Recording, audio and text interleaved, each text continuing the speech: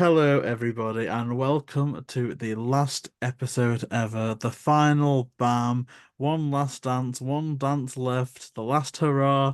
I don't know, I'm just gonna keep finding synonyms for the final thing, but without further ado, I am JB, and with me is the mighty Mark Marsh. Hey everybody. So we're going to be collaborating today, hopefully not for the last time overall, but in terms of the last time this series, this adventure we've gone on together is amazing. And I just think what other way to do it than do a Q&A, because not only do people get to learn a little bit about more about us while we're doing this, but it's, I guess, if someone asks us a question that is a topic, then they're basically getting episode 51, 52, 53. So it's kind of like a way of it continuing, but not really. But yeah, yeah, I'm happy. I'm happy. So I'm gonna pick some questions at random.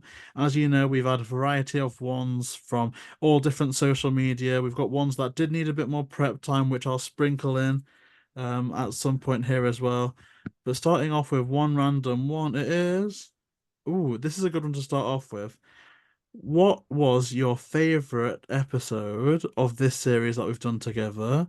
And also, what was your least favorite episode? Oh, So I can start off, and maybe this is one that I should have probably sent over to you because it's you a should have bit sent this more. over because we did a lot. I mean, I guess I'll kick start with my least favorite. Maybe we can both do least favorites, and if The you've got your one phone, that you should have sent to me to give me prep time, you decided to yeah, it's spring on just now. And I it's like, know, okay. and it's the first one. I mean, it was random to be fair. But my least favorite, I think, has to be the one we did about Super Mario, just because I don't know if you remember from recording, but the last one that we put out before that Super Mario one, I really don't remember. But it was kind of a tagline. We got on about how Warner Brothers doesn't respect the franchise. And then I was like, well, look at what Super Mario are doing. They've like done loads and they've respected the Mario like franchise. And then that just led to like a 15-minute conversation comparing Scoob to Super Mario. And I just clipped that and put it out. It wasn't really a for the purpose episode. It worked well enough, to be honest, but it wasn't one on the sheet of topics that day. So it was just a bit like, okay, it's a bit lazy, bit lazy. Because we've got a playlist. I mean, there's some contenders, I will I happily probably would admit say it that. was our last ranking video, not the recent one, the one we did before. Oh, Yes, the that, tier yeah, list. the tier list. I think that one I Hmm. like doing the most. Oh, the favorite. Yeah, it's my favorite one. Oh, see, if I was to choose a favorite, I like the this or that. I guess view-wise, the most surprising one was that Toy Store one. Because truthfully, I thought that was just going to be my way of getting free therapy from you. And I could just use it as an excuse to vent about it. And I was like, okay, this will get 50 views, but I'll feel better. I'll See, I save thought the myself tier like list was going to a do more therapy. because Oh, normally when I did a tier list, it did really well on my channel because the last one we did didn't really do well, but the no, it last one didn't. before that did, I think it did surprisingly well. So that was a bit surprised. I thought the tier list one Yeah. would have been the more ideal That was the spectrum. one that I was the most disappointed with, purely for the fact that it was the most work. I mean, like, look at our other videos. They're about 15 minutes to 35 minutes long. But that last one we did was near enough 2 hours long, and it did not get nearly the views that I thought it would. And in fact, our last one that went out overperformed it, and that was just us talking about the two live action movies in like half the time. So. Yeah, maybe that one just because it was disappointing. I did have delusions of grandeur with it. I thought that was gonna be our most successful one and that we were gonna do episode 49 as season two. But Yeah, because I think the tier list one I enjoyed doing the most. the only thing that you ever can do that makes me angry is the hideous Loch Ness monster movie slander. Like, That was bad. That no, it was a movie's good one. That's where we're having problems, I think. That's where the beef is gonna start, I can tell. I can tell. So, next bring on the question. diss tracks. Eh. What characters you wished had another movie from the Scooby universe? So, if a character in the Scooby universe were to have another movie, which characters would they be? For instance, they've put theirs is the Ghoul School Girls. Oh, so like any side characters have their own Yeah. spin-off show or movie. Oh, okay. Well, that's quite very simple. I would because we spoke about this before. We would rather I would rather have Sheriff Bronson Stone have his own movie or series.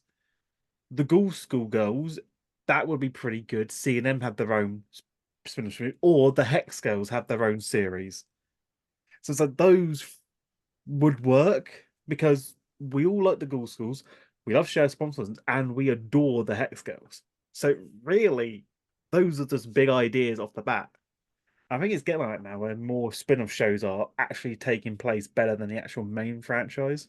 Yeah, I think mine was gonna be Hex Girls, like you said, because there's really not that many when you think about it. Like, there's a lot of characters that are like one-offs that come in for like a movie, like Pemba and Minga from Like Chill Out you could and bring stuff, back but then Scooby that's it. Doo and do Oh his yeah, like yeah, yeah. detective series because that's the whole gimmick with Scooby Doo. He was pretty much a Sherlock dummy Holmes of the Scooby Doo era. That was the I vibe. Again, mean, two episodes he appeared in, and I thought he was great. I And like him. they haven't brought him back since or referenced him. Maybe they forgot about the character, or they couldn't get a voice actor to properly reprise the role of Scooby Doo.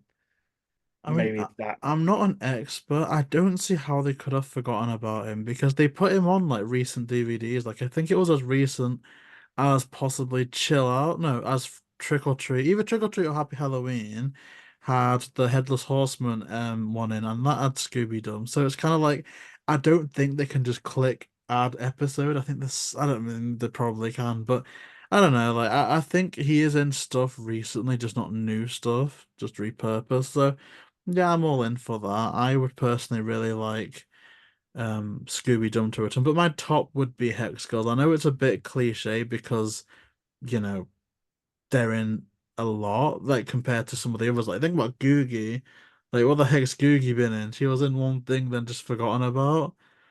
But like, but I just like the Hex Girls a lot. So yeah, yeah, for me, Hex Girls. So Because they brought the Hextals back as that special with another show. I forget what it was. the Hex No, Girls, not the Hextals, the Ghoul Schools. Sorry. yeah, They the brought them back. OKKO Yeah, something. okay. Like Let's Be I Heroes. don't know that series in general. All I knew was that the Ghoul School girls Yeah, were I part want of to it. watch that episode. I mean, I think when did Ghoul School come out? I'm sure was And it like it's 88? It's a while ago. 80. I think it's before 88. I think it's 84, 85.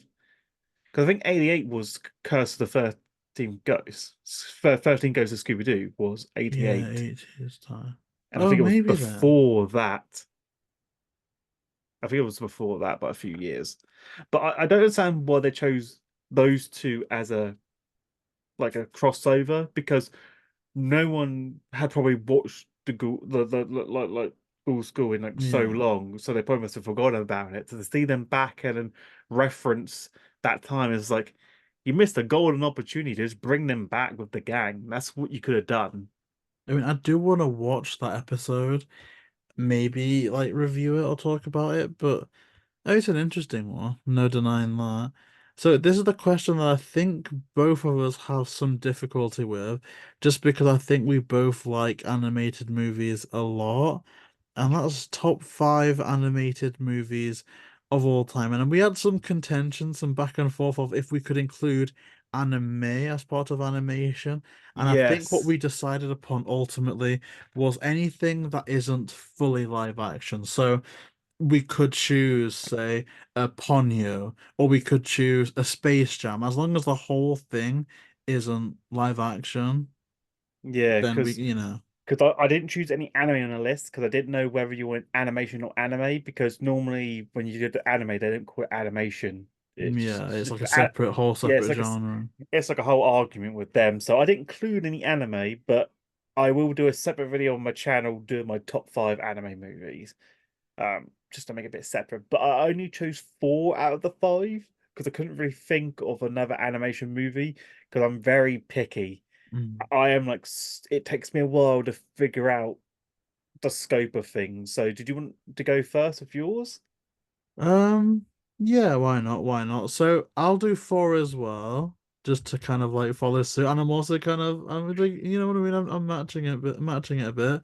My fourth one, and this is controversial because I know a lot of people prefer the second movie. I personally still prefer like the first one. It is Into the Spider-Verse, just because I feel like what that did on a technical level was absolutely fantastic. How they didn't give you the most traditional, like, oh, this is Pixar, this is Disney, it looks gorgeous, but it gave you a sense of, oh my gosh, this is a true comic book style, and they're doing the absolute most with it on a technical level. And on the story level, really speaks to me. I absolutely adore it and just everything about it. Soundtrack, voices, Into the Spider-Verse, still one of my favorites. I watch it a lot. So that's definitely my fourth one. What was your fourth one? So, I went with Batman, and it took me a while to choose which animated Batman I wanted to go with because I think they're all amazing. But I went with Under the Red Hood only Hmm. because it's more gory and violent because of Jason Todd coming back as the dead Robin on a massive murder spree as the Red Hood, and I thought that was amazing. I just thought, especially with the Joker and the reunion, I thought it's done superb. I think there was a comic book as well on it, but I never read it. But I think Under the Red Hood was probably my most favorite one to watch. I still watch now, but there's still many more new ones that come out, and I feel like the Batman series on animation is like the movies is more like dark tone because it's Batman and it's Gotham, and I feel like it works better than the movie versions of if they ever try and do Batman. So I went with Under the Red Hood. Took me a while to decide because I wasn't too gaslight by Gotham, but I didn't really think it lived up to the part because Macy's set in the 18th century with Jack the Ripper kind of vibe. And I thought Under the Red Hood, at least it was set in modern time Gotham and had guns and beheadings and all that. So yeah, Oh I went with God. that.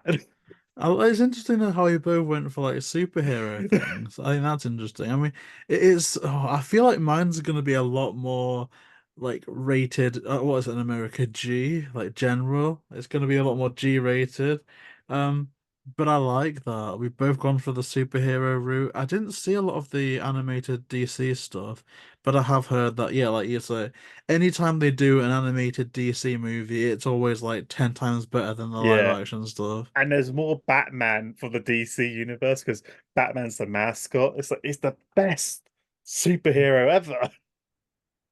It's like, oh fuck Superman. He could take down Superman, the Flash, Wonder Woman. He's got contingency plans for all of them, even Cyborg. Oh wow. Yeah, he's got the contingency plans to neutralize the Justice League, and I'm like, that's badass. I like it. So, my third one, again, I'm going a bit more G-rated. Maybe this is a bit of nostalgia, but I still think this holds up. And that is The Incredibles. Because not only did that kind of do superheroes before superheroes were really, really cool, but I think it's the type of movie that you can watch with two lenses. If you watch it as a kid, you're not only getting some top-notch animated action and voice work, but also you're getting a story about a family coming together and kids that you can potentially relate to that feel like they're not agreeing with their parents all the time, and they're kind of it's a coming of age story for the kids as much as it is a story about the parents. So you can watch it from that lens as a kid, but then going back to it, and I watched it pretty recently, when Helen, Mrs. Incredible, Elastigirl, finds like hair on the super suit. As a kid, I'm kind of like, oh, so she does suspect that like Mr. Incredible's doing superhero stuff, and that's a good interpretation because it says, oh, she's suspicious, and she is suspicious, and that works as a story beat. But then looking at it from a modern lens, it's like this guy is losing weight. He's got a new car, and now she finds a relatively long hair on the suit. She thinks her husband's having an affair. So you can watch it from multiple levels. And I think that is absolutely fantastic because both interpretations work. They're both incredible. Each time you watch it, you can learn something more. So yeah, incredible, top-notch animation. Brad Bird is my I daddy. forgot about the Incredibles. Really? I Oh my totally gosh. forgot. Fucking hell, yeah. So when you brought back up the cover again, fucking hell, yeah. I think I was disappointed in the sequel A that little I bit, just completely forgot about the original. although we have the screenslaver, which is like, I mean, come on, man. Like, I like the screenslaver, but he's not Syndrome. I guess she's not Syndrome. No one's Syndrome except But Syndrome. there's only one. There's only one Syndrome. Actually, there's multiple Syndromes. But what was your number three spot? So I chose Looney Tunes Back in Action Ooh, banger. only because I just like I love Brendan Fraser in that, and I thought he was amazing. He still does acting now, but he's like one of the old school actors that I admire the Hmm. most. And I just like he's a down to earth guy who's I've seen videos of him get distracted playing Switch games and all that. So he's Yeah, like he a did like an normal guy. interview Yeah, recently, and he was just he was there just on his. there on his Oh, Switch what and a he forgot guy! about it.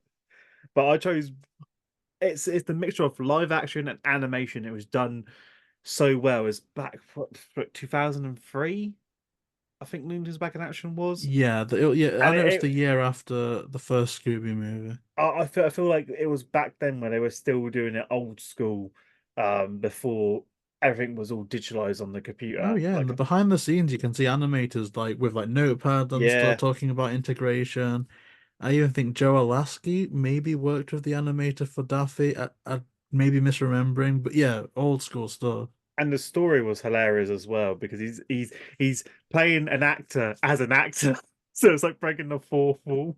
Who then meets the And actor. he meets himself as the actor, as Brendan Fraser. He goes, "Oh, Brendan Fraser does all his own stunts." Blah, blah, blah. It's like talking about Oh, himself. it's just so good. I mean, I know a lot of that is live action, but it still counts as partly animated, and it's one of my absolute favorites. It's not on my list. I mean, I'm going to be talking about the movie in another question Because he that will be plays as a revealed, stunt but double. He plays a stunt double for himself, who is the movie actor. I'm like, oh, and there's Batman in that movie as well. Or is it yeah, just the Batmobile? Oh no, no, Batman's no, on the it's roof. Batman Like, on the eh. roof and the Batmobile as well with Daffy. I feel like those two were a great pair. And like the joke about the spy car, he drives off with his shit car, and then the actual spy car Doo-doo. flips over.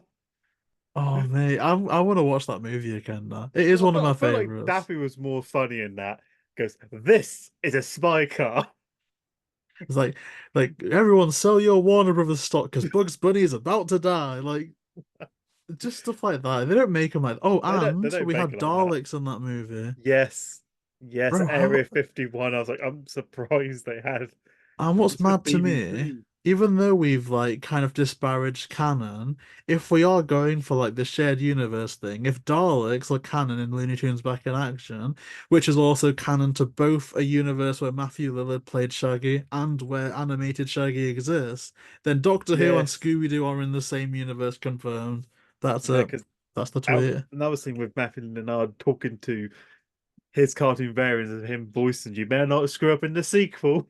Which is kind of mad because if we had 2002 as the first live action Scooby, and then 2003 as Back in Action, and then 2004 Monsters Because Unleashed, it Back in really did Action work came out. before Monsters Unleashed, so Yeah, that it's like the reference middle to the next child. it was like a hint towards the next movie in the movie before the promotions went out, which is Bro, like genius. I am so jealous of whoever got to see those three in the cinema. I mean, I bet, did you go to the cinema to see any of Oh, those? I didn't get to see any of them. I really want to hire out a cinema and I actually marathon those three, Back because in Action and the I middle. noticed a showcase cinema near me. They re-aired Goonies and Stand By Me, which I saw in 4K in the cinema. So I really hope they might Mm. bring back old films like Back in Action and all that, just so I could see it in the Yeah, because cinema I know you experience. mentioned that, but didn't your Odeon close? When did that Yeah, happen? that happened. That was like, God, that was before lockdown. So Oh yeah, wow. they've been closed for like 5 years now. Odeons are closing, like the Yeah, Blackpool one closed, and so the Preston one's getting so many more people for like the premiere nights and stuff. yeah, It's a it's bit, like showcase ones are now getting more attention, but the showcase don't do the promotional gifts like when I used to go to Odin, you get like a poster for the film or some sort of like limited edition thing that's only available at Odeon yeah. through this. And then what do showcase have? Oh, if some movies, if it's a bad one, you get this nice little cup. Yay! Like why? The movie sucked. I mean, to be I'm just fair, like I mean, you are right. It is a shame you don't have the Odeon because they're pretty on it. They can get quite expensive, but I I always try love and that make a point unlimited. of That getting their unlimited oh deal limit. was Oh, amazing. yeah, You pay it for the monthly fee, and I used to go to cinema all the time after work. yeah. Like, So it that, was unlimited. Oh, see this film, this film. There was a catch though. If it was a newly released film, like say Cars 3 or something, you wouldn't be able to use it for that mm. until a week or two, like 2 or 3 weeks later. And I believe it didn't work, or it was more expensive in places like London. Yeah.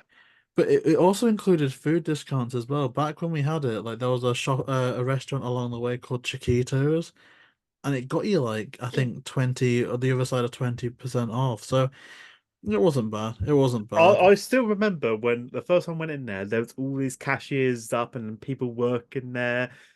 And then towards the end, and when it was knowing it was closing down, they switched to all automated systems. And I'm just like, mate, there's no one working here because you literally pay for your ticket on the device, Oh and you walk yeah. around the corner, and there's like one or Bro. two people in the snacks department and drinks. Like, where's all your staff? Like I am antisocial, I can't lie, but I do miss the old day, like where you could rock up to someone and say, "Can I And please have five to Logan or five to, I Guardians of the Galaxy or I missed something?" the And now tickets. it's just five, oh, one child, I hate how they Prince. give you a paper ticket Yeah, that fades away over time. Like I used to like the card at Odeon before they it's like a switched to rail paper. It's like card. yeah, it's like a rail card, and it was like they ripped up the bit that let you in. I was like, mate, keeping that was amazing. Keeping your tickets because that like preserves it. And then it's like paperless. It's like why? It's like ruins the experience of keeping tickets. Well, I don't keep my tickets anymore because they're paper,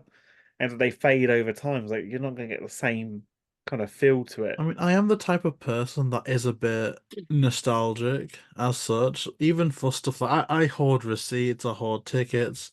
I think some of them can be seen as collector's pieces. So, for instance, I would unironically pay money for a cinema ticket from the US from opening night of the first Scooby-Doo movie, and that would be part of the Yeah, collection. because you So, could frame that shit, and they're like, yeah, I yeah, got a first ticket. like some people, weird people like me, are into collecting, so the fact that they've diminished that is a bit mad. But I guess I've kind of got us on a bit of a long tangent. Now, Is it my the weird second thing about time? collecting, before we move on, Oh I yeah. always hated when people collect the empty monster cans. They drink it and then they keep it. And I'm like, Why? why? Yeah, I know exactly. I used to know someone I understand collecting, but who used to collect the empty cans. I'm thinking, why are you collecting the empty is cans? it It's like, just normal or were they like special edition? no, Because they're normal ones because oh, they just showed oh each ones that I drank and all the different variations of them. Like, who gives a fuck? It's like, why? yeah, I don't Yeah, understand that. that's the That's weird nuts. obsession. That's crazy. It might be But me, still, but I think it's a weird obsession. I'll not collect shame. I mean, there's probably a load of. I mean, look at this. I'm sat in a room of Funky Pops, so I guess I can't really look down on any collector. But my second is fittingly Kung Fu Panda 2, which I did debate going like above or below Incredibles. If you ask me tomorrow, maybe they will have switched. It's just that one scene, and it's a bit like Up. I saw this poll on YouTube, what's the saddest animated movie? And Up won by about 80%. And in the back of my mind, I'm like, is that really sad though? I mean, some Wait, woman how's up dies, and sad? it's like it's just 1 second in an intro. It's sad, yeah, but it's 1 second in an intro. And then the whole movie is like wacky shenanigans. Yeah, but But the thing is though, his wife didn't get murdered or no, he it's did he just did she had a nice, happy life, yeah. bit old, still active, climbing up things. Then A way I oh, look at this, like that's how we're gonna go out eventually one day. let me hope. I Lived a mean, like, nice yeah, you can yeah, hope. You can hope unless I get murdered by if you're someone, but lucky. Like yeah. I need to go out for a walk today for my heart, and you go right into a forest. I could get a serial killed after this video, and I mean, it won't be sad to some people. For me, it'll be pretty sad. But like, it's not going to be sad if I'm 80 and I'm like, oh, one day. Like, that's the dream, if Yeah. anything. So yeah, It'd be sad if you're in your prime and you get murdered. It's like, oh great, he didn't even live his I life to know his you went fullest. too soon. You went too soon. Yeah. But an old lady dying at the age of 96 or something, Yeah, I mean, obviously, any quietly in her loss is a sleep. bit like tragic, but Yeah. that's if you're going to do it, which we all are. It's kind of the way to do it. I think the Um, only sad bit is he didn't have any kids or anything. I no, couldn't that's imagine the true. That's reason. true. Was And it he because does they have to couldn't? continue alone. Yeah. But the I thing think he is, couldn't have kids. That's the reason why. I think they went to oh, the maybe. doctors in the whole scene bit, and he couldn't have kids. I think that's the reason why. But then it's good But he that still had a happy they house. got Russell. They Yeah, got the dog. yeah, and they found that kid. That's So pretty so good, pretty technically, good. it all worked out. But Kung Fu Panda 2, that one scene, man, I can't get over it when Po is getting the inner piece and the raindrop turns into the mum in that, and then it goes all 2D. The music kicks in from Hans Zimmer and John Powell, and then when it finally goes into the animation that you know from the movie, and you see the mum leaving him, even talking about it now, I kid you not, I'm actually tearing up. It gets me every time. I need to pause the movie. Millie looks at me like I'm insane, and I actually do just need to like have a moment to myself because it really gets to me. So Kung Fu Panda 2, if anyone wants to make fun of me, send me a link to that scene in like the comments and stuff. I think I'm actually nearly crying now. I can't even think about it. So yeah, Kung Fu Panda 2 is number two. I'm I ready think to I didn't cry through watching Titanic because I pretty much I'm a professional going through these movies. Bro, but I would cry in Titanic. Isn't it like 3 hours long? It's I three don't have hours long, like and attention. I'm like my emotions left me the moment I watched the opening scene. Bro, I can't do it.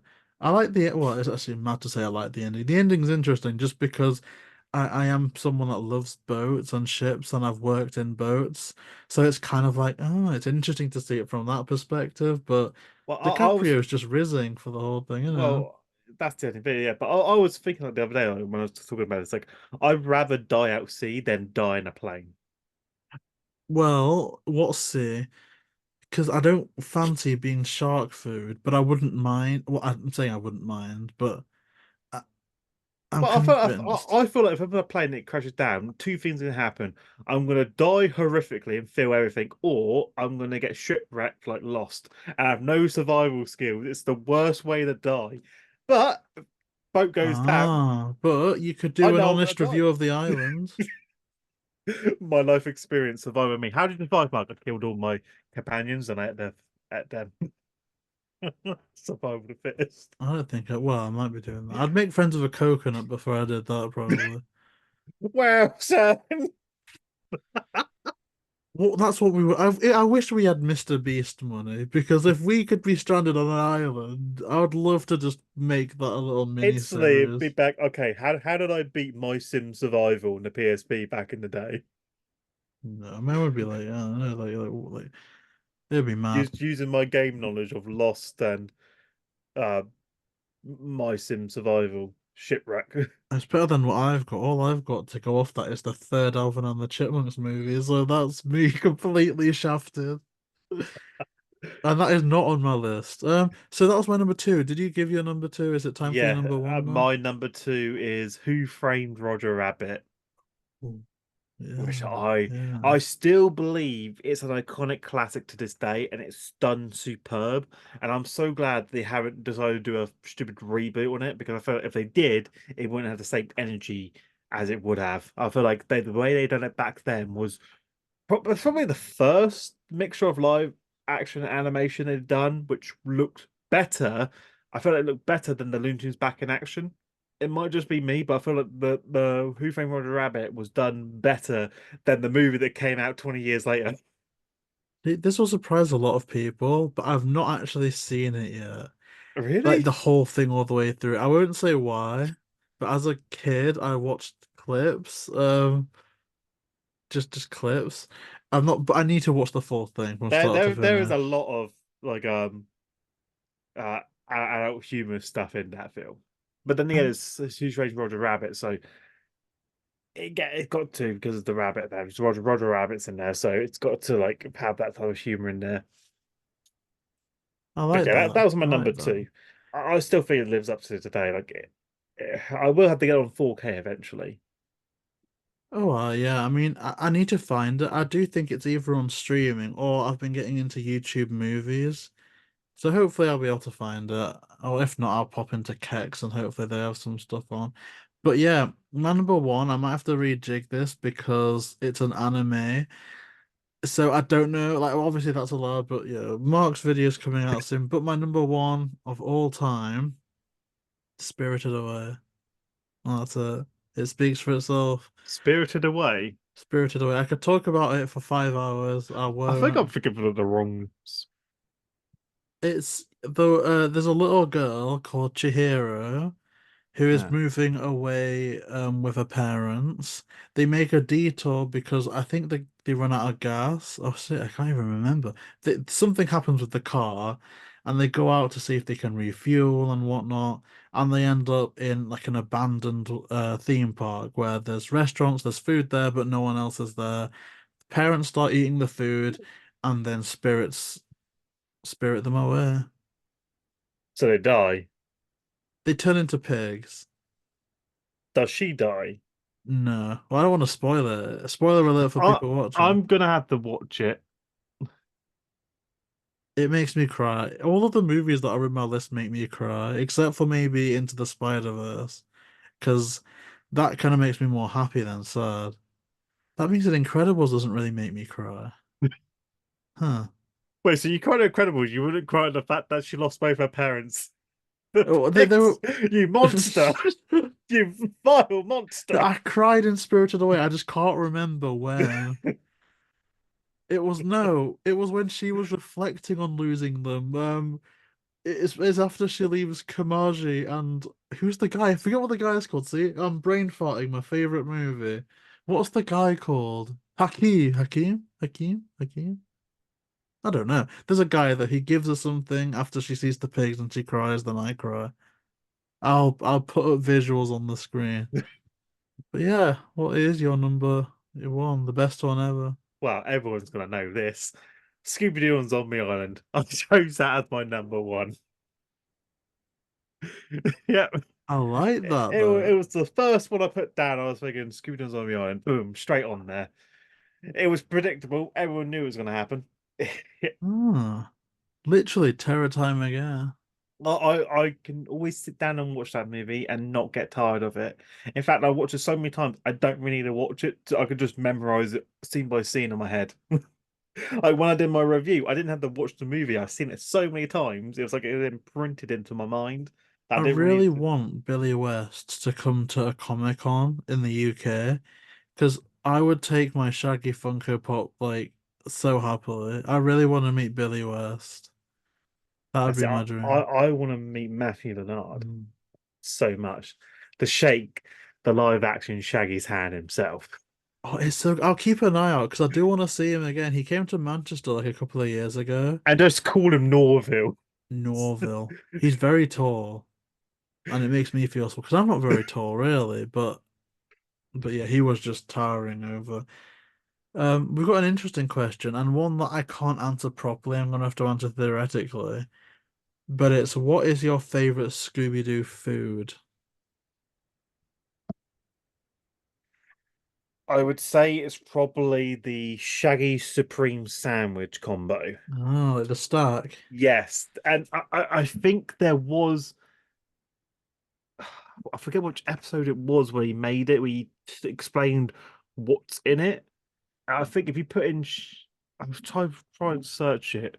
Um, I know that they explain what the recipe is in Lake Monster, but it's not like the classic stack. It's more like a spin on it. Classic stack. okay.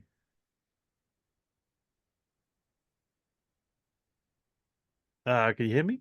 Okay, yeah, I got really scared then. Like, yeah, I saw you look across at me, and I thought I'd done something wrong, so I just got Okay, scared. so the ingredients of the classic sandwich from the episode A Night of Fright is No Delight, it's basically a loaf of bread, ham, ketchup, mustard, cheese, lettuce, sardines, marshmallow fudge, and decorated with an olive on top. Mate, that sounds amazing. That's the OG Shaggy Supreme sandwich. Although we should try it one day for a video. We should definitely When do we a video. revive this, we'll be like David Tennant. We'll but revive it, this but it's on series. layers Like, as well. So it's like literally a loaf of bread, ham, cheese, ketchup, mustard, lettuce, another bread. stack on top. So you're doing like 5 or 10 layers, and it's they swash it down. Because yeah, that's like ketchup and mustard with ham and cheese. I would never have thought of using those two. Maybe mayonnaise. I can't even handle mustard though. I'm such a I can't handle oh mustard. no. It- I know mustard's the one thing I kind of like mayonnaise, maybe yes, but I I feel like once tried to eat mustard. I but literally then vomited, and again, some guy's like, mustard is "Oh, more that's like for man butter." Americans anyway. We would normally have mayonnaise. Well, like hot dogs.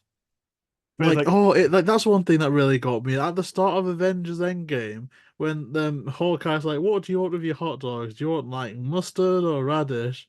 And the kid asked for ketchup, but I'm like, is ketchup not like one of the main things? It's like, what do you want with your chips? Do you want pepper? Oh no, I want salt. Like, I don't know. no, no, That's a you gotta weird say fries tangent. over I'm there. just I want some fries, like, please. come on, man. Like, ketchup, man. Ketchup's my go-to. Well, But I always feel like a kid when I ask they for it. they call potatoes chips, and we call chips. Like Wait, yeah, crisps. no, like, yeah, We could crisps, crisps. chips, Yeah, crisps, chips. So can you have a bag of chips? And that's what you have to say to get like Walkers. Do they have Walkers over there?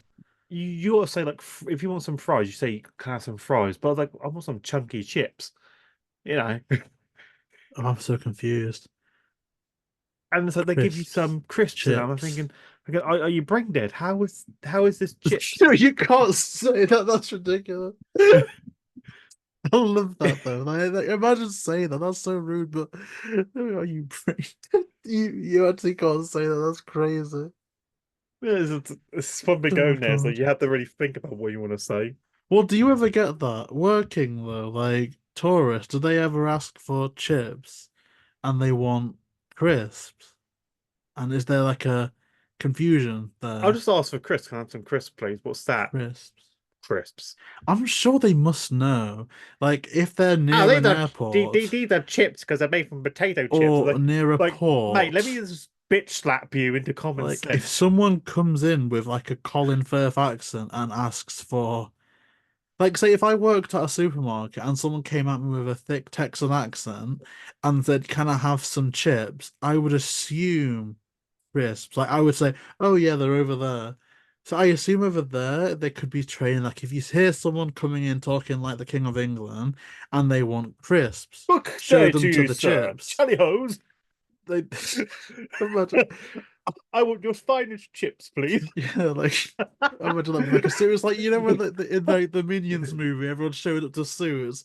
Just rock up to Walmart I have with a some nice, really business suit solid on. chips. Like I'd like a crate of your finest chips, please, sir. That's crazy. What a tangent. Have we even got to your number one? We have it, Zombie Island. So, food, favorite Scooby-Doo food. This is the one that I want to try the most. And it's from the first live action movie, which is an eggplant burger with hot sauce. I really want to try that. What? And oh, but I've never tried eggplant, but I would. And hot sauce, I love hot sauce. Like Nando's. If anyone's ever looking for me, if I ever go missing, check my local Nando's because I'm probably there. Because I always I like the never had a hottest Nando's. sauce. See, I've only just started recently getting into it. But I always love to go in. I only have like plain It's chicken, just but chicken, just isn't it? plain chicken, yeah. But with the Yeah. extra hot sauce. Oh, mate, I love it. It makes my eyes water. It makes my Yeah, because nose run. But I I've love it. never went to Nando's because it's just chicken, and I'd rather just cook my own chicken. That It's does just make like sense. yeah, it's just like They everyone do around me is like, lovely oh, you haven't had chips, Nando's? Like, no, it's lovely like fries, and okay, what about Weatherspoons? no, never been in one. No, no, have we? Because I used to go in there a lot as Actually, a student. actually, yes, I have eaten it in a Wetherspoons couple months back. I think, well, it was called the Standing Order, but it's partnered with Wetherspoons. Oh, were you on a date? No, no, no. We just had to go to a cinema that day, but I wanted to eat, and Oh, I really wanted a like it. steak, and I I was like, I'm craving a steak, so I had a nice sirloin steak that I've done really well. I've gotten to the stage where I don't even eat in places like when it's last minute, I just run to the Sainsbury's and get a meal deal. And it's always bag of crisps, But it was a nice sirloin energy steak drink. with chunky Sandwich. chips, with fried egg, and it was just like, and I had a drink as well, Coke, because I don't drink alcohol. They came Mm, to £12, and I'm thinking that's fucking brilliant. not bad. Like that's not bad for 12 quid. But and I was thinking about if I went to a Burger King or fast food joint, I'm spending 12 Mate. quid for shit. Oh, Burger King's expensive nowadays, though. Yeah, I'm just like you go in As there is for a burger, KFC. and it just ruins your insides. So you're on the toilet the next day for all day trying to digest it out of your system. So that's not the risk out of it is not worth it.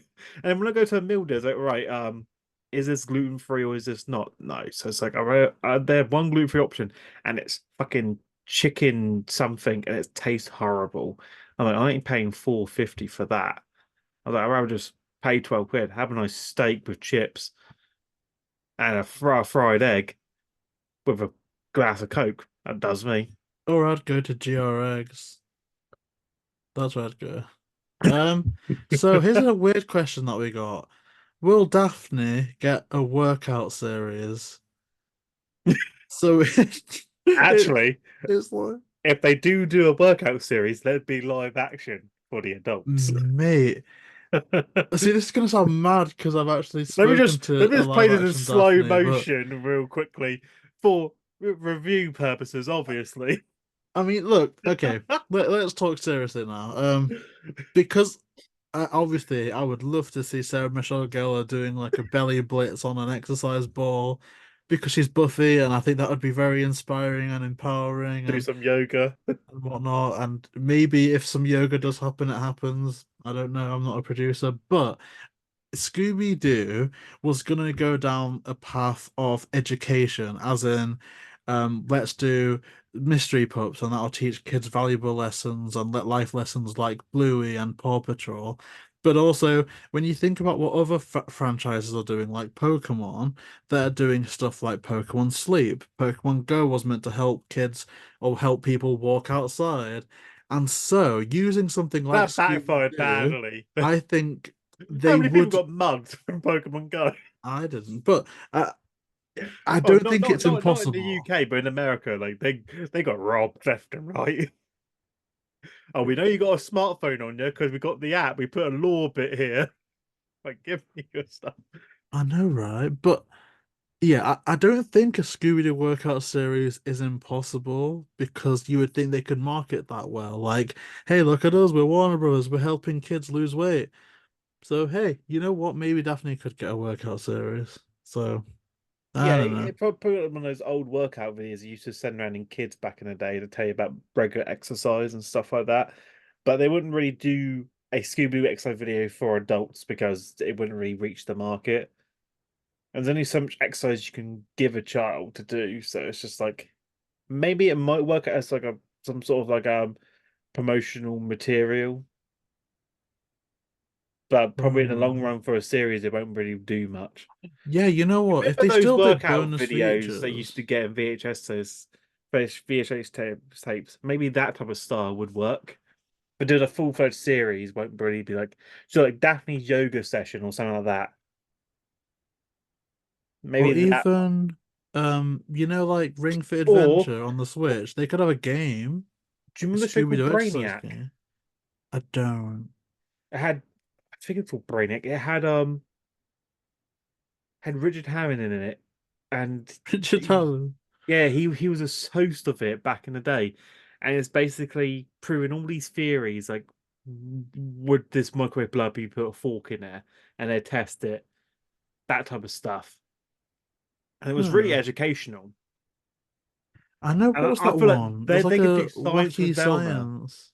They could do Velma. They could do science with Velma and teach kids um about certain stuff and elements and all that. So they could do educational stuff with Scooby Doo, but I think it would only work with Velma and Daphne. I feel like Fred will just I don't know what Fred's role would be teaching kids, but Shaggy and Scooby would be how to eat more food. I mean, you could do like a Just Dance with Freddie Prince Jr., Fred, and he could teach you how to do the electric slide. Ride the bus, ride the bus. Now back it up. Like I would actually watch like a Just Dance with Freddie Prince Jr. That would be all right. In fact, that might even be my favorite one of Traps with all. Fred. 10 ways to capture a villain. I just hope I'm not a villain. That's my thing. I would love to be a supervillain. I think I'd be great as a supervillain. Hmm. I've See, always hated the hero roles, and I I love don't the know. I villain don't think I roles. can comment on that because I always know you as quite a friendly guy. It would be a bit difficult for me to like. I can't even imagine you particularly angry. Like, I have to go through a protagonist down story, like an origin story, like something like tragically falling happens to from me. grace, and then Yeah, like you come back with like a I come hood, and back as you a like villain for Spider-Man through. You're like, vengeance. duh, duh, duh, Yeah, duh. Oh God. I'm Harry Osborn. You killed my father in the end. Oh, you didn't kill my father, he killed himself, but I Wait, I forgive killed you. Ozzy Osbourne. Oh, wait, it's not Ozzy, is it? It's Norman. I was gonna say. Wait, is That Ozzy be my Osbourne that still be my alive? origin story. I need to Google. Just rip off the Green Goblin. But I've always said that, like, You could be the Hobgoblin. if I ever went to acting or did voice acting, I would prefer to do the villain roles. Oh yeah. Well, I I'd want may to be a die, voice actor. like I know I'll probably die because I'm the villain, but I'll be the villain, like a badass. Better gadgets, toys, Song. monologue, dialogue, songs, yes. Final battle. You know, what the hero got? Yeah, he saved the day. You have fun paying taxes when I'm dead. Sometimes he gets gal though, innit? He gets. Yeah, but the Sometimes the villain can hero get a gets. go as well. I'm gonna kill you, hero, and steal I don't your know. When was the equipment. last time a villain like a Megamind, Wilson Fisk? I can't think of many villains that like get the Riz on. Doctor Evil. Dr. Doofenshmirtz had Riz clearly at some point. Doctor Evil stole Austin Powers' mojo. Um, what other villain had Riz? See, what a weird tangent. Like, what other like podcast series are we debating which villains had Riz? Well, I'm just trying to think. I just Megamind. The Lunar Ghost didn't have Riz. He was a bit, he couldn't do it properly. There's Okay, supposed to be a Megamind 2 coming soon. apparently it isn't great, but I've not seen it. Wait, is it already out? I think it is, but it's on like either a Paramount Plus or a Hulu or something that I don't know. One of the ones that I don't have. I've got Netflix, Disney Plus, and obviously the BBC iPlayer. Versus the Steam Syndicate. Is it Paramount? Or is it Peacock? It could be Peacock. DreamWorks Animation. Peacock says. Distributed by Peacock. Maybe we'll Release watch date it. March the 1st. Oh, it's been out like a month. Jesus Christ, I didn't. I heard about it. I didn't know it would come out. Like, damn. Like, when did the last one come out? Years ago. How old am I? 2010. Jesus Christ, I left school at that age and I was starting college. Really? Oh God, I feel old. That's like 14 years ago. I was like 12 years old. That's before I got my groove on. That was Flipping 14 heck. years ago. Jesus Christ. I guess Damn. here's a potentially juicy one though, to kind of kick things into gear a bit. Looking back, would you change anything about your Mystery Inc. fan cast? So, were you aware at some of the backlash that yours received? No. So on Instagram, when I posted up yours, we were met with some fair criticism, as mine got as well. Both of us got fair criticism, like I think this person would have been better, or I don't think that person would have fit in, or this person's too old. So there's some fair criticism that both of us got. But this group of people decided to kind of spam yours around, and I think you can probably guess why, but it was met with outstanding racism. Like I I had to fucking knew delete it. so many comments from people like, how dare you, Daphne's like it was like a weird angle that they were coming out with. Like it wasn't the usual stuff like this is Oh, a woke Daphne's white. list. She's always been white. You can't Well, change that's the that. It's thing. like, I was expecting that, but it wasn't. It was like we are Scottish heretics, we are Scandinavians, we are all white, and we Daphne is our like figurehead symbol, and so changing that's disrespectful. And it's like Well, I could understand like the woke stuff because people just see like any people of color as woke, but it was like this weird cult of like extremist white supremacists in Scotland that had adopted Daphne as like the mascot of whiteness, and it was like What the I don't know fuck? what that is. So I pissed off the entire Scottish culture. I had to deal with outstanding racism, but looking I'll go back to at that Scotland, like, list, no, there's like. that guy, let's kill him. What's your response to that? And like, would you like amend your list? Would you change your list, or No, are you quite so happy? I'm not changing my list. I stand behind my list. There's something wrong with my list, and I think it's worked perfectly. What I chose. I think what some people don't understand is that if they watched my video fully, I even explained that I'm choosing this based on the assumption that there are multiple realities in Scooby Doo. So it makes Which they sense are, that you know. You some had variations will be Kyoko. different colors and all that. So again, me choosing that, I don't care if you feel like it's racist or I disrespect you. It's like that's just one alternate reality against another. Unless you can prove to me that that timeline is all linked together, which is impossible, and you cannot, then the multiverse theory in Scooby-Doo still stands. So yes, we have seen Daphne as white on the screen, but then we have the Velma shown her in a different color scheme. So it's just like again, just proves the multiverse theory is alive. You have it in Marvel, you have it in Spider-Man. Why can't we have it in Scooby-Doo? So I'm not going to change my fact for it. I chose it based on the best live action characters cast Oh. at that time. So that's interesting to get your response to that because it was a wild time. Like I'm just looking back and it was posted on the 10th of August, and I'm trying to see if there's any remaining. I don't think there I'm is because surprised I didn't get any direct message because you tagged me in that post. So if they had an issue, they could have just messaged me on my Instagram, but I got no messages whatsoever on that.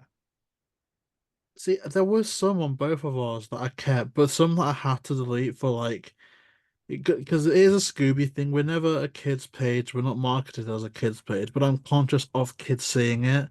So when there is like wild stuff, like people saying the N word and stuff, I kind of have to delete that. But yeah, all that Scandinavian stuff is not there. But I like your list. I think one criticism that I think I can hear from people is some age incongruity. But even then, it's like we always know that, say, Velma, for instance, is quite a bit younger than the rest of the gang and stuff. Like, I think that's I know quite Shaggy's the coded. oldest, which which is true. I think Shaggy's the oldest, and the rest of the gang's still like 17. I think Shaggy's 18.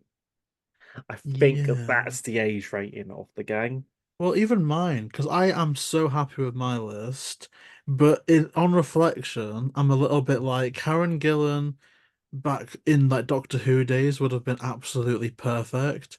But now thinking that would be a bit, so I kind of do want to choose someone else to play Daphne. I've kind of gone against this just because I think it's too safe.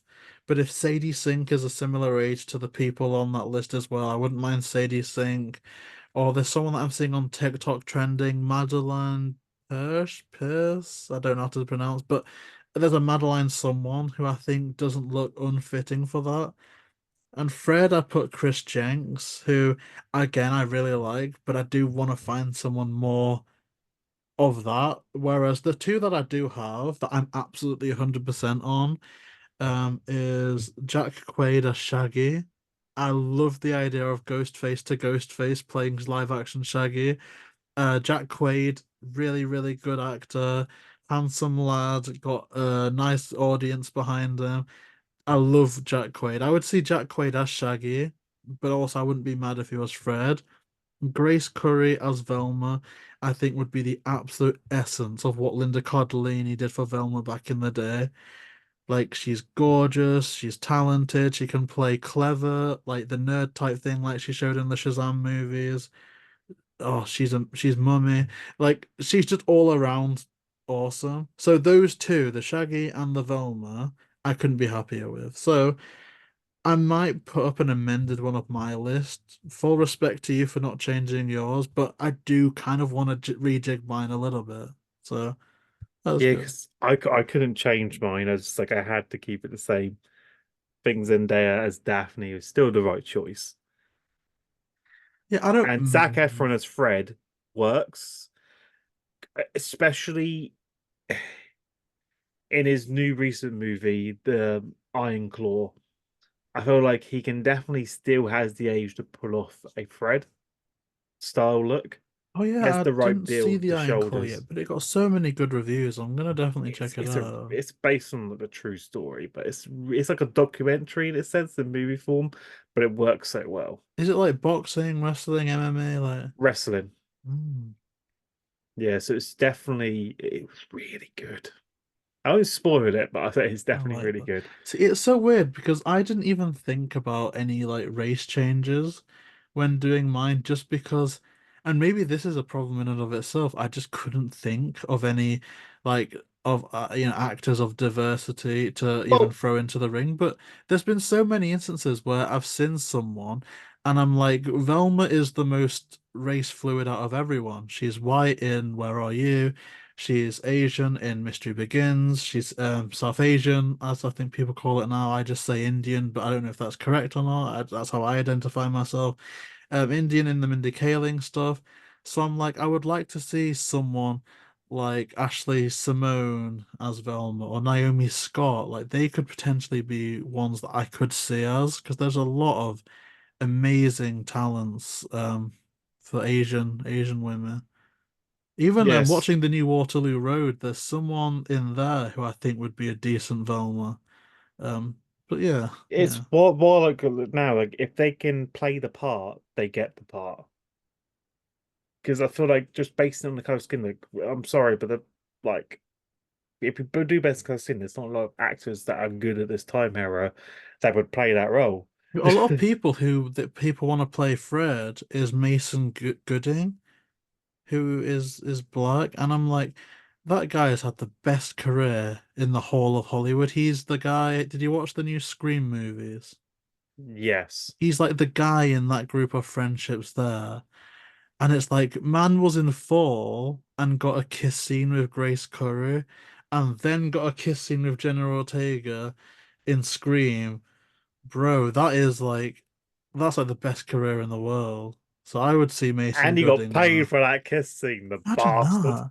Imagine getting paid for a kiss scene. So you can rub that down everyone's faces. Yeah, but you may be kissing her free, but I got paid to kiss her, Imagine mate. that, mate. But yeah, it's an interesting tangent, but I'm happy. I'm happy.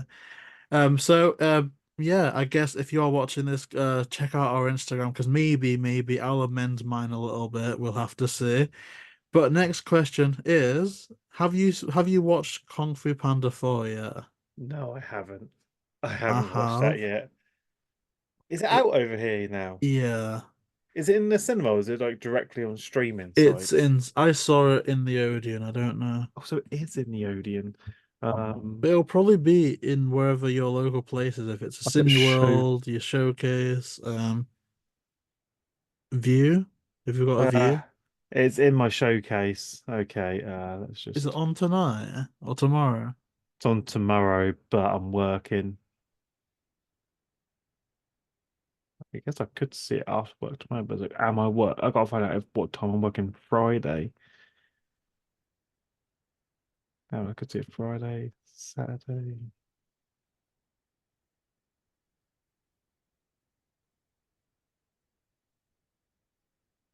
Might see it Monday actually. After training, go see it. Hmm. At least Monday works because I'm not working, and I got my competition Sunday. So yeah, Monday works fine. Well, I won't spoil it.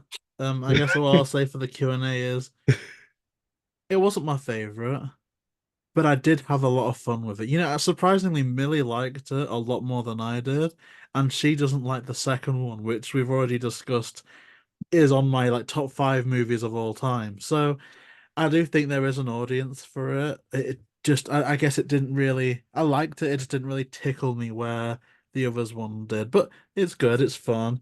I think you'll have a good time with it, especially if they manage to actually get some merch for it this time. The Odeon had did this like little bowl, it's a popcorn ball, and there's like little characters just hanging over the That's side, and I that's what I got missed that. about the Odeon. I was like, Oh, it's so I good. love it for stuff like that because it's nostalgic to look back on. Like I got this bowl when attended the premiere of Kung Fu Oh, Panda 4. It was like, hey, I've still got. I use it for pens now, but this is the one that they did for the Mario movie. I have that Odeon as well. Yeah, it's so good. You should move over here. Oh, We could start an IRL podcast together. Like, I have to see what that goes for on eBay. I might have to buy one just to have it or collect I could get you one for memorabilia. Christmas. Who knows? Who knows? Yeah, we could do like an unboxing, My showcase doesn't do anything good like that, which is the most bro. annoying. I It's love what it. it's what showcase has comfortable seats, but that's about it. You pay for comfort. That's all. 18 quid for comfortable seats for an hour and a half or 2 hour movie, depending on how long it is. Most of the time, it's like I have to go see it if it's really worth it. At least with Odeon, okay, yeah, the seats were terrible, but it was like 9, 10 quid a Yeah. ticket, like reasonable price. Well, it's like the View. Their whole USP is like comfy seating because you can recline it, you can get it back. But I don't know if this is me just being a bit of a weirdo. But last time I went to the View, it was to see Pet Cemetery. So I don't know when that is. People can research when that was out. It was before the lockdown, I think. Um, that was a while ago, and I was actually more uncomfortable in the View seats than I was in the Odeon because I feel like with the View I had too much space, so I was sliding down the seat or I was fidgeting. Whereas in the Odeon, we don't even pay for like premier seats; it is literally just the standard seats we get. Premier seats are So useless. I'm just there, like I know I have to like squeeze a bit because I'm a bigger guy, but if I just stay in one position. I'm perfectly comfortable. I know where I am. I know what space I've got. I'm happy. See, I always like to move around a bit, so I always get for the premium seats in Odeon. But it's like at the same time, it's like I remember I went to Showcase, sat in the reclining seats, then I went back to Odeon, and I was like, sat there Mate. thinking, Yeah, like it's not the same. a sardine. I'm just there thinking, fuck, my neck is like this. Oh, I like it. I like it. And have you noticed I never sit too close to the front because I feel like if you're at the front, you're too close, it's too big, and I'm like, you're like looking at this just to see it all. And I'm like, I yeah. can't do that. I ain't got a Usually at the wide angle front, lens. it's just kids. The last time we had an incident like that, it was like kids in the front of like the Shazam movie, and I'm like, bro, I'm trying to watch. But yeah, it's good. Hopefully more audience do start to pop up though. We'll see. This is one that's more interview focused, but it's just when are you going to do another interview with Kate Melton and Nick Pilatus? Um, and it's a great one. It's more of a question aimed towards you. Yeah, I want to do it, but I don't think I would actively pursue it. So just because I feel like they've kind of said all they need to say, I've kind of asked all the questions I need to ask. It is fantastic. If it was up to me, I'd speak to them every week. But in terms of a recorded session, I don't know. But I would encourage future Scooby Doo podcasters to reach out to them because, you know. But yeah, I love them both. I don't think there's much more ground to cover there with that. But yeah, that was definitely more of a me question. I think there was a you question somewhere here. Um, oh, it has a little message for you at the end. So we'll answer this. If Scooby Doo did a crossover with Doctor Who, how would you feel about that?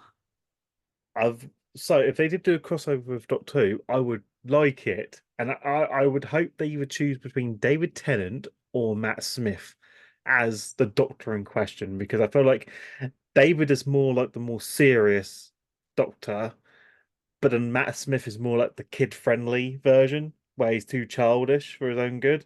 So I feel like one of the two would fit perfectly with the Mystery Inc. gang. You have someone who's serious about certain situations. You have someone who's more serious but acts more carefree. So those two would work well in the Scooby-Doo universe as if there was a crossover, But which you know what my can work. question's gonna be, right? What? What David Tennant? 10th Doctor, Metacrisis Doctor, or 14th Doctor? That's the question. Oh God. I want to say 10th Doctor for the See, iconography, I'm but I also thinking love the 10th. 14th Doctor.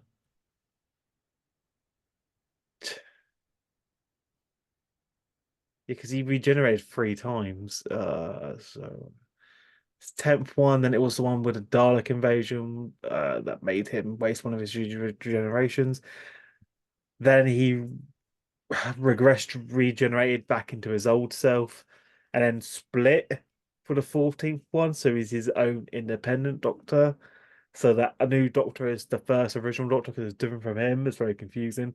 So I say the 14th one because he's more. I don't know. He's more different. He was more serious and alone when he was the 10th Doctor. Now he's more used to being around people. He's more Hmm. progressed over the time. So I would say that version of David That Tennant. makes sense. And I think Doctor Who fans are a little more, they've got more ground to stay what's canon and what's not canon, because that is a continuing story. So for the 14th Doctor as well, he could have any adventure whenever, because there's so much time that we don't know about his timeline yet. I still don't know what his deal is if at the end of his life he fades away and ends up back in the giggle, or if he's just a separate thing entirely now. I still don't know, but I like that a lot. What companion do you think the Doctor should have at the time, or do you think he should be like a companionless story for characters? I would say if we're going with my one, the 14th one, it would either be Donna Noble as or Donna Noble's daughter coming along Ooh, because he kind of sneaks off and does small adventures with her without her knowing. So oh, maybe that that would might be explain how interesting. they meet up with the Scooby-Doo gang. I like that. Oh, so it could be Donna Noble or Rose Noble. That is a really good combo. I really want that now because when we spoke to that director, that I think you gave him a bit of a hard time, but he did speak about writing a Doctor Who crossover for, is it Children in Need? And it was going to be Peter Capaldi and Jenna Louise Coleman as Clara. And Jenna Louise Coleman as Clara is one of my absolute favorites, so I wouldn't mind that one either. My own kind of controversial, it's not really controversial, but one thing I do like the idea of is either a crossover with the Fourth Doctor, Tom Baker, or the Fifth Doctor, Peter Davison.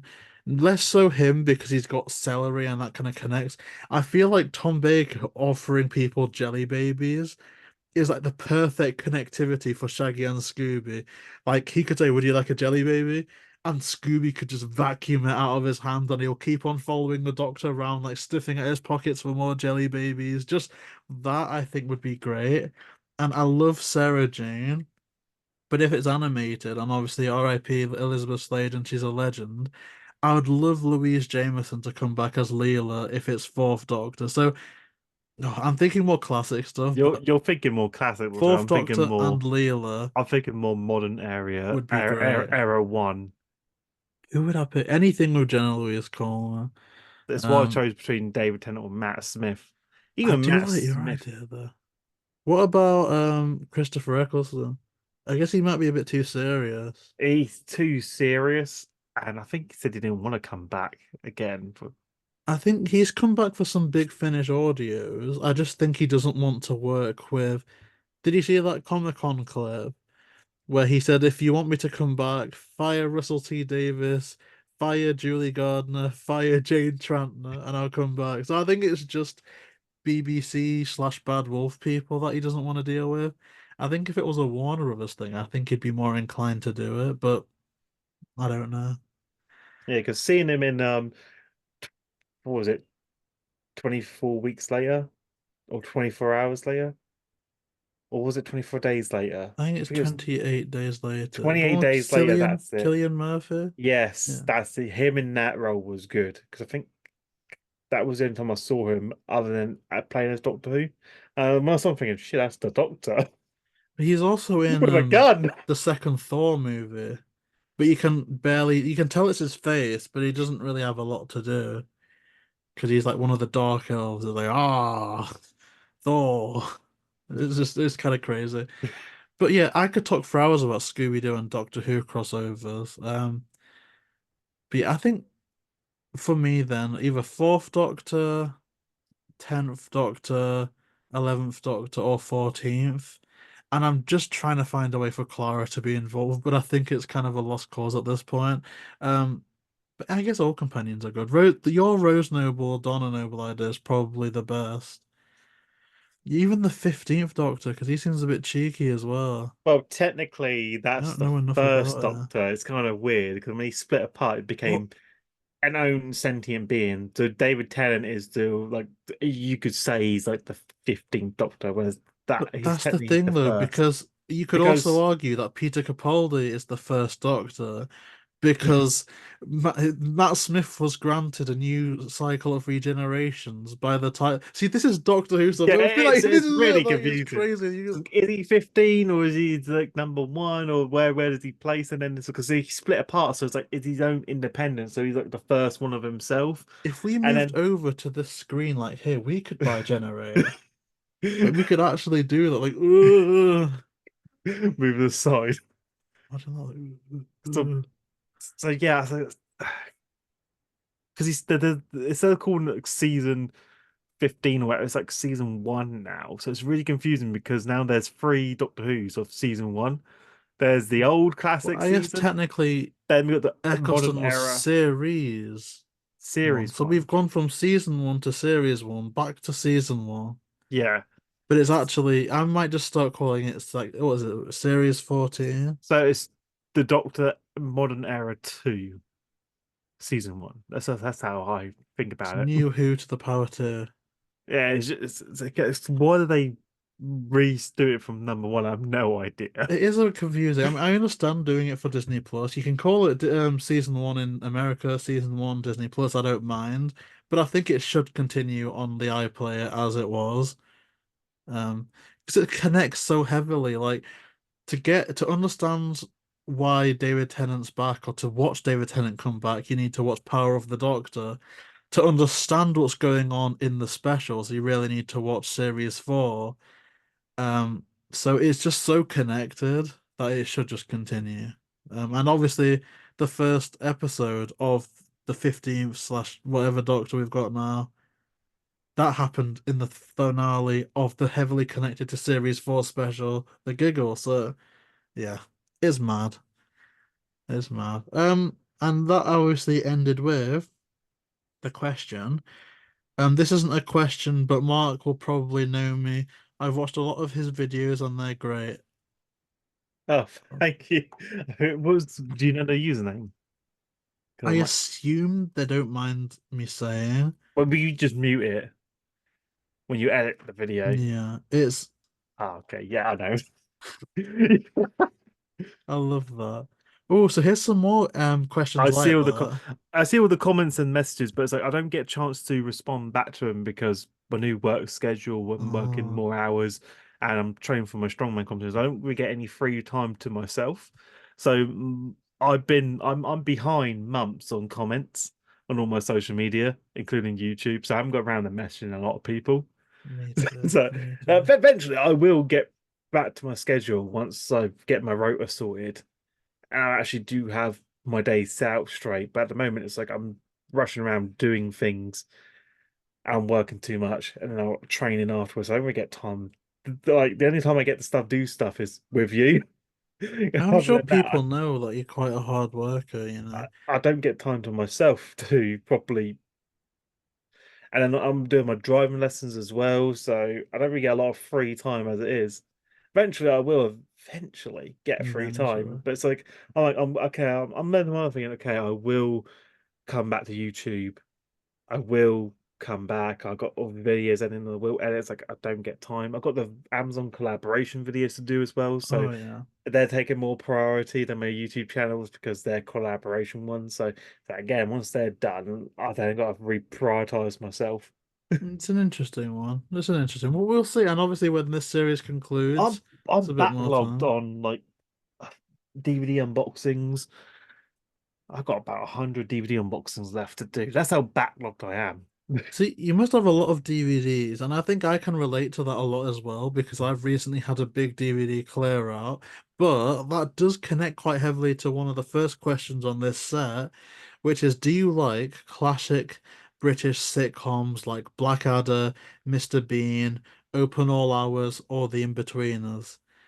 So, Yeah, so I yeah, love my old school movies from the 80s, 90s, sometimes the 70s, like Lethal Weapon, fantastic. Like the trilogy was amazing. The fourth one wasn't so good. is Lethal Beverly Hills Weapon Cop. British? Because No. classic British TV, Oh, I'm thinking classic British TV. Monty Sorry. Python. I love Monty Python. I Monty binged Python. Fawlty Towers is fun. There's Only Fools and Horses. I love that comedy yeah. sitcom. I've kind of soured from IT Crowd after Uh, what the creator said on Twitter. But back in the day, I did love IT Crowd. I loved iCreek. What did the guy say on Twitter? Oh, I don't want to slander, but from my recollection, there was a lot of just crazy. Like he's gone down an absolute rabbit hole of far rightism, alarming transphobia, like stuff like that. You know what I mean? Just like quite Oh God. extreme stuff like that. Oh, okay. Which is a bit of it's a shame, like as a person, but obviously Oh, it if kind it's of British classic one, it's In-Betweeners, Only Fools and Horses, Faulty Towers, Monty Python, uh, um, Porridge, On the Buses. There was one more. what was classic? Is it pre What was it? the two Ronnies? The Bill. Oh, the Bill. There was also one. Detective shows. Juliet Bravo. Um, No. Oh God, what was it? Got really think now. My brain. Open all hours. It's another good one. what was that one Bernard Cribbins was Touch of in? Frost. Oh, Touch of Frost, that was a good one. Midsummer Murders. I wanted to say Murder She Wrote, but technically that's not British. But I love Murder She Wrote anyway. I used to Mr. know Bean. the theme song to Fawlty Towers on the saxophone. You did And there's a lot. And then what was it. it? Uh, Teachers for Andrew Lincoln I used to watch, but I don't think that's classic as such. I don't even think IT Crowd is like that old. the But in between us, that was Professionals. quite recently. That's another good one. Professionals is a good one. What's the other one? There was two more, and I can't remember the name. Should we Google classic British sitcoms? It's definitely have like in betweeners on there. Do you want to know how many DVD unboxings Oh, I've My done for my Family, channel? Keeping Up I Appearances. did they like my family? Um, I reached a milestone of my DVD unboxings. oh really? I've Is it now your got Disney's? 502 DVD unboxings have been done on my channel. Ah, I'm halfway there to 1,000. The we're original goal was to halfway stop at a there. thousand. The Uh, UK Office, the original Office. But yeah, there's a lot of Father Ted. There's a lot of cool UK based sitcoms, and I love a lot of them. The In-Betweeners, again, like you could argue it maybe not work well today, like in today's climate. But I like it for what it is. I think, if nothing else, you don't need to agree with what the characters are saying or necessarily like them particularly. But the way it depicts how early 2000s UK school and friendship groups and people are, I think is second to none. Like, The In-Betweeners is one of those shows that I still appreciate now because it is almost like if you had a hidden, this is going to sound so creepy, but if you had a hidden camera in a school, in like a sixth form, that's the type of stuff it would pick up. Like it's so true to form. And in an era of, and we're even back there now, I think, of glorifying high school, you always need to make a high school movie about an uncool person who becomes cool or already cool looking people. Whereas that just showed, like, mask off, this is what it is. And I do appreciate it for that. So yeah. There's a lot of interesting shows, and I want more to be honest. But yeah, next question. Have you watched Gavin and Stacey? And I have not. I have not watched Gavin and Stacey, but mate David has. Here's a Oh, cool one. Favorite Doctor Who episode?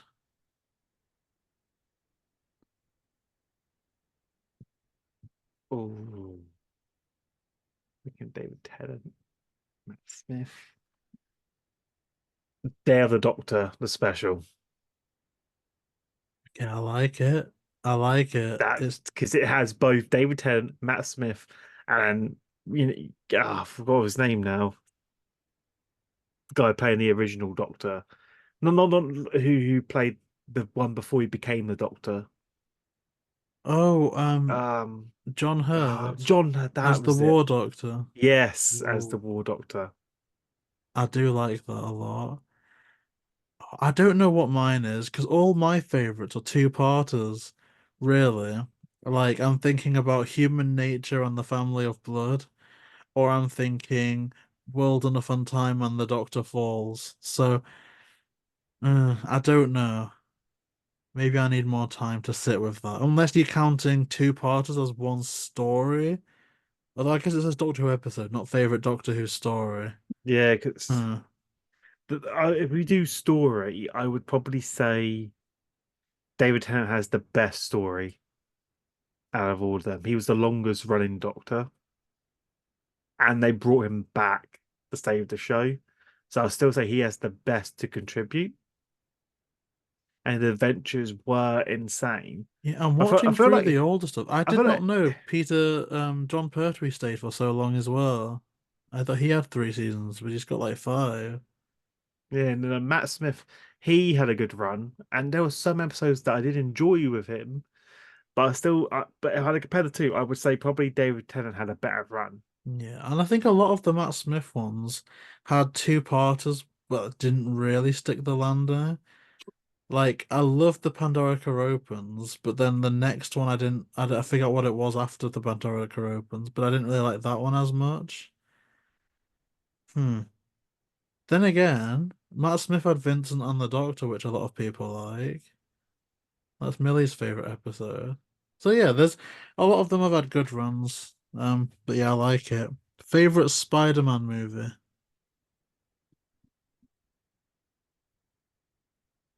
and I'm gonna say Into the I'm Spider-Verse. I see. Mine wasn't that at all. I was debating between Spider-Man 1 or Spider-Man 2. Oh, they're classics. Yes, and I wasn't going to choose Spider-Man 3 because it's very bad.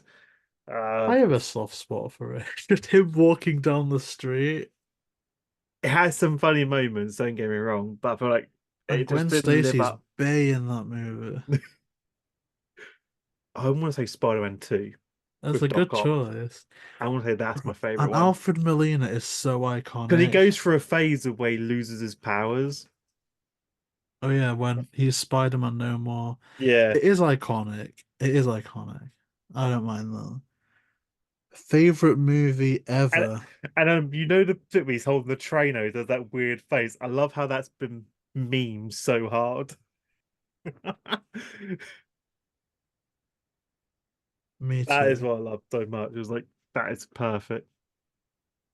Oh, I forgot about I did I did a post on the 6th of March about a month ago to test because have you noticed on YouTube now on your community tab you can do polls and do quizzes. So I did the first quiz saying what kind of dog is Scooby Doo, and then obviously out of the four, only 5% chose Labrador Retriever, but it's actually Great Dane. 95% got it right. Sort of 41 answers out of it. I was like, that's pretty good. I didn't even want to test that as a quiz because I didn't know whether the quiz would do good, but I might post more after Yeah. seeing that. So what is your favorite movie ever? See, that's a hard one that I can't answer because I have so many movies that I like, and it's really hard to choose the greatest movie of all time because I don't think there can ever be a greatest movie of all time because there's so many out there. Oh Is it the Loch Ness Monster movie? no, that's like the worst I movie. think it could be Loch Ness Monster movie. No, the greatest movie would be Shadow Hal, Lethal Weapon, 50 Dates, 51st State, should I say? Waterboy. Little Nicky, Johnny English. Oh, I love Johnny English. God damn, I've got to really think about this now. There's a lot. Beverly Hills Cop, Tango and Cash, Terminator, the first two, not the rest of them. So people are aware. Batman, the original ones. Oh God, there is a lot. Obviously, Who Framed Roger Rabbit, uh, James Bond. Oh God, there's too many movies for me to count. But if I had to choose a best one overall, it's like probably the James Bond series. Oh wait, like Daniel Craig or some of the classics or Some of the classics, like oh. yeah, some of the original ones. That's why I said James Bond because I think that as entire whole I is used to probably have all of them in a box set, but I don't know what happened to it. Like it was like a lovely box set. It only went up to like Casino Royale because that was the one that was out at the time. But oh, I need to try and find that at Kirk's because I do want to go back and watch some of the old ones. Especially we've got Timothy Dalton. Oh gosh, who's the Scottish actor that I'm completely forgetting the it's why I can't Sean choose. Connery? I swear I can't choose a number one spot. It's like I just like have too many varieties. It's like when I do a top 10 list, it's like it takes me ages because like I'm very picky. It's like nah, which one's better? Then I've got to rewatch them all. Like, I'm there for ages. If you knew how many movies I've had, like I've done over 500 DVD unboxings. That just shows you how much my inventory is on DVDs. I have over 100 Blu-rays. I have too many. I don't think you can ever have too many DVDs. It's just space. But I love DVDs just for physical media in general. My favorite movie of all time has got to be Scooby Doo 2002. No other elaboration. That's just me. Interesting question now. If Warner Brothers makes a Scooby Doo and Barbie crossover movie, what should the story be about and why? They should bring in they could bring in John Cena's mermaid character, teaming up with Barbie and the gang to save, I don't know, his kingdom or some shit like that. 'Cause I feel like Hmm. John Cena was brilliant and a nice little cameo in that movie because it caught me by surprise. I wasn't expecting him to be a merman. See, I'm not I really convinced wasn't expecting John a Cena to do that. Scooby-Doo and Barbie movie would necessarily work. It'd be nice to see. I would watch it if it was, but see, that's my thing. I would want it to be more a crossover of the 2002 live action cast with the live action Barbie cast, and it'd be a bit edgy and tongue-in-cheek. I think that could potentially work. It's just, I don't know if there's enough demographic crossover to expect, like when you're a bit younger as a lad, and it's seen as uncool to interact with girls or to interact with things perceived as girly. I don't know how much of an ask it would be for, say, a 6 to 8 year old, maybe even later, to have here's an animated movie of Scooby-Doo, but there's a Barbie doll looking thing on the front cover. I don't know how much of an ask that would be, but 1,000,000% I'd do anything to see Sarah Michelle Gellar, Matthew Lillard interacting with Margot Robbie in that universe. I think that would be awesome because there's Daphne like and Fred and stuff Barbie dolls. So there's already that connection there. They could still do it.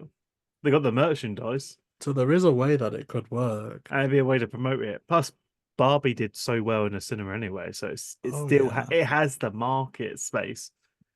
We should do it. Maybe It we should do it. it got over 1 billion. I wasn't expecting Barbie to get over 1 billion in sales. I really wasn't.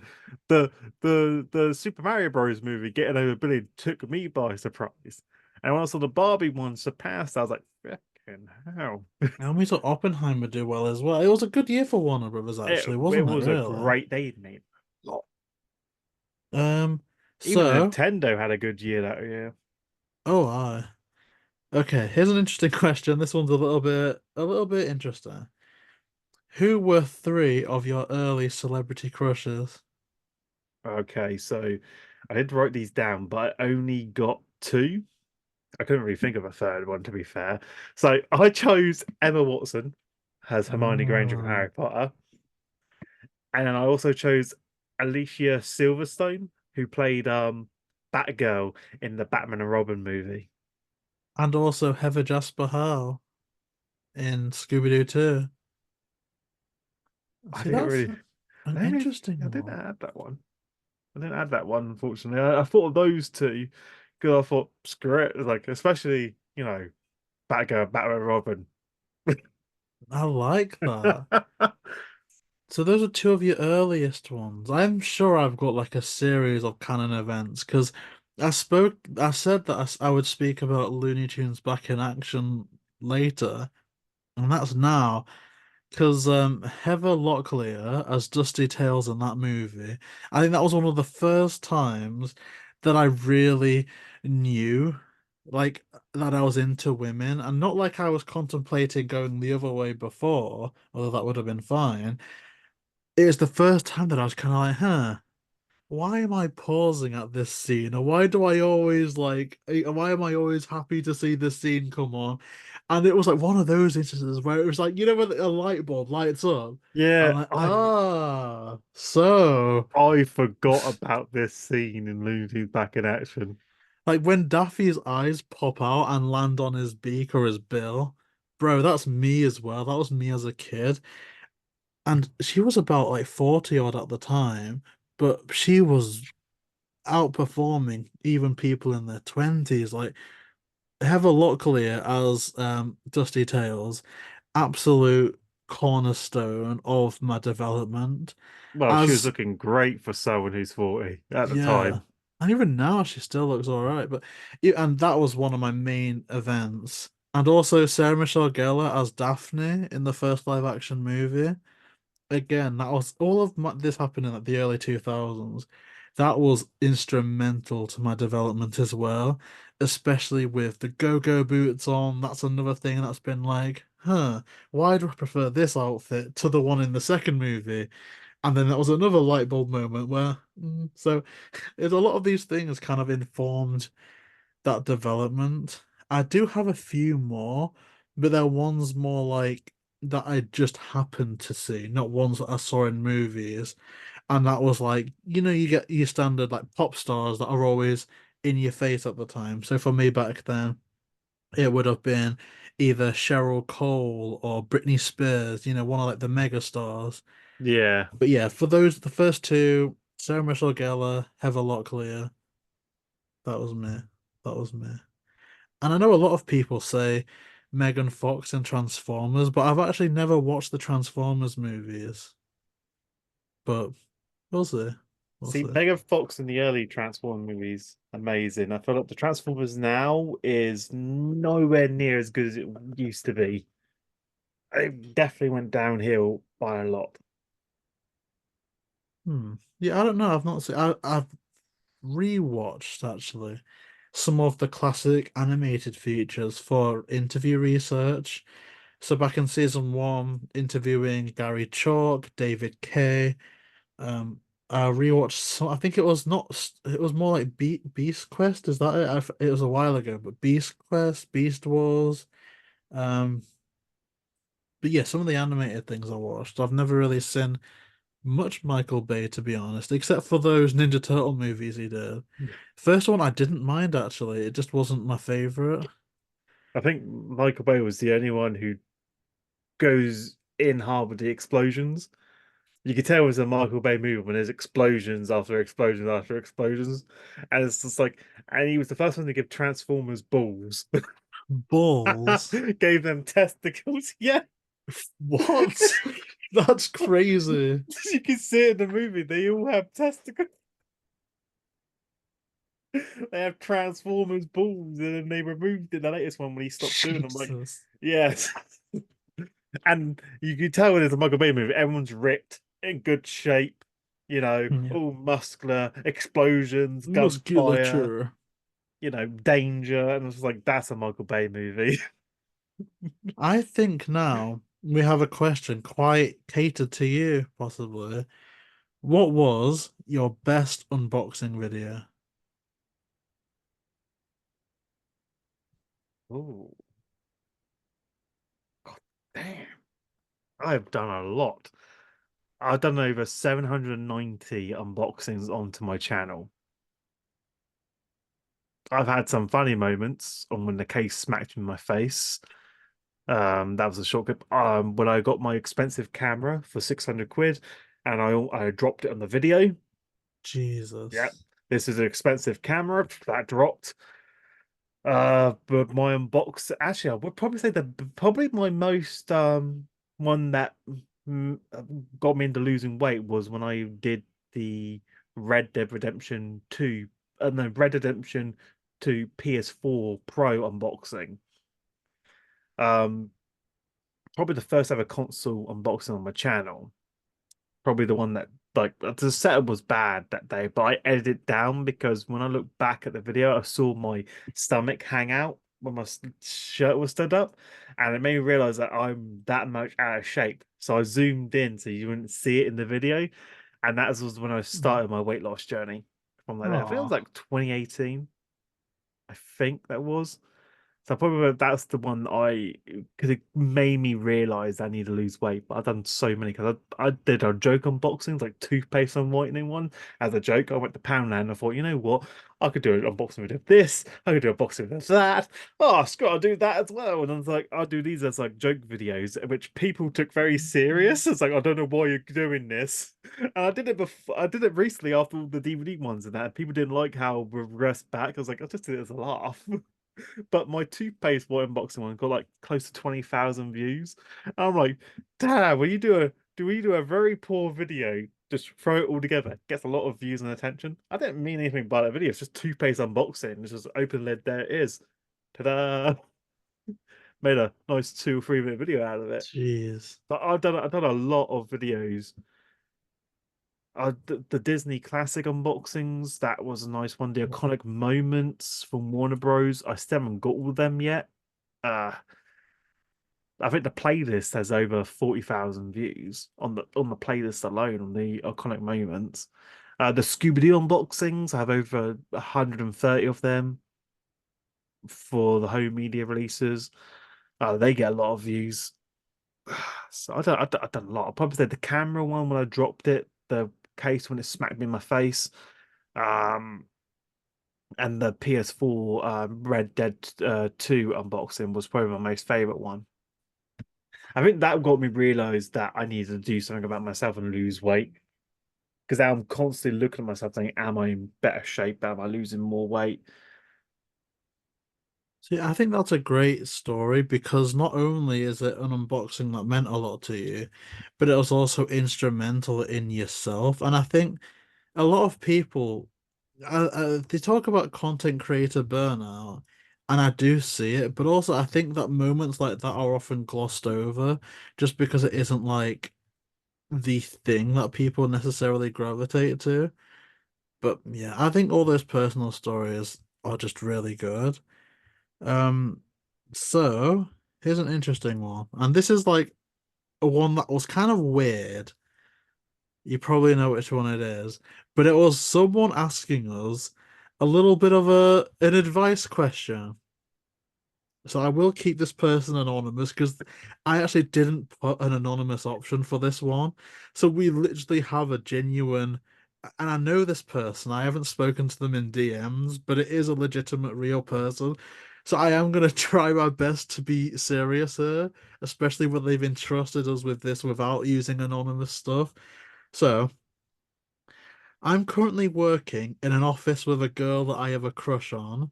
Do you two have any advice on what to do? I might just be an old person, but just walk over there and ask her out. Is that too old fashioned nowadays? Like how, or is that the modern standard how you pick up people? Well, it's an interesting thing because I think what they may be getting at is there's often an expression that I don't like to use, but it's like don't crap where you eat type thing, and there's Well, that like I do have like a weird rule is like don't date a coworker because it will backfire and it stabs more harsh than the breakup. But one of my rules because especially if they're a higher position than you, it's like it makes it really awkward afterwards.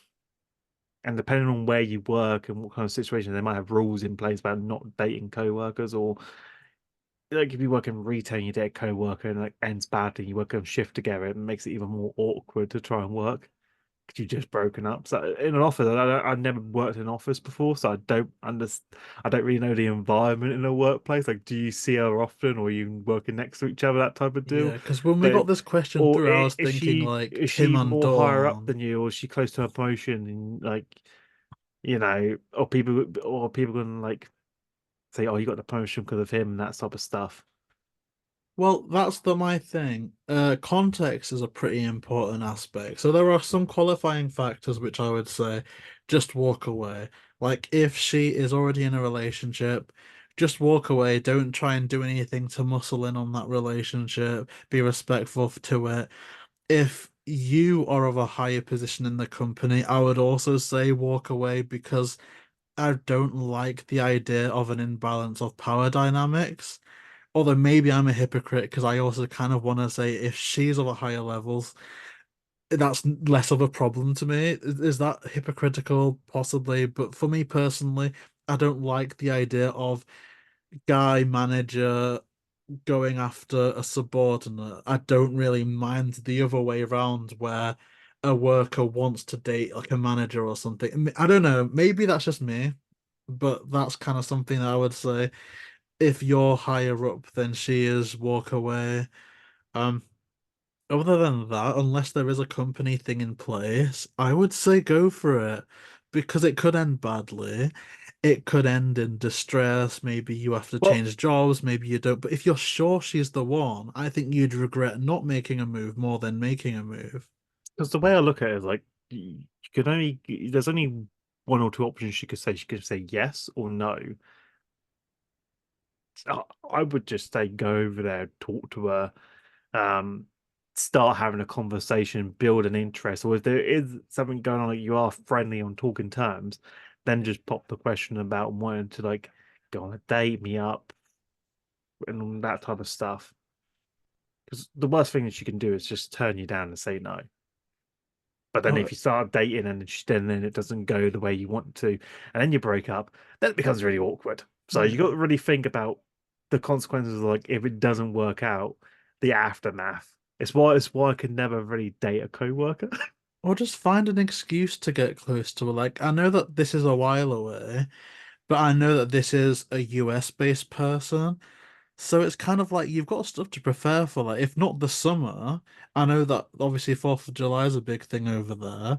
Like, if you've both got shifts that end at a similar time or start at a similar time, say something like, "Oh, I need to prepare for some 4th of July stuff, like banners, barbecue. Do you want to, come shopping with me and help?" Like, it's just stuff that's like kind of building or asking what her plans are for that. So, yeah, I would say go for it as long as there's other factors that aren't in place. And obviously, if this person isn't in a relationship, because that would be kind of mad. Um, but yeah, it's an interesting one. I don't have much office experience. The only experience I have in working in an office was when I was in a relationship. I've never been single in an office, I don't think. Maybe I'm forgetting. Although to be honest, the only I've only really been single doing like the worst job you can have to be single, which is working around boats in the summer. And no one's looking for any commitment there. That's like Jump Street, Yeah, because I've never worked in an office before. I don't know how you look for an office job, to be fair. Probably you job applicants in the Sunday paper, maybe. when I did it was Indeed, and that Yeah, because was like writing work, which was great, but I had to leave because that was in Blackpool, which was perfect for me at the time because I was living near Lytham, which is like right on the edge of Blackpool. But then moving to Preston, I couldn't get there anymore.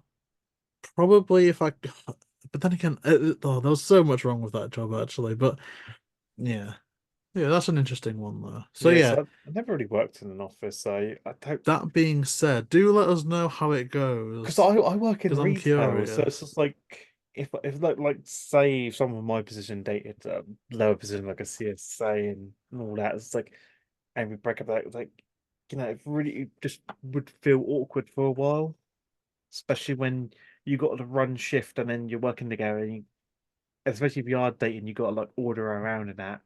It I could be really. know, but then you could like you could reconnect if you have to restock in the storage room. It could be, oh, what's gonna happen now? Like, who knows? Who knows? I don't know. It's always been one of my rules that I've always stuck to. Never date a coworker.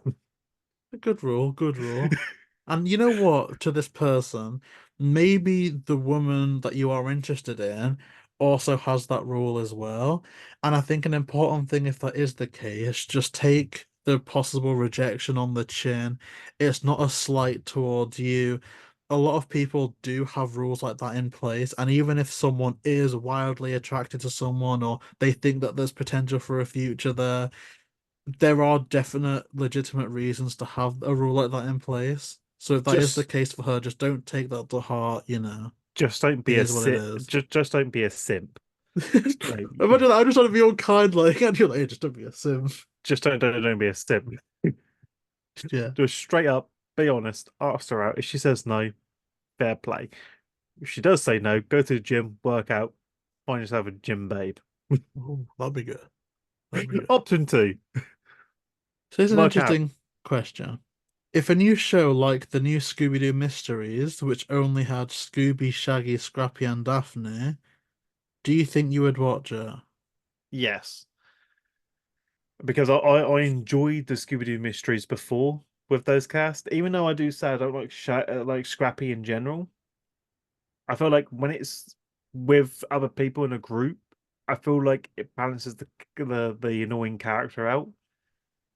But when it's like when it's just like Shaggy, Scooby, and Scrappy, it's more screenplay on Scrap being really annoying because it's he's too much on screen and there's too much of his catchphrase being used Oh over yeah, and over puppy again. power. Yeah, and I'm like, it's great that you used it once, but it's like every episode you have to throw it in there. And I'm just like it's the annoying catchphrase that just gets thrown out of proportion. But I feel like the Scooby-Doo Mysteries had the best intro. Out of all the Scooby-Doo shows, I would probably say the Scooby-Doo Mysteries had the best intro. I Is that love that the intro. one with like the house that comes alive and it's like Scooby, Scooby Doo, Scooby, da da da da. Is that that one? Yes, I think so. Yeah, it kind of Scooby-Doo. starts all like creepy and ambience, then it's like da da da da da da da da da da, and then you get the Scooby, Scooby Doo. Like that could be, Yeah, and oh, Scooby-Doo where they're on like a Mysteries intro. This was probably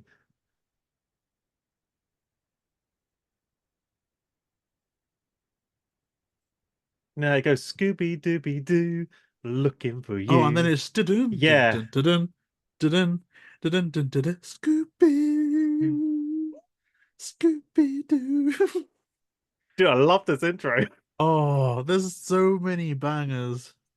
Troubles on the loose Oh, again. and Yeah. then yeah, like the Zorilla. Oh no, it's so good. I hope we don't get copyrighted actually. Fingers crossed. Um, Not gonna I would lie, watch that. I love, and that's the from the VHS capture, and I feel like that is amazing for an intro. I feel like if they did it again, they have to bring back the old school intro, like reappraise it and like, get it up and running.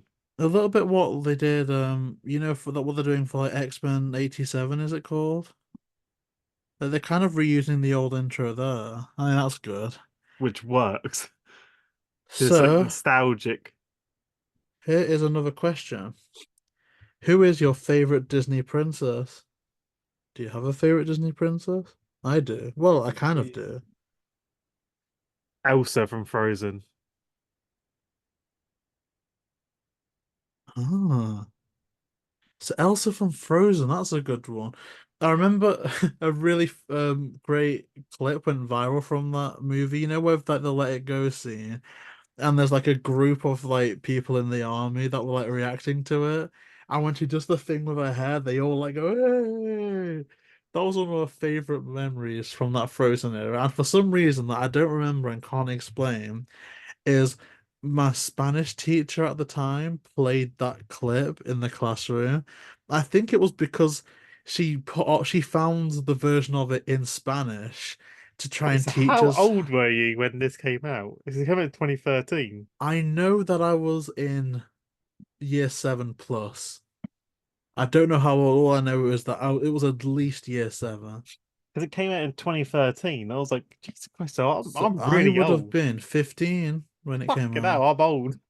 How old are you when it came out? God, so oh God, I was 2013? I was like 2013. I was like probably turning 19 that year. Oh gosh.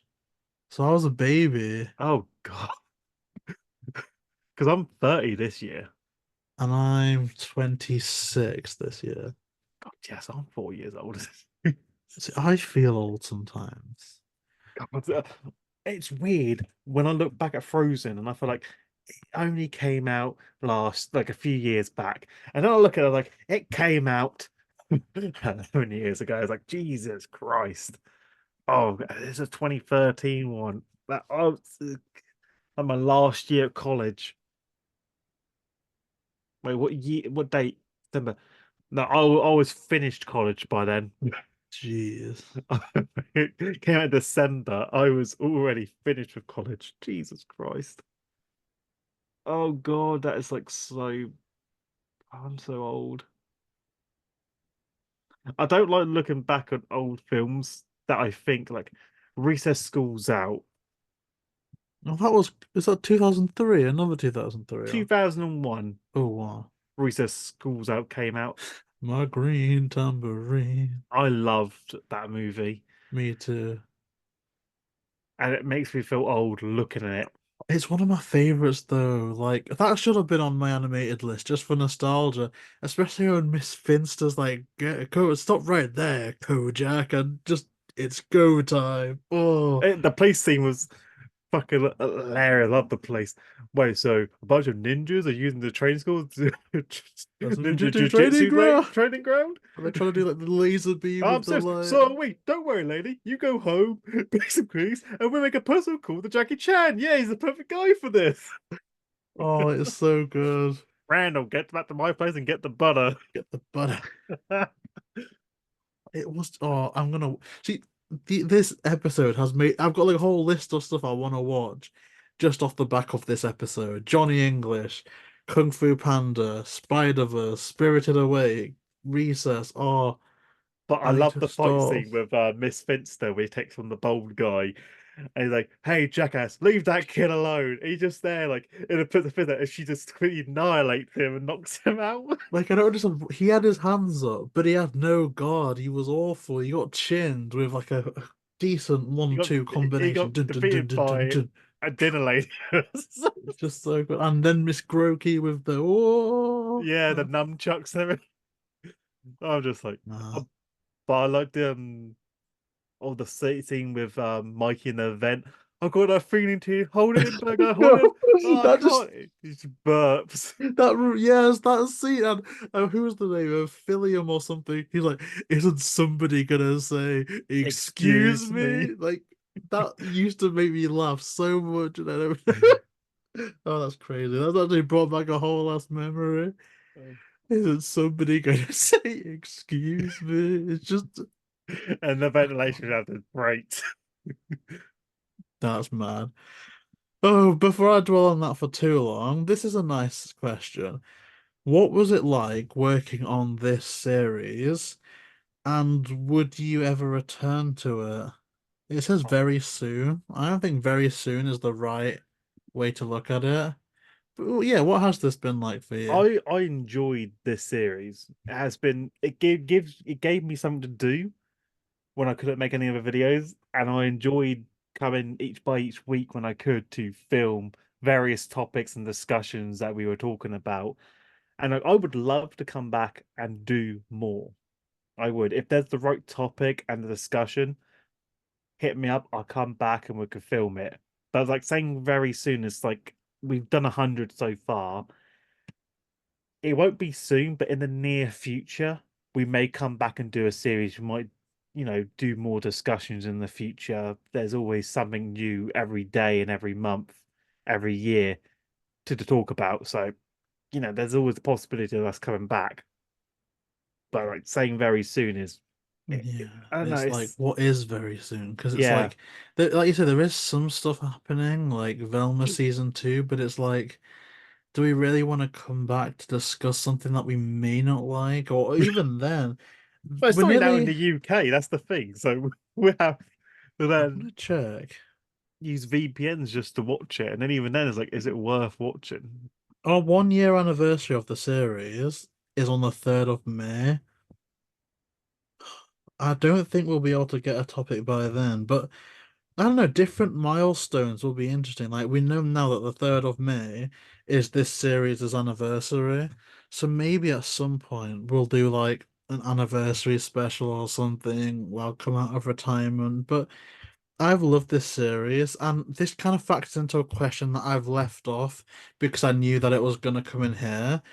And that was like, and I've touched upon this one, a bit of anxiety about ending this series because I am anxious as far as the interviews are great. We've done one recently that has got crazy views. Like in a week, it's got like 1.7 thousand. That's insane. But more often than not, an interview will minimum 105 and maximum 150 or thereabouts. Whereas these episodes can minimum 150 and maximum like 500. So this is by far the most consistently high watch series on the channel. And the thought of ending that, as much as I think it'll be good for me in terms of helping me get offline, it's a little bit like Take a break from everything and then come back refreshed. it's a bit. I am anxious about ending it, to be fair. But I think it's a good time to end it as far as it's still been fun. You know what I mean? Like I'd still love to come back versus if we were doing this and this was episode like 500 and we're like, oh, like when can this end? So yeah, I've had fun with this. It's Uh, always good to end it when you know it feels right rather than drag it out and then end it. Because I used to be like that back in the day when I used to start my gaming channel back in 2010. Well, I used to do Let's Plays, and then for the first 4 years, it was great. And then 8 years later of doing it, I got depressed in my time and it just took effect on the videos when I should have stopped ages ago. Now I'm to the point where I can't even go back into doing gaming videos because I don't have a knack for it anymore. So it's like, I think ending when you know it's comfortable is great because then at least then when you do decide to come back, you didn't leave on a bad note. You left on a good note. So then it's like it feels more natural when returning. yeah, I think so. I think so because it's fond memories. That's the thing. I'd be willing to come back to this theoretically any time, but I know it's not going to be like I know that when the interviews are over, it will be a bit like I kind of don't think I want to do an interview again in that capacity unless it's like say Matthew Lillard or Sarah Michelle Gellar sends me an email. Whereas this, I'm like, say if you message me out of the blue in like 2050 or like what we mentioned in another episode, if you hit me up in like 2067 or something, I'm like, hey, Scooby-Doo's about to go into public domain. Do you want to do an episode? I'm convinced that like even though I'm gonna be approaching 70, I'm gonna be like, yeah, let's do it. Like let's hop I'll on do it. futuristic Zoom and do a reunion. I think that would be fun. So, if you could go to any fictional universe, where would you go? So I guess that is Oh, fandom. isn't it? So they go to any universe that we can pick. Yeah, so say if you said Walking Dead, you'd be in a zombie apocalypse, or Narnia, you'd be in Narnia, I Oh, see, suppose. hmm. Mm. I would choose. I would rather be in an isekai universe, like from Commonplace, the world's strongest, because then I'd be Mm. a badass synergist with guns. That's it gains power from eating monsters, like total badass who like kills anyone who gets in his way, becomes his enemy. Like that would be my ideal. I like that. You could even go Ultra Instinct if you wanted to. Yeah, it's go the Dragon Ball Z universe. Show Goku how it's done. That's what I'm thinking. I want to say like a multiverse I want to go to, but I guess that's not really the question. Because if it was multiverse, I'd want to go to Bollywood world.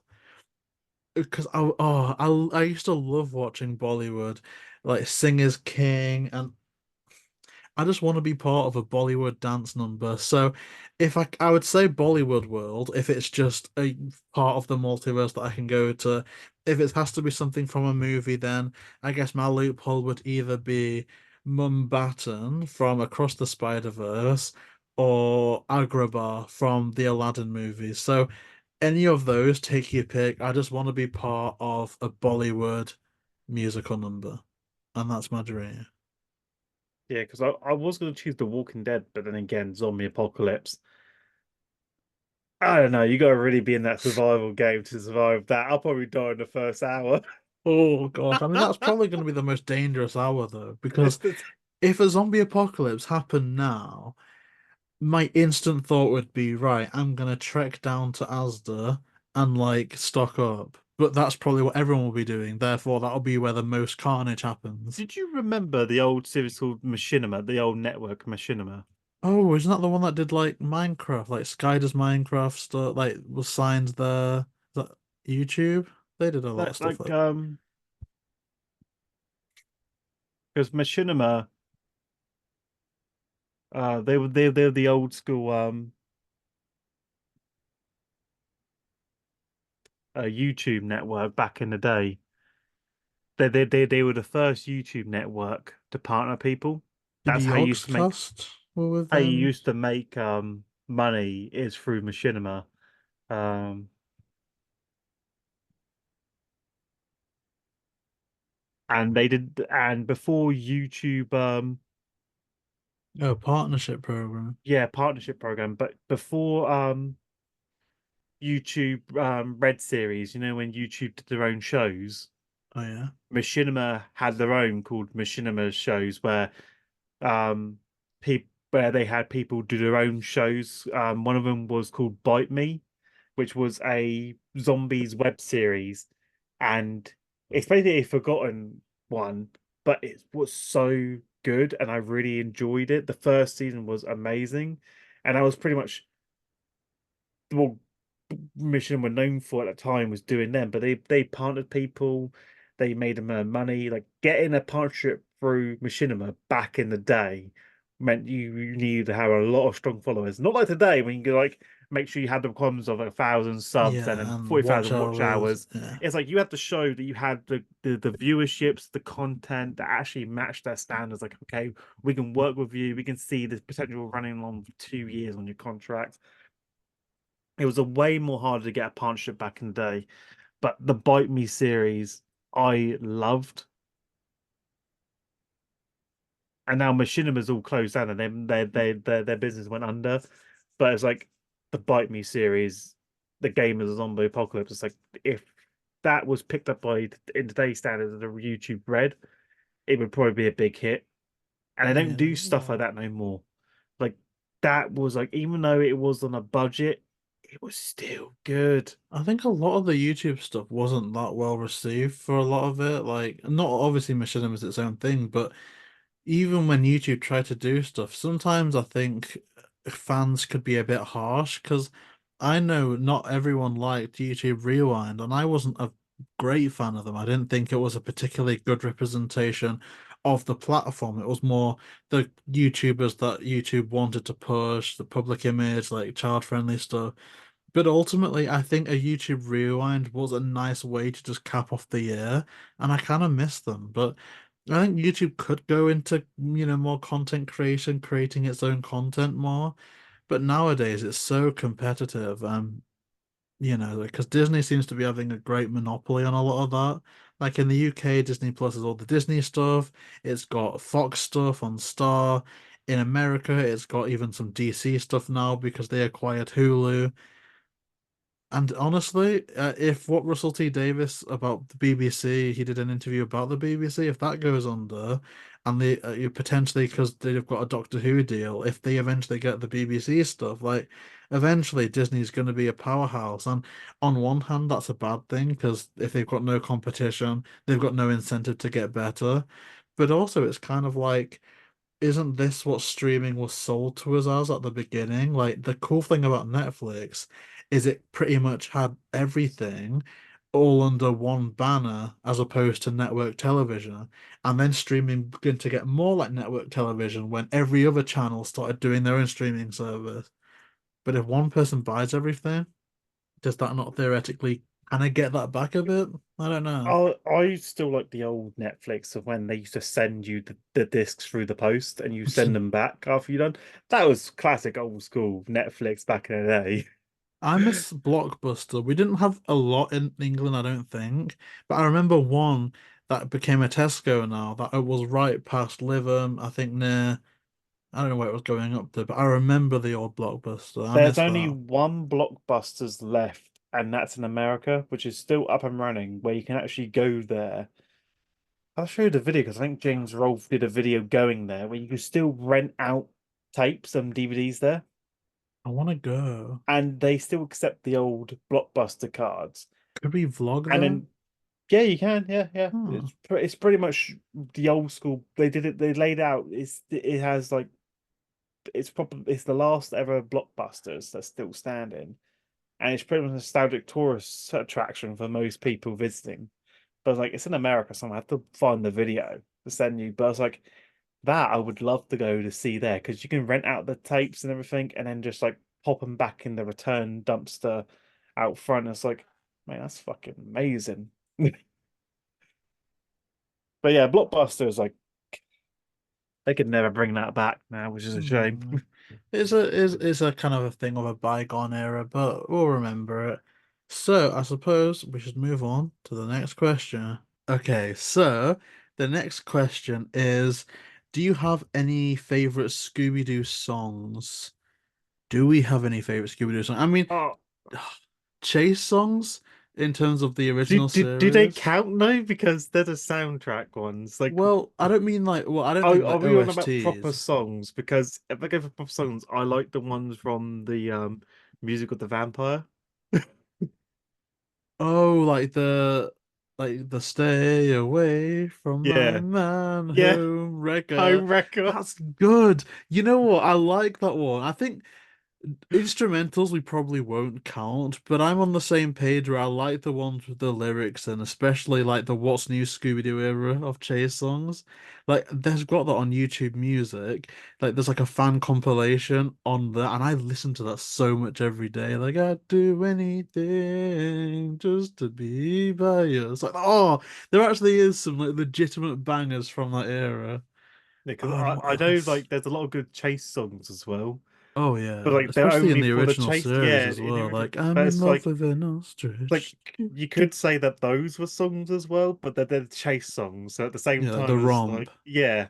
Yeah. So it's or like in um well, Where Are You season 2, where the masked Chinaman people steal Daphne and they got that chase Yeah, music and I forget what it's called, but that's probably my favorite one from that entire scene.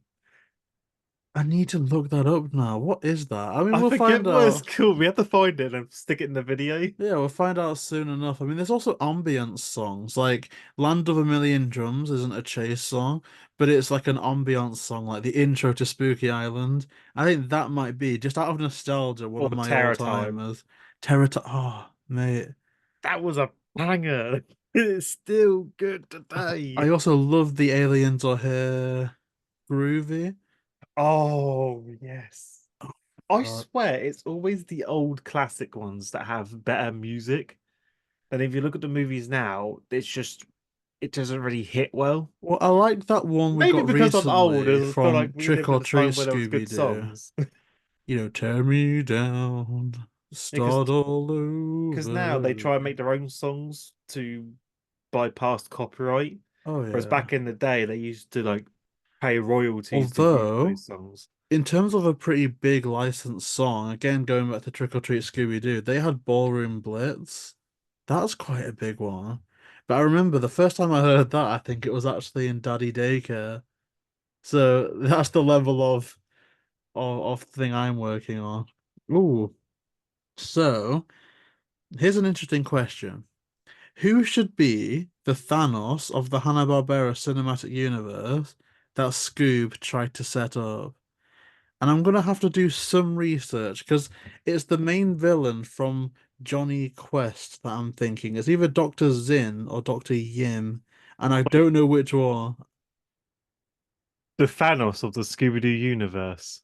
But yeah, like the big bad, the overarching threat. Oh, it is Dr. Zin.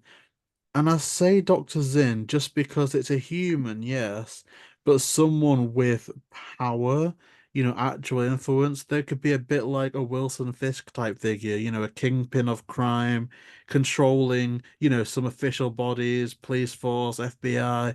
And I think they could be a real threat towards the Hanna-Barbera Mystery Inc. gang, versus just. I mean, Dick Dastardly would kind of work, but I think he works Yeah, more as like a bit of a buffoonish type. I don't know. he wouldn't really cast me as like a Thanos type guy because No. he needs people for his evil deeds. So Yeah, it's he'd be like more like a he don't. Loki, like a Yeah, charismatic, love to hate villain, but not really I Thanos. don't really. There's not really comes to mind that screams Thanos like a level in the Hanna-Barbera universe. Because No, you take all their other characters, and even from the Jetsons episodes, and there's not really anyone that sticks out as evil. they could go meta with it and have David Zaslav as the Thanos villain, or I like a guess corporate the suit. alien from Flintstones, Oh, that fourth dimensional thing. because there's a whole thing about that, like the one with where they started going into what was it, the kazoo, the Yeah, Great Kazoo. That'd be interesting. it's like maybe he might be. Or the Hooded Claw, actually. Although maybe Hooded Claw's a bit too like freak of the week, not really much influence, just general bad person. But Hooded Claw I could see being a thing. Uh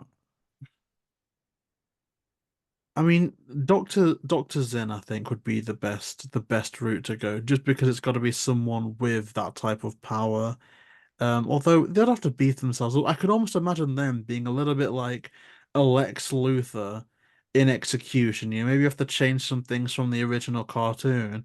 But if you bring in a bit of that Lex Luthor energy to Dr. Zen, I think you've got a good winning formula. Maybe they could collab with some other villains like a Dick Dastardly or a Hooded Claw to make them, like a Sinister Six type deal. Because you say we don't really have an undisputably Yeah, because indestructible villain. Maybe there's someone there's from Space there's no Ghost. one really sticks out. And again, like people can comment down below if they've got any suggestions. I don't pretend to be the biggest expert on Hanna-Barbera, but those are the names that I can remember or need to try and remember better from childhood and stuff like that. But even Speed Buggy didn't have a villain, or the Funky Maybe Phantom. Speed Buggy running out of fuel will be the villain. Oh God, I forgot about the Flintstones kids. Oh my God. There we go. That's our Thanos, the Flintstone kids. I like that. The Flint Oh my God.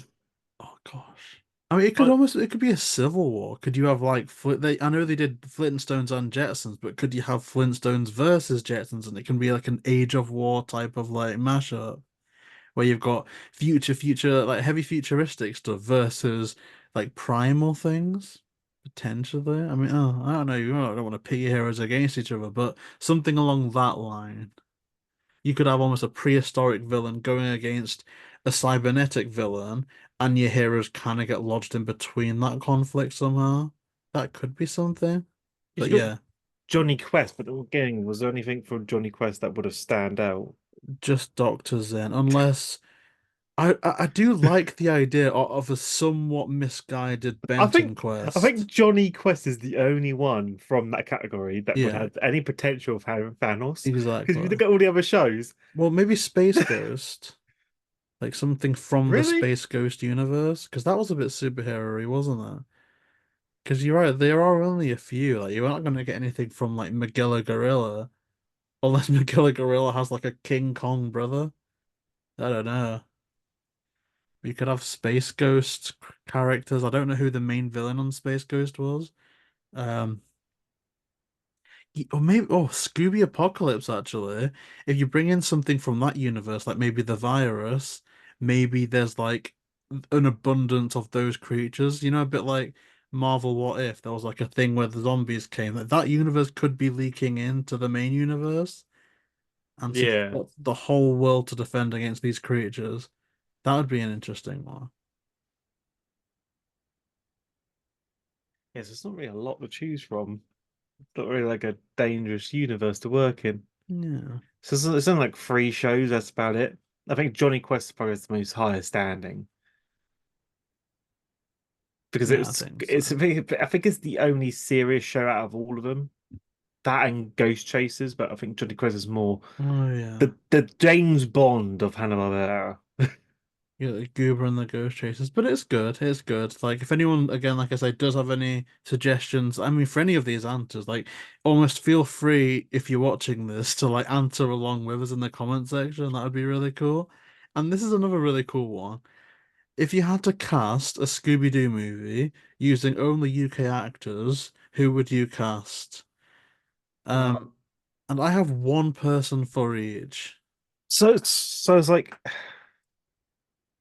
there's not really a lot of good UK. There's not a variety to choose from. I don't think like Tom Holland, I would choose him. Yeah, I mean, I can definitely run through mine. Do you want me to do like say my pick for Shaggy, then go over to your pick, or do you want Yeah, me to do yeah, mine all in one go and then you can do yours all in one go? Like, how would you prefer to do that? because I got Tom Holland. I think that was like the main one I chose for him. But most of our ones are old. See, But I've got a so youngest of so so 26 and an oldest of 31. this is what I have in my mind. It's like I'm an old fogey because I watch old films and I rarely watch new films that come out. So when it's like new actors that are young, I Yeah. don't really pick up into them until they're in their 30s or 40s because I just got around to watching them. So it's like I'm still thinking of people like David Radcliffe, Tom Holland's the only new one because of Spider-Man, Patrick Stewart. I'm just like, I think my version of the Scooby Doo gang would probably be old fogies Oh gosh. because that's how. But to me, it was like when I think about these actors, I feel like oh they're not that old, and I actually look at their age and thinking oh fuck they're old. Like fucking Christian Bale's fucking old now. I only felt like yesterday was doing The Dark Knight. I mean, you are right. I think when it comes to reimagining the Scooby-Doo universe using Even UK Tom Hardy's actors, old now. it's Oh it's God. like when it comes to reimagining the Scooby-Doo gang as UK actors, it is a bit difficult to come through. I'll run through mine because again, like I haven't gone through because like you, I don't know any of like the new UK talent as such, but I'm going through people that have a bit of a name and that I'm aware of. So for Daphne, I've gone with Anya Taylor-Joy, who is quite well known now, you know, from different things such as Queen's Gambit. She was also the voice of Princess Peach in the new Super Mario movie. She played a big role in the Edgar Wright film, Last Night in Soho. Like, definitely a top worldie. I think she'd be a great Daphne. For Shaggy, I've got Will Poulter, who I think will be a controversial choice because I think he was a lot of people were off-put by his characterization of Adam Warlock in Guardians 3, and I liked it for what it was. You know, I'm not really that invested in the Warlock character in the comics apart from their involvement in the original Infinity War storyline, but yeah, I think they do scared well. Maybe I'm more thinking of the version of Will Poulter from that Narnia movie, the Dawn Treader one, so maybe I'm thinking more about a younger Poulter than Poulter now. For Velma, I've got Macy Williams, who I think when she appeared in Doctor Who, actually, not Game of Thrones, I think she looked a lot like a Velma there as well. You just stick some glasses on her, and I think she could do that job absolutely perfectly. And then for Fred, it's the same one as my mainline like casting. I just like this idea a lot of Fred being that lovable himbo, and that's Chris Jenks, who was in Sex Education as the guy with the big muscles. He is in first season of Beyond Paradise. But yeah, that is my UK God, casting for Scooby Doo. you got a better cast than me because I just kept thinking of old people. So when it came to the females, I was pretty much stumped. I mean, I think I did in my main one, and I've Because kept it actually. I got I Karen can't really use Gillan. Maggie Smith no more because my God, she's yeah, she's pretty much fucking what was she now? 89? 89. Oh my God. Yeah, so this is God. I've only like really thought about Tom Hardy, um, Tom Holland, and Daniel Radcliffe as like or even Rowan Atkinson. You know, I was thinking Tom Holland can play like Shaggy. I He mean, has he's not too serious and like he has that like childless like vibe like Shaggy does, well, like that's something carefree. I underestimated, which was Scooby himself. Like, I didn't fan cast anyone for Scooby because if it's a grittier live action, I want it to be Neil Fanning. If it's an animation, I want it to be Frank Welker always. But considering neither of them are from the UK, I suppose we'd have to fan cast a voice. But then it gets into levels of cringe where you could choose someone just for their actual voice. Like go, the kind of Mario Garfield like thing with Chris Pratt, but like switch him out for someone like a Ricky Gervais or like someone with a distinct UK voice, like a David Attenborough. But I just want someone that could actually sound like Scooby, and I don't know what UK person could do that. You know who's done a lot of good voice acting work is Benedict Cumberbatch. So whether or not he can do a Scooby-Doo, I don't know. But someone Well, like that that's actually got the talent to do it. Will Poulter, he was in the Hunger Games. I think he could play a good Fred as a leader. He's tall and got the hair.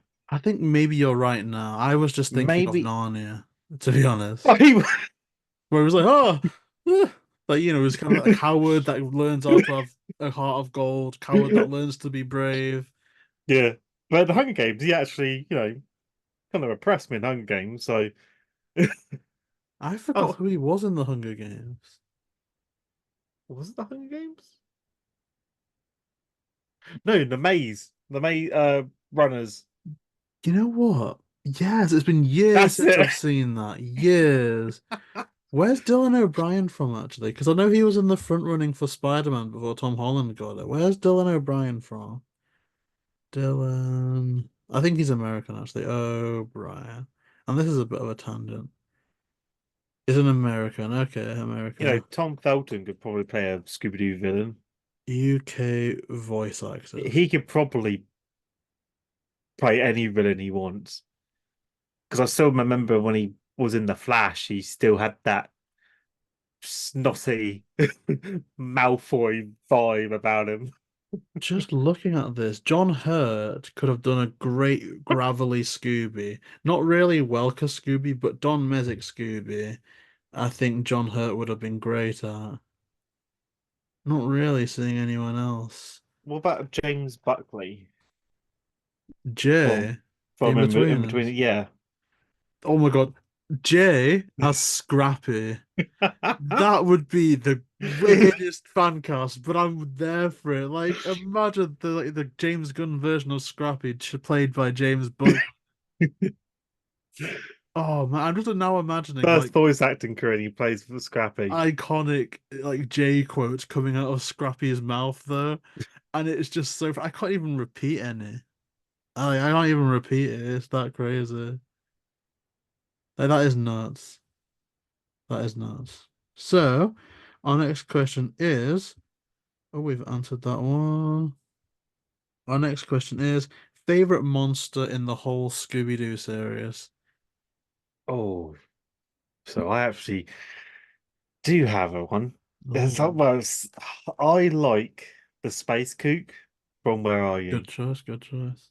I because it feels like that's the most creepy one yet. It's the voice of the space kook with the laughter that used to terrify me as a kid. Even looking back now, it's like it still has that tone of creeping you out.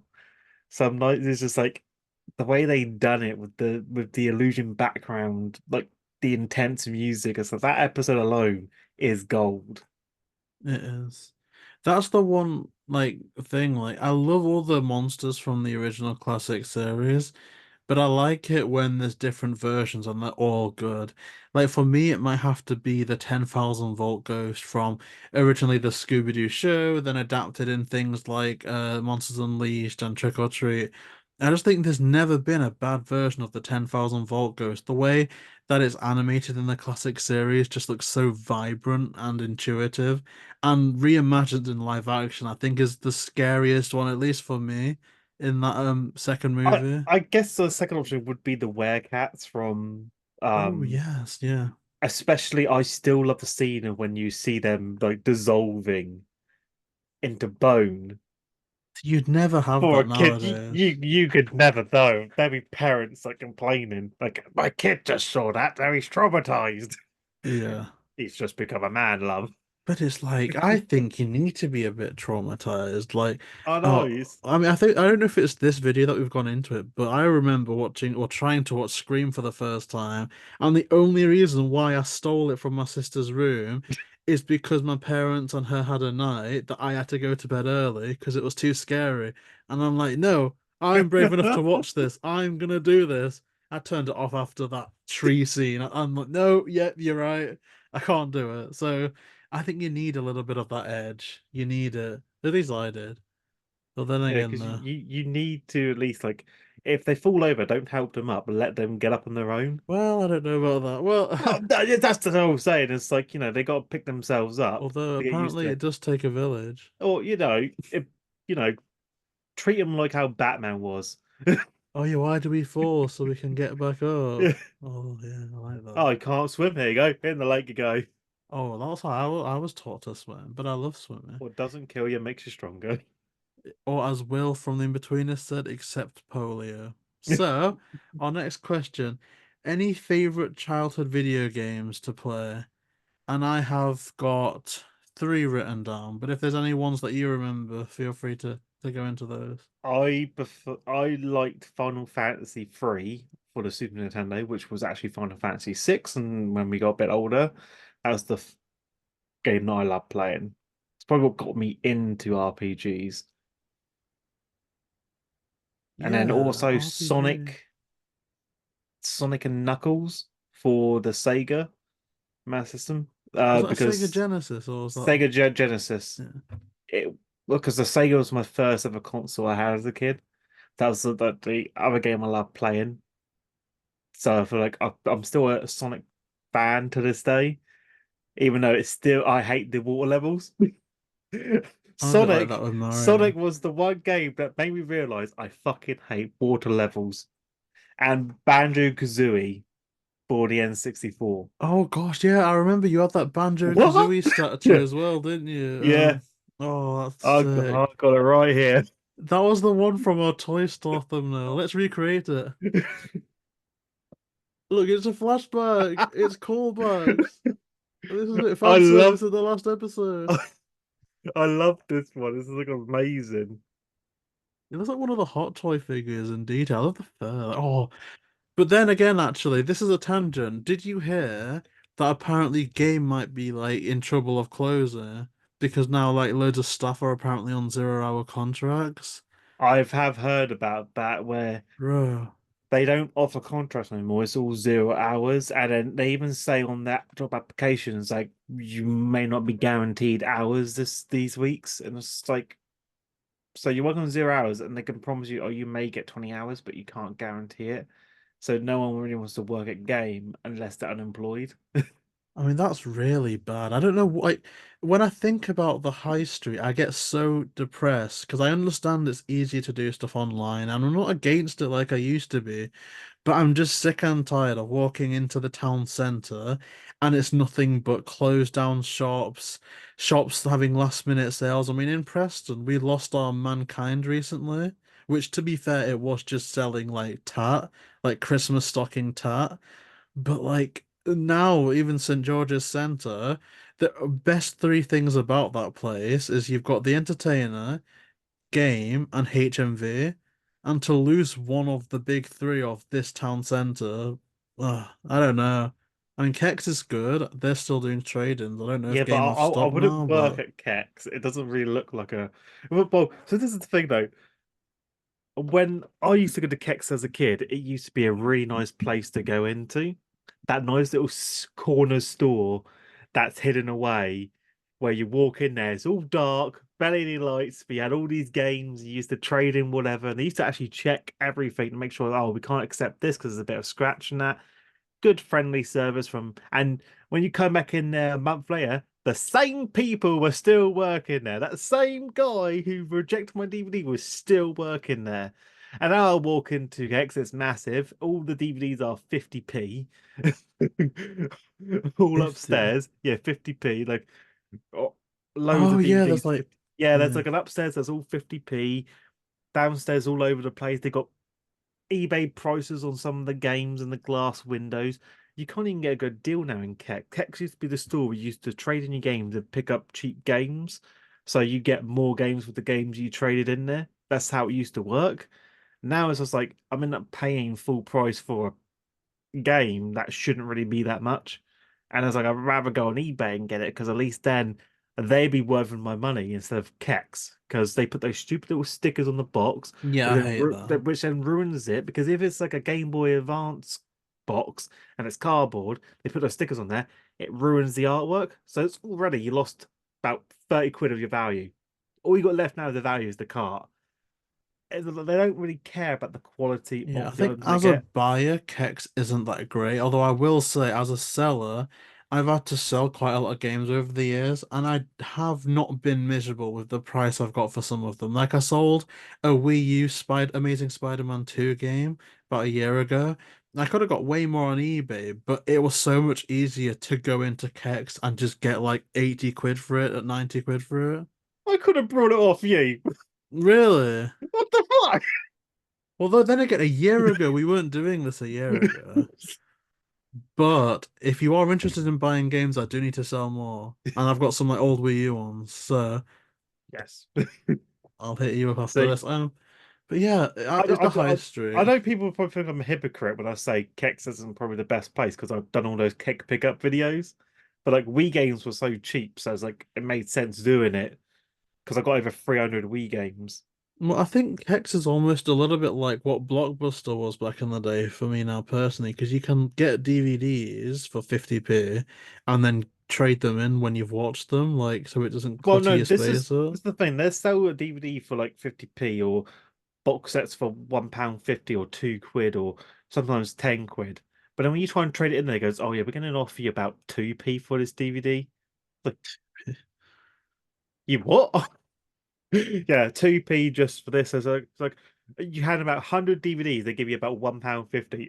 You can't get anything for that. This is like so now it's like you got to sell it online, at least get some decent money for it, but then you got to list it, pay the fees. It's like hassle sending it. It's just like it's not worth it. But then like every single time I walk in there, and I go in it once a week, just to, when I finish work, I gotta wait like 2 hours for my bus, so I walk into Kex, and I swear there's new staff in there every fucking week. There isn't a constant person I've seen there that's from the last week, and I'm like thinking, do they just go for employees or something? Because They you're a must do, new. because that's like that with all of the shops around here. Apart from HMV, there was that.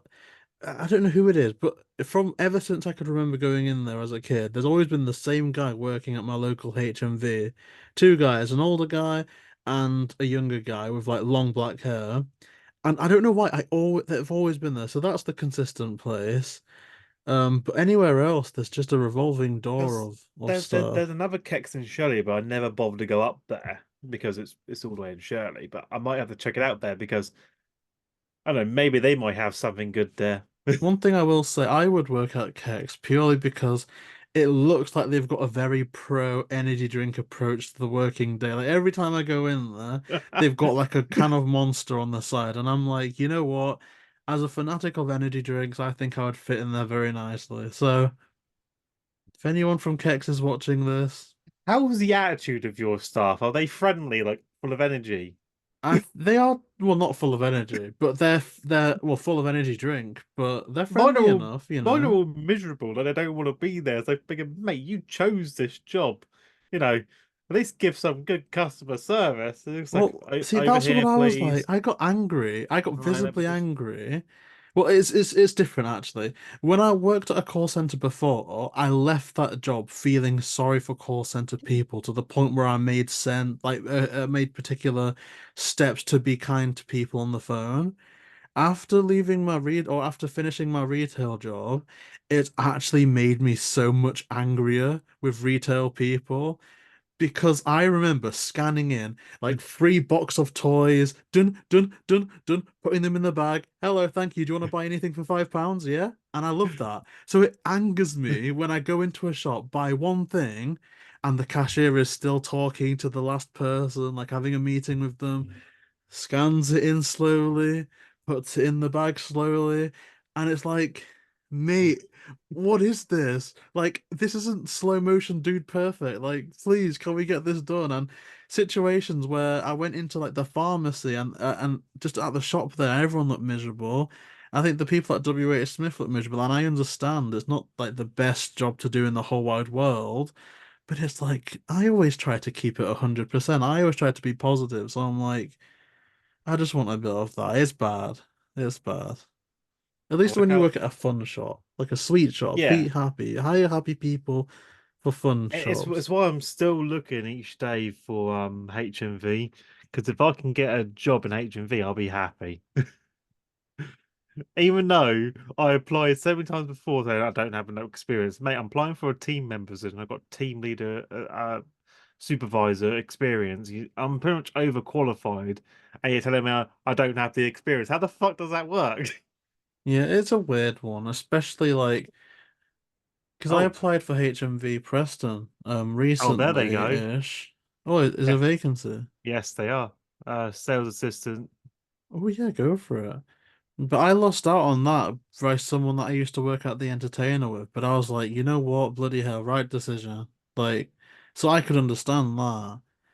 Um, but for you, yeah, you've got way more experience than even me and a lot of people that I think around here. So you should be good to go, really. I don't know. They've got weird hiring systems, I think. Yeah, so it's like if I can just get a job there, then I'll be happy.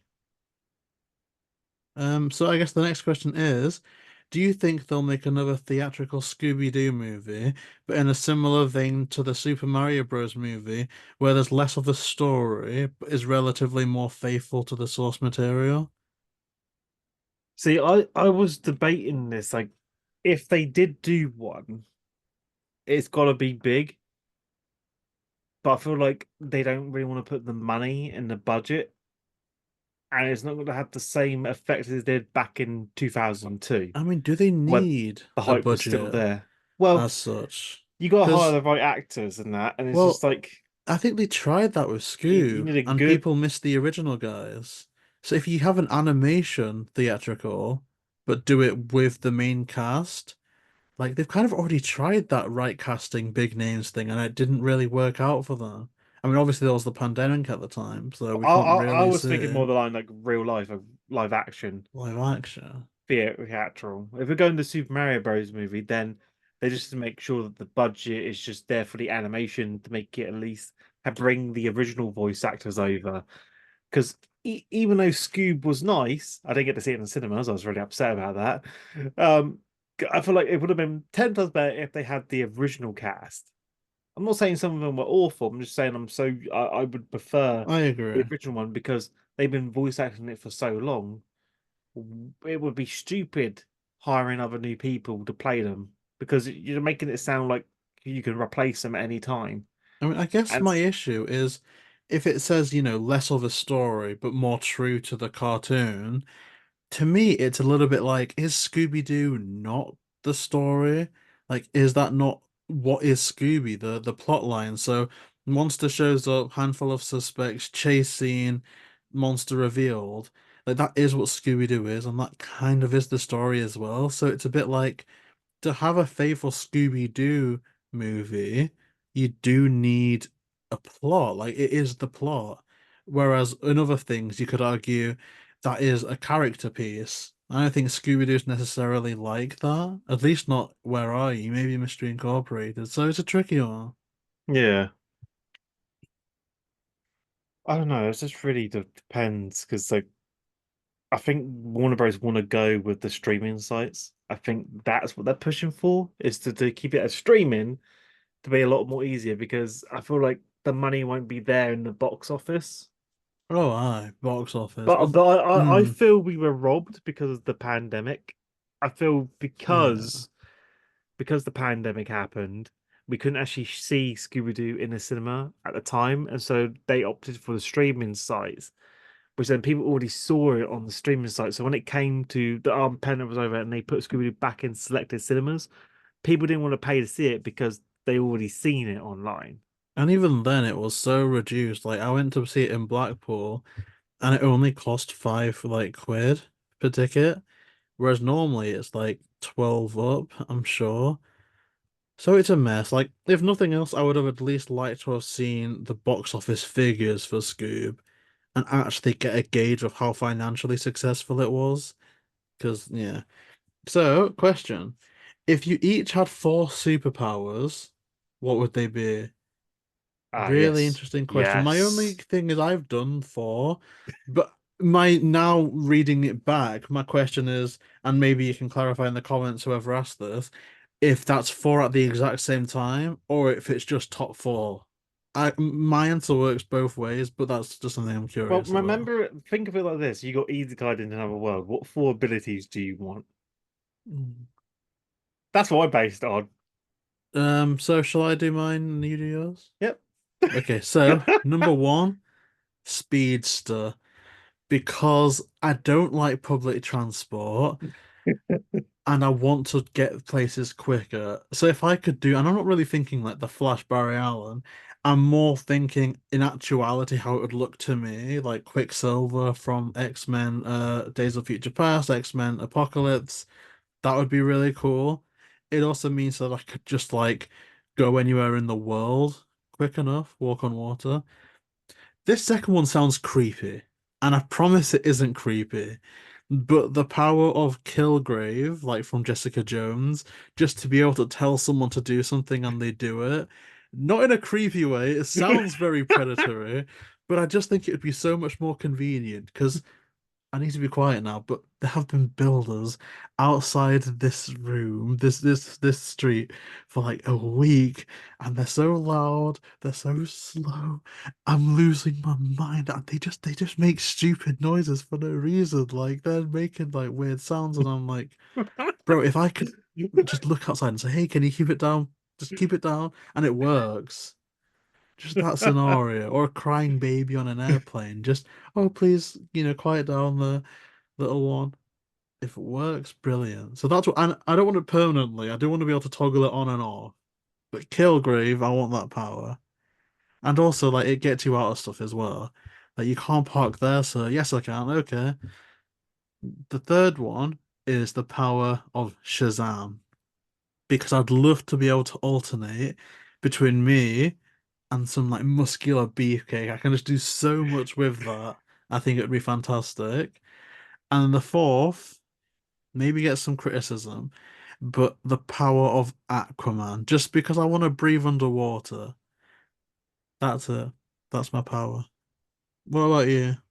Okay, so I wanted to choose like magic as my one ability. Like a more Harry Potter or more Doctor Strange? Uh, More like sorcery, like mage and that type of stuff. Oh, Yeah, because then I have a whole library of spells to use, fireball, flight, and all that shit. So like, you know, being a mage with magic, boom, puts me up there. Then I thought, okay, my second one could be absorb. basically I could absorb the skills and strengths of other people. So a bit like Taskmaster or like Kevin 11 from Ben 10. It's a bit like absorbing all your skills and like think Parasite from Superman, Parasite. where he can absorb the powers of other superheroes. Instantly now I'm thinking of Or think Kirby. of a Mazo, basically. Maze. Once I Okay. absorb your powers, I got to incorporate them into my being. So I've already got the power of a mage, and I've already got absorption techniques, so I can absorb all of your skills and add to mine. I'm not pretty much like a Mazo. That's already two down. I got two more left. Then I thought, okay, growth potential, meaning that I will always improve Is it growth potential? growth potential. So basically, Oh, I thought you said growth, and I was thinking, oh my gosh, like no, that's even no. creepier than my kill growth one. I'll always improve. So any damage or any resistance or anything that I have faults in, I'll gradually improve on them, making me indestructible in the end. Oh, I like that. I like that. That's like learning from mistakes. It's almost like it reminds me a little bit of the episode of Rick and Morty where you can like press a reset button. That would be a pretty cool concept. I want to do that. Was that your four? No, that was my third one. Then my Ooh. fourth one, physical enhancement. Is that like what I think it It means, or am I yeah, being weird? physical enhancement is basically increasing your one's strength. Oh, I was thinking Make you yourself wanted to more be like durable. Dr. Long Shlong or something. Like, No, no, it's like a physical enhancement, enhancing the body, physical strength, and all that. So pretty much you can fight your way out of anything. I like that. So I Yeah. built my character to be OP. If I died, I got easy guide. I'm an OP MC already. Whereas I'd just be like, okay, at everything, I guess. Like, I'm really quick. People listen to me. I'm a beefcake and I can swim. I'm pretty much like Johnny Sins or something, then, aren't I? Like, so this is the question. What would be your ideal Scooby-Doo series? And for me, it's simply good story, good cast, and that's it. Like, I'd like another story-driven show if possible. I want one where it's story driven, where it's like a continuous episode where there's a main plot and all these side quests, like Mystery Incorporated. I want that kind of story to come back, So, where you can tune in each week to find the continuation of the main mystery that they've been trying so hard to seek out. I feel like that works because at least then you have something to watch all the episodes for. Whereas now, when I look back at the old shows, I only pick out the ones I like to watch because I find the other ones are just irrelevant. yeah, some of it is just wank, isn't it? Like, Yeah, it's just like that. It's that good. I mean, there's some good ones, but yeah, you're right, you're right. But yeah, definitely more story would be good. Oh, this is an interesting question now, and I don't know how to answer it. I think, oh gosh, okay. Who would win in a fight, JayBee or Mark Marsh? Now, you're feeling confident. I know you are. Like, and obviously, like the elephant in the room, Well, you're just off the victory of a strongman competition. Like, you're the strongest man. But I've got a controversial take. I mean, am I to assume that you think that you'd spark me out? Is that the assumption? what kind of fight are we talking about? This Boxing, exactly. That's what I was thinking. um, Because of all your strongman circle, stuff, like I will concede you would thrash me in MMA, UFC, bloody arm it wrestling, all depends on what type of fight we're doing. That's Muay the thing. Thai, Kung Fu. You'd beat me, but I do believe that with the right training, if I get back to my skill set at 17, I think I've got a chance in a boxing match So let's say we had 8 months to prepare because for a of boxing agility. match, I think I could do it, man. and 8 months. I think I could do it. Like Let's do a special event. we could, you know what though? That's not impossible, right? Like we could spar, I'll send surely. KSI a message saying, "Look, I need an undercard." Like we could try that. I would try I'll sparring. try that. I think I would win. I reckon I could do it, you know. One Mike Tyson punch. I like that. I don't know what we're doing. This is weird. But like oh yeah, definitely though. Any other thing in boxing, yeah, I think you'd kill me. But we will see, maybe. Like that's a funny question there. That is a funny question. Oh gosh, here's a long list for us. Pick three Scooby-Doo characters from this list that you'd want to solve mysteries with. Scooby-Doo, Shaggy, Daphne, Fred, Velma, Thorn, Luna, Dusk, Sheriff Stone, Maya Nettles, Coco Diablo, Hot Dog Water, Madeline, Melvin Doo, Scooby Dum, and Googie.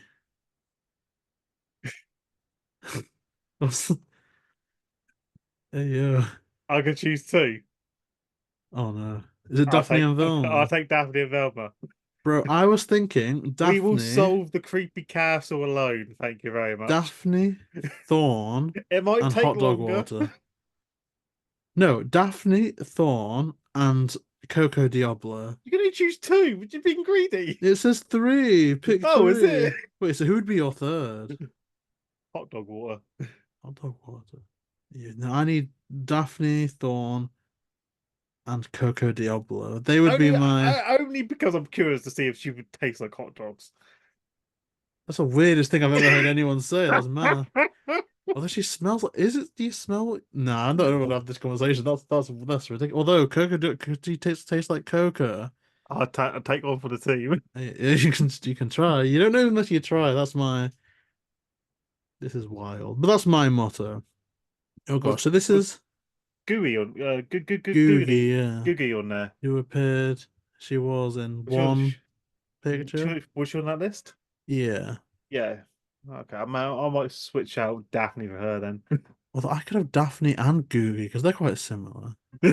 Who voice acted Googie? Was it? Oh God, what's her name? Sue Well, Blue. I think Sue well, Blue might have done that. you can pretty much take an advantage with Daphne because no, with Velma because you take her glass off, she could be a completely new person, like As long as she doesn't sound like Kate like like McCoochie. like Clark Kent and Superman. Clark Kent with the glass on, Superman without him. Henry Cavill, like JB, JC, or And BJ. that's what Velma can be. I like Velma though. I like Velma. This is an interesting question now. This is one that might take a little bit of not time, but I've prepared semi well for it. There's three fan casts. We can choose however many for each. I've chosen three personally, but I want to start with Penelope Pitstop. If there was a live action Penelope Pitstop movie, who are the three actors that you would choose to portray them? Oh, I only chose one actor for each one. Oh, I well, you thought can you can you can do that. that's You can do it. that's for because I thought well which live actors would be cast for these roles, and that was the three like Penelope Ah, Bravo yeah, yeah. and So Bravo. who I have you thought got for Penelope? so. I chose Margaret Robbie. I love that. I love that. That's one of mine as well. I got Margot Yeah. Robbie, Florence Pugh, and Sydney Sweeney. Oh, okay. Those three, I would love to see as Penelope Pitstop. And I'm thinking though, because Margot Robbie, she's just done Barbie, which is quite a pink-centric character. Obviously, there's the pink car on the poster. So I was thinking maybe a So bit similar. she can Maybe she still wouldn't do put it, it but off. she could do it. She could do it. Florence Pugh, she was in something a bit like that. So again. But yeah, yeah. I think that any of those three would be absolutely fantastic. I think in terms of preference, it would be Margot, Robbie, Sydney Sweeney, Florence Pugh. But I think all of them could do it. I was going to say all of them could get it then, but then that was going to be like a whole different type of video. So Johnny Bravo, what's your pick for Johnny I Bravo? chose Zac Efron. They're not a Only bad pick, because not a if bad you saw pick. the Iron Claw, you would definitely see how he can still pull off the Johnny Bravo look. He could be the Bravo. He could be the Bravo. Because he pretty much suits that character in a way. Well, I think it was hard to fan cast Johnny Bravo because again, like I'm more from that generation like He's prior. I don't know who's like the next big hunk. Well, the thing with Johnny Bravo is he's all upper body but no legs. So he's pretty much the definition of skip the leg day. Do the monkey with me. But as well, it's like you've got to Because choose as a someone that's kid, hunky but funny, and you'd almost want to go younger, but I went older as well for my three. So I've got John Cena because he wouldn't. I didn't really used to rate him from like the Fast movies or even his wrestling career, but then seeing his work in something like the Peacemaker series, I think he's got the comedy that could sell it. I think Chris Evans, people like to think of him as the hunky good boy, as Captain America. But watching yesterday the Scott Pilgrim animated series, hearing his take on that almost like antagonistic jock character, I think maybe more Chris Evans back then would have been a better Johnny Bravo, but that type of character.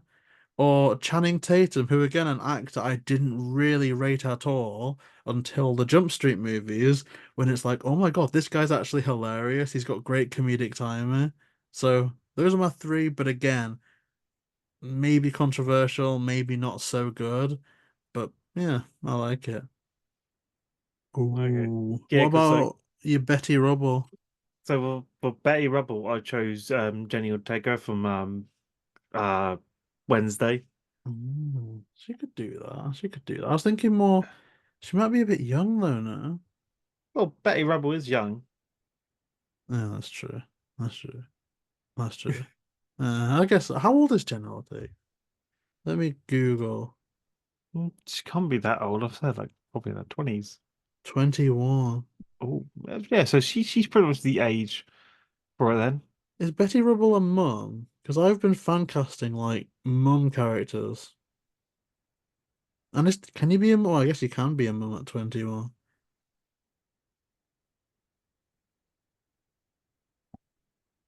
What? Why does this say that Betty and Wilma are 73 years old? That's ridiculous. Wait, how old? Let's just say young mums, because the ones that I've chosen is I've got Jenna Louise Coleman, who is one of my favorites of all time, Elizabeth Olsen, and Emily Blunt. So I just went with three like nice, almost like mummy archetypes if you want to be cringy about it.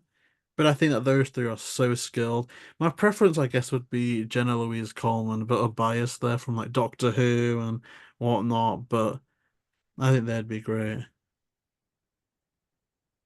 Oh gosh, we're down to the last few quite well. We've still got a few, but okay. Would you like to see a sequel to Scooby Doo and the Ghoul School called Scooby Doo Ghoul School Reunion?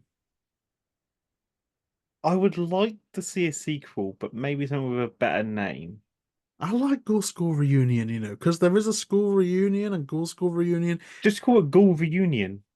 Ghoul, Because they're not in school no more, it's the union. That's the thing. they call it Ghoul University. I mean, it wouldn't be a better name, but like Ghoul, Because Scooby Doo, Ghoul School Reunion just like feels like they're the still Ghoul back at School school. Girls, because they could be known as the Ghoul School Girls. Got Scooby-Doo meets the what's the actual school called? Grimwood Academy, I think. Grimwood Could be like Academy. Return to, oh, not Return to, because that would like, but something like Back to Grimwood Academy or Grimwood Academy, The Next Generation or something. Yeah. So it could even be just them going back to do the same job now, but it's a whole different generation of ghouls. Like, I I know you'd want to see your fan favorite character. Like, they could maybe be the but parents if they do of it, I students. really would like it to be the original, like going back to meet like Shaggy and Scooby. And I would say I would like to see Scrappy, but he's not in it no more. So it's like they can't really bring him back for that. So it's I like if they think they do, should. if they bring like the Scooby and the gang and it's them meeting them, it's gonna be a nice little, nice reunion. But it's like it's gonna feel real awkward because like it's not really the rest of the gang's moment because it's for like it's just mostly you want to see the dialogue between Shaggy and Scooby. And you know that if Scrappy's not there, they're going to bring him up because Scrappy was really friends with the dragon as well. Dragon. Oh, yeah, what's the dragon called? Matches. Yeah, The only thing I don't want to see though is that mirror again.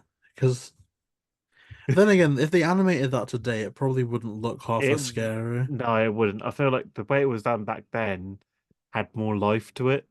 as what I always said, like hand drawn stuff back then, they took pride in it. Whereas now they just know it's all gonna be cute and it like generated, so like there's not a lot of emotion. I mean, It's you like say that though, but I think the way they did the Guess Who style for Trick or Treat was very expressive. Whereas when they went back to the Crypto 2 art style, that to me was very. I like it. It's classic. What more could you want? But I don't think you could convey as much life into those than when everything. Because the hand-drawn stuff, I think, is probably the better stuff. But then when they got rid of the Guess Who art style, it just got a bit. I don't know, a bit corporate, a bit too clean for my liking, which I don't think is the ethos of Hanna-Barbera, which was described as like, animated or illustrated radio, but it's all right. Oh, this is okay. This is a question I think, especially for you, because I think you've spoken about like Batman quite a bit. Do you think that there are too many Scooby-Doo and Batman crossovers and that Warner Brothers shouldn't get carried away with Scooby-Doo and Batman crossovers? no, hell no. What a stupid thing to ask. You got what there should be. There's not enough Batman. Then we need more Scooby-Doo and Batman crossovers. To be fair, because there's clearly not enough. Because we haven't had our own dedicated series between the two yet. All we had was small movie crossovers and shorts. We need a full series dedicated to the crossover. Scooby-Doo teams up with Batman for one Ooh. whole season of 24 episodes. Everyone would love that. Well, look, I'm in two minds actually, because I think there's too many crossovers in general, right? But I don't think you can have too many Batman crossovers because there's so many Batman versions, you know? So it's not like they keep on bringing the same thing back time and time again. Like the Batman that collabed with Scooby in the new Scooby-Doo movies is a far cry from the Batman that met the Scooby Gang in Guess Who. So I think the more versions of Batman there are, the more times you can cross them over with Scooby-Doo. So I don't think you can have too many Batman crossovers because there's so many versions of Batman. If you kept on bringing back the same Batman, maybe. But if they keep on freshening things up a bit, like I wouldn't mind if the next Scooby-Doo Lego movie was Scooby-Doo, Lego, Scooby-Doo, and Lego Batman. Like, there's just so many combinations. You could have the Christian Bale Batman, Robert Pattinson Batman. Obviously not anymore, but always a classic. Kevin Conroy, maybe Well, the they can still bring best of them all back time. as some sort of like special, like just Like, it is like good, they right? did, like they did in the museum. They can just show off the old cape and costume, like I they would did like that. Mr. Or Incorporated. So even like a you can still nod Spider-Verse to the thing where old there's like ones. a case of past costumes. Oh, okay. This is one I struggled with a lot, this question. It's and because I didn't understand it at first, but it was who is your Mount Rushmore of Scooby-Doo directors? And I Ah, was like, what does yes. that mean? But then apparently it's like the four goats, like the four faces, like the four best of all time, best to ever do it. Okay, so I chose mine based on either an episode or a movie director that was running at the time. So did you want me to go through my picks Yeah, first? sure, that'd be perfect. Okay, so I first started with Mystery Incorporated. I chose Kurt Gedder, who done episodes from Escape from Mystery Manor, Night Fright, Menace of the Manticore, and many more from the episode. I felt like the episodes that he made were very, very creepy and good. Like especially Mm. the Mystery Manor episode where it was all about hidden traps, like a saw blade episode. Like that was really good. Or the Manticore again with the mythology. Again, it has some sort of real traits to like either mythical side or to movie side. So they really captured those environment scenes and it really brought the best out of the gang, especially Fred with the traps. Like he's like a trap expert. So him defeating the Saw traps was a nice little nod and got me back to watching Saw. So I chose him for the first one I chose. Then my second one is Zombie Island, where I chose the director Jim Stenstrom. Again, love Zombie Island. I think I said that enough already, but everyone knows my obsession with it. It's probably the best Scooby Doo movie of all time, and it's like if they should have made a sequel, it should have been done in like at least I don't know some way better than Returns of the Island because I feel like that just took a massive turd on the franchise.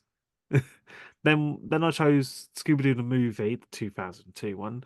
Um, Director Raja Gosney. Um, Again, I do, even though I do like mystery and like Monsters Unleashed, Scooby Doo 2, I still love how they done everything in the first movie with all the special effects. I feel like the special effects in the first movie were a lot better than they were in the second one because I feel like they were done a lot of more animatronics and a lot more face work with the monsters in the first one because everything there was mostly done old school.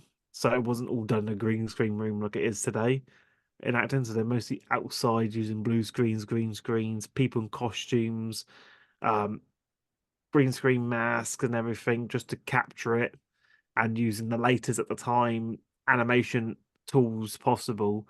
I feel like he directed that movie very good with the budget they had and the time frame as well. He did a really good job. So that was on my third one. Then my last one is basically it's kind of like a cop out this one, but I chose William, Hannah, and Joseph Barbera for their work on Where Are You and the new Scooby Doo movies Hmm. because they directed all of them. So I thought, you know what? It's kind of like an obvious one, but for end off the last one by choosing them ones because they chose a series that has lived for over 60 years and it's just like it's gonna keep on growing to 100 years and people are still gonna remember it. Because normally by this time no one remembers Tom and Jerry like we do. No one really remembers Johnny Quest. No one really remembers the Flintstones. So it's just like, oh, the Wacky Racers. When I tell someone at work, do you remember Wacky Racers? Like, what the hell is that? Like, you don't know the Wacky Racers? Hour-long episodes of whackness? Oh my god, this is like so yeah, I feel like them making this series that still lives on today. That's good direction right there. I like that. That's a really good Mount Rushmore because I kind of went back and forth. Like, I've not got Raja Gosnell on there, but I wanted to because obviously that's like my favorite of all time. I wanted to keep it to animation, but also I wanted to like make it about not just like what they've worked on, but their entire strength of schedule in general. So my first choice is Chris Bailey, who oversaw, directed so many episodes of Scooby-Doo and Guess Who, which isn't my favorite series of all time, but in terms of the consistency of that strength of schedule, I think that it's probably the best throughout the run in terms of consistency, but also as a person, they also directed and worked on a lot of the classic Disney like golden era stuff, like legendary things like the original Little Mermaid. So I just think that that's incredible. Then I've got Victor Cook, who I think was very much on that level of Kurt Gader from Mystery Incorporated. I just think I preferred the work of Victor Cook, not more, but I like their episodes. I like to watch them just a little bit more than Gader's on Mystery Incorporated. And then Joe Sichter, who I think is the closest we've got to a showrunner of DTVs. You know, we've got DTV directors that are coming and going, but if you look at all of the What's New era ones, Joe Sichter did every single one of them except for Aloha. And to be able to do that, to deliver that consistency, and also doing work on like the series as well, to me, that's a go-to like thing to do. So, and you know, I grew up on all that 2000 stuff. So he's maybe the director of my childhood. And this is similar to how you ended things as well. But I've kind of done like, I kind of stretched it a bit where it isn't director as such, but it's art director. And that's Bob Singer for his work on Scooby-Doo, Where Are You? Because it's like the guy put the flowers on the Mystery Machine and oversaw production of that whole original series. And obviously the ideas are fantastic, the writing's fantastic. I won't ever take away from that. but I just want to credit the person that really had a hand in all those looks and just what, like you say, has kept the franchise going for all this time. So yeah, that's my Mount Rushmore. It's good that we should Good. see if we had more time of these, I could do that for writers and whatnot. But I felt like for maybe directors and we that don't know. chose a good bunch we did. I like it. I like it. I think we've got some absolute legends to the point where this was a scrapped episode. But do you remember we kind of spoke about the idea of let's do one like if there was an overall director of Scooby-Doo to take the movies forward, who would we want it to be? I feel like for the people that are alive, we've answered that in that question. Like if any of them were announced as like the Kevin Feige of Scooby-Doo going forward, I'd be happy with any of them. So Yeah. we've kind of done that. So hey, that's amazing. Interesting one. What are your favorite Scooby-Doo fan films? And I confess, I've only really seen the Mystery Incorporated live action. Other than that, I don't think I've seen many fan films. Oh, so one that I did like was the Backstage Rage, I'll have to check that out. which was a fan film. I did a review on it. It's kind of like a 2D um it's two-dimensional one, so it's like it's not 3D animation, it's like 2D animation, but it's still a good story. I would recommend giving it a watch because it's more dark tone Scooby-Doo, and I think the guy's working on a sequel as well. He's calling it the Meddling Saga, which I think is Mm. really good. I thought the Backstage Rage takes place on the episode of the Backstage Rage, but it evolves around it, where it's more dark, twisted. There's a serial killer on the loose. I won't spoil it too much, but honestly though, when I watched it when I had the time, I thought it was great, good potential. Maybe down the line he could always reanimate it to give us a polished new look, but I feel like the series and the writing for it, top notch. I will Oh, check that out 100% because I think the fan film side of things is one that I've lacked for quite a while. I've just not had an interest. It's just time more than anything. But yeah, I'll definitely look into that. What do you think of Matthew Lillard returning as Shaggy? I feel like this is ridiculous because I know we briefly spoke about this. he's still Shaggy. Like that's like yeah, literally. I can't believe how viral that went. Where like they had Screen Rant, Collider, and everyone like Matthew Lillard announces return as Shaggy, and it's like, what do you mean he announces the return as Shaggy? When did he ever leave? Like Yeah, there was one movie with Will Forte in like and 4 years ago, but other than that, he's been it's like like the seeing him incumbent with the Shaggy mystery since machine. 2009. That picture of him on the mystery machine,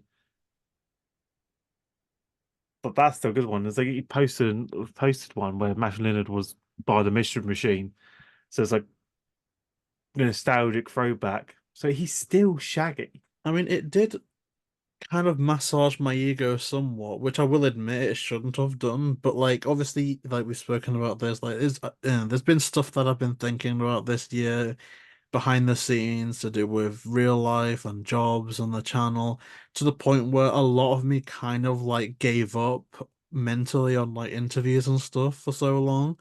But then I'm like, really? Like, I don't give a shit for what amounts to like 3.5 months. And the biggest Scooby-Doo news that broke is like Matthew Lillard Shaggy. And it's like, Like, when did he right, leave? He was okay, still like, Shaggy. yeah, like, Diehard fans know he will always be like Shaggy. breaking news, the Mystery Machine will be in the next Scooby-Doo movie. Like, let's alert the media. I don't know. Like, it's good that he's like there. I mean, he's always good as Shaggy, but he never really left us Shaggy, so no opinion. He's Imagine great. they did a new Scooby-Doo show where they got rid of the Mystery Machine van and it was just a normal car. I How wouldn't mind that. awkward that would be. It just feels so awkward. But like, you feel violated. Like breaking news, Scooby-Doo is a dog. It's now in a Chevy Corvette. Or it could be Speed Buggy. Like imagine see, I'd watch that like as like a special if Speed Buggy and the Mystery Machine were to swap places. That would be a little decent short. But who knows? So here we have a non-Scooby question. What is your favorite non-Scooby-Doo cartoon? Or I guess cartoons. Are we talking about cartoons, or are we talking about anime as well? Both, I guess. I would probably say Powerpuff Girls. Ooh. Like Mojo Jojo. Yeah, but I'm like, okay, there's so many different Powerpuff Girls. I'm talking about the original Powerpuff Girls. Okay, watch the original Powerpuff Girls, and you'll see how better it is compared to this new reboot that they released. Because I used to remember when Mojo Jojo put on his helmet, you saw his Mojo brain Jojo! before he got screwed on, and then when he got hit and it smashed, you saw the brain stick out. They completely removed all that in the new one. I'm thinking, mate, that was just so cool. It wasn't awful at all. It's like that was awesome. That's the whole thing with this big brain. So I would have to say, watch the original Powerpuff Girls, watch the original Rugrats, even though the new one is still just as good, even though it's basically like the same episodes but revamped for this era type of shit. So it's like when I watch the new Paramount Plus Rugrats, it's like I remember these episodes, but like I swear they weren't this long and this much intuitive. So I look back at the old episodes, they're the same story-based episodes, but like now that we've got smartphones and all that, it's like the episodes opens up, so it's a bit more dialogue and a bit more like oomph to it. So I definitely would say watch the original, but also watch the new one as well, and you get what I drift because like I'm guessing they did it in a way where it can cater for this generation where kids use smartphones, but by the time they're free. And then on anime side, obviously, you want to watch From Commonplace to World's Strongest. Is it One Piece? I guess you could watch One Piece. It's over 1,000 episodes. If you start now, you might be finished until the next 100th anniversary of Scooby Doo. And by then, they might find the One Piece. I think I'd be Uh, dead. Rise of the Shield Hero. That's another good one. Solo Leveling. Okay, that just got announced. Like season one was a banger. Loved it. Definitely would recommend watching Solo Leveling. Uh, it's already been announced for have like 6 seasons greenlit. So like second season will come out this year. But watch Solo Leveling. It is good. I wouldn't list more animes, but if I would, it would take up the entire of an hour. So I'll keep it at those three. Oh wow. I mean, there's some good picks though. I mean, I need to get into anime. Like, I've had that many people recommend stuff to me that I just need to at this point. I want to watch Sailor Moon. I want to watch is Tokyo? No, I think that's a manga. Or did they make a Tokyo Ghoul anime? Yeah. No, I'll watch some of that. But we'll see, we'll see. I mean, in terms of my favorite series, it's mainly stuff from nostalgia, like the cartoons I watched growing up. So that's like Courage the Cowardly Dog Show, Spectacular Spider-Man. I really like because I've actually restarted to rewatch this, but the real Ghostbusters. There's other stuff like Recess, Lilo and Stitch Recess. series. Kim But yeah, Possible. we were speaking about the Recess movie earlier. I rewatched because like for people that don't know, like we did record this in two parts because we had that many questions. But after the first block of recordings, and we were talking about that burp scene, I rewatched it on YouTube, and I was annoying Millie so much because I couldn't stop laughing. Like somebody better Somebody say better say, excuse excuse me. I me. just don't know what it is, but Why that are there scene kids tickles here? me. Oh no, I can't do it. Like it's too good. But there's so much classic animation that I really like as well. Like the Flintstones, the Jetsons. Oh, I love it. I don't know how I'm going to answer this next question because I'm conscious about GDPR to a certain degree. Because I know some people are hesitant to be shouted out or mentioned by name. Hmm.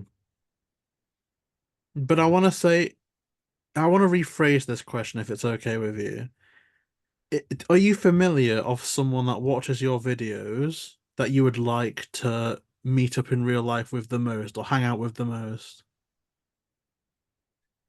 I don't. So like, And I guess you don't need to name them, but like, I don't because know. it's like I think I spoke about this ages ago. Like, I don't really do meet and greets because I don't really think I'm that important.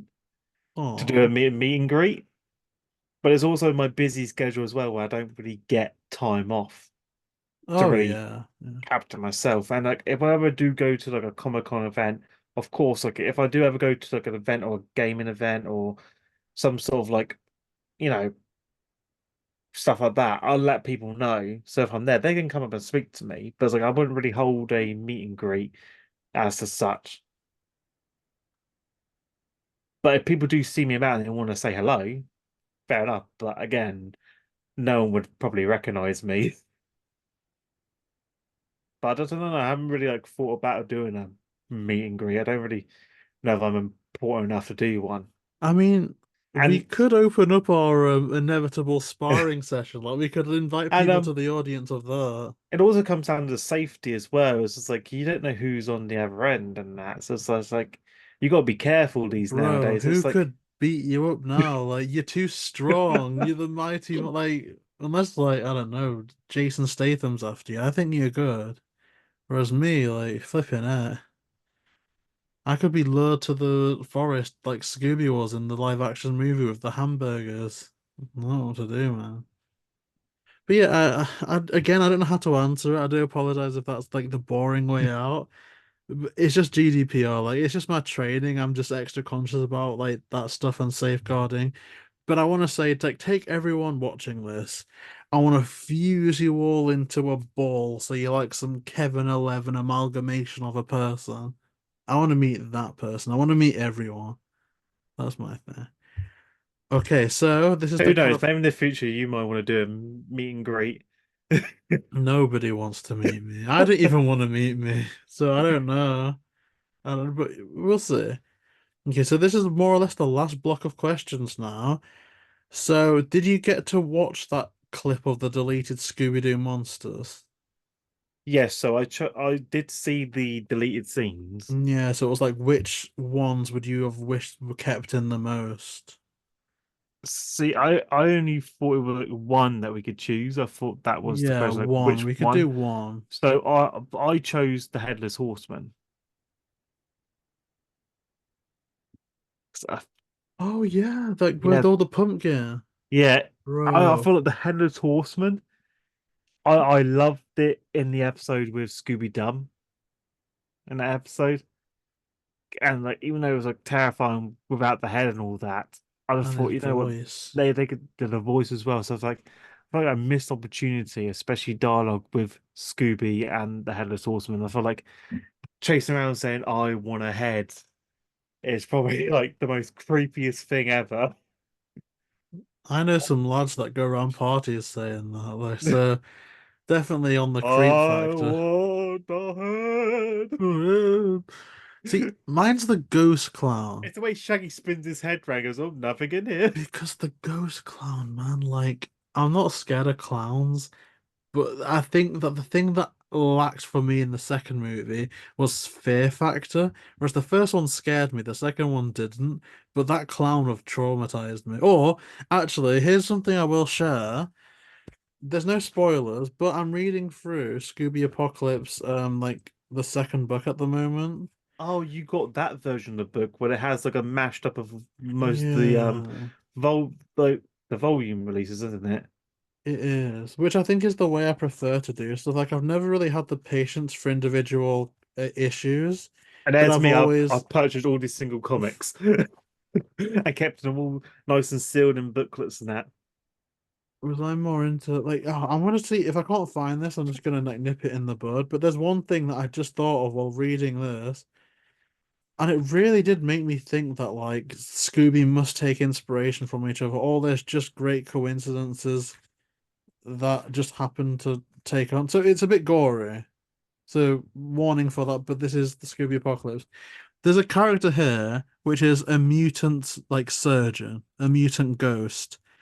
This to me is very similar to how the Mortician from the Scooby-Doo Deleted Monsters is described.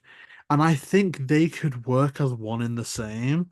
So if they had the Mortician, I would want them to be heavily inspired by that doctor from Scooby Apocalypse. So yeah, that's what I'm going to say about that. They should definitely animate the Scooby Apocalypse. I want to do that. Or I could Because I'd I'll get the definitely sit down and writers. watch that. It's like it has potential. I also just realized I forgot to answer um my childhood games. Oh God. So that's Spore on the PC. A lot of these are PC games. I was addicted to Boo. Spore. Boo. PC trash. Boo. Scooby-Doo 2, the PC game. Oh, no, that don't count. That's a DVD game. That don't No, count. it was so good. Like you got to dance in the Fogos. I was addicted to it. You got to, You can't choose a bro. DVD game. And here's another one, the Madagascar PC game. I That's was a addicted to DVD that. game. It isn't. You got to fight the Fusa. Do you have to buy the DVD to play it?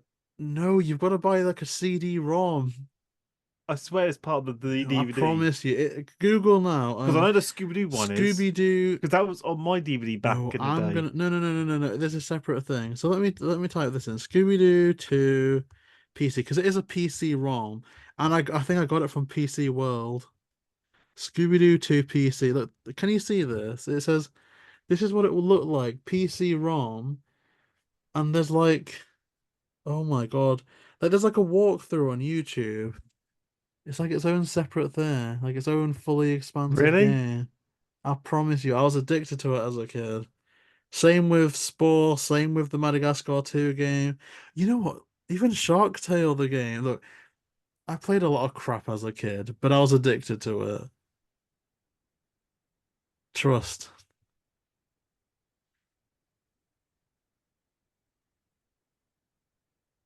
Okay, I had to buy it off eBay then. Yeah, yeah, I'll spend £5. we can do it. We can do it. So, question now. Oh, okay. So maybe I should have sent this over, but I think as UK people, we pretty much think this constantly. Do you have any names that you would want to be like in a future version of the Doctor, like Doctor Who? Didn't we answer this one? No, we answered like a crossover one, but like who would what you would want to be the next Doctor or a future Doctor? Oh, the next Doctor. Oh, oh God. It's like I played the first game with one Doctor, the second game with this Doctor, so by your own rules, I will play the third game with the next Doctor.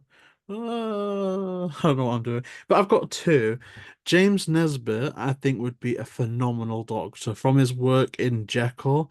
He can do menacing and kind of older than his years, but also he's got a bit of a comedic flair there too. So I think James Nesbitt would be great.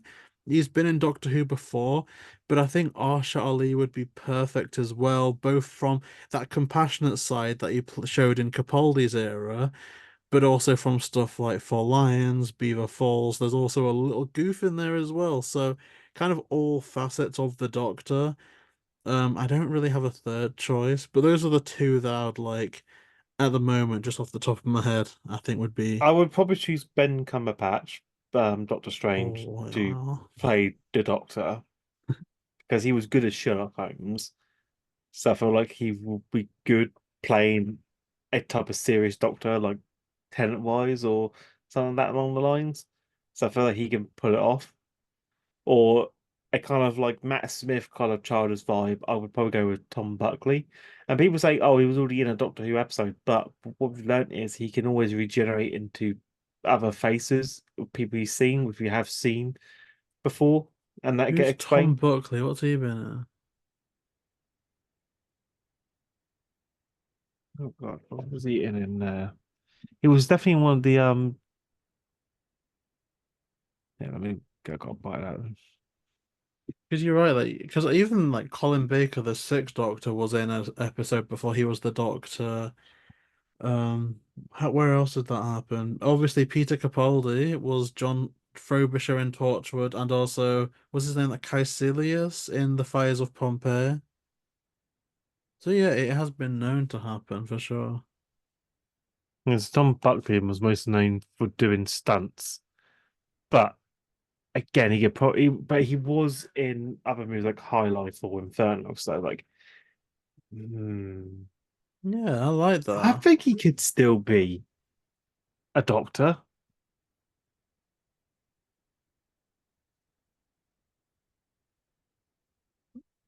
I think so. So I guess the next question is, what job do you have and do you enjoy it? I guess you don't really need to say where, but I guess sector and your opinion of it. Oh, I work. Can we say what type of job? Yeah. Yeah. Like a I mean, you can say retail. everything if you want, but like I just didn't know if you wanted to like, So like I work in retail, yeah, retail. duty manager. Do I like it? No. Does anyone ever goes, oh, I love my job? It's like every time I walk in the door, it's like, okay, what's gone wrong today before I Oh, start? That's the bit. Okay, before I walk through the door, it's like, got to do my store walk, and then be told, okay, what hasn't been done. Not telling me what needs to be done. I need you to tell me what hasn't been done because I know what needs to be done.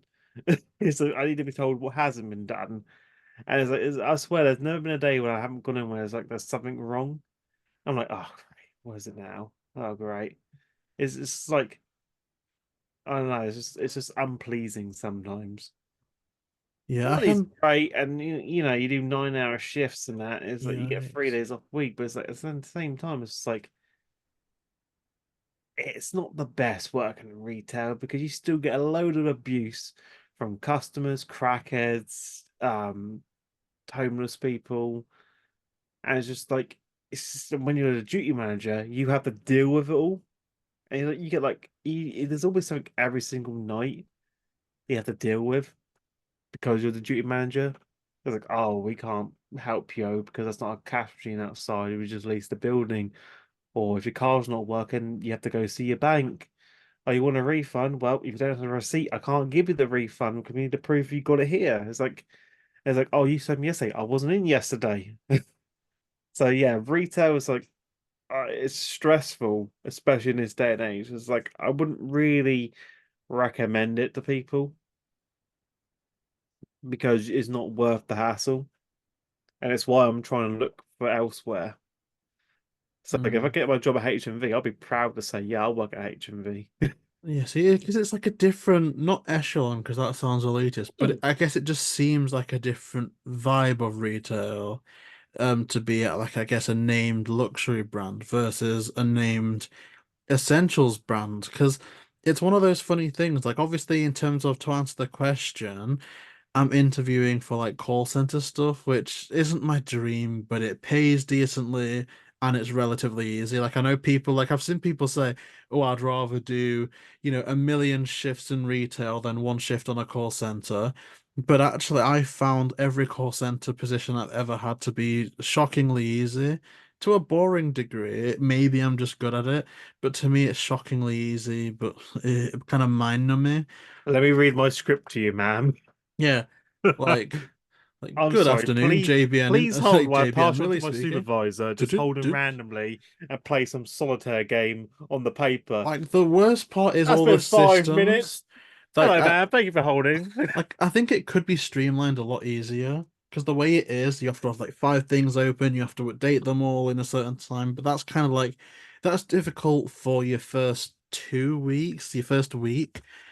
But beyond that, it's just like clockwork. And actually, I think I've kind of almost seen a good, like the other side of what is considered a white privilege because a lot of people that I worked at in call centers were Indian and had Indian accents, and they got so much abuse on the phones.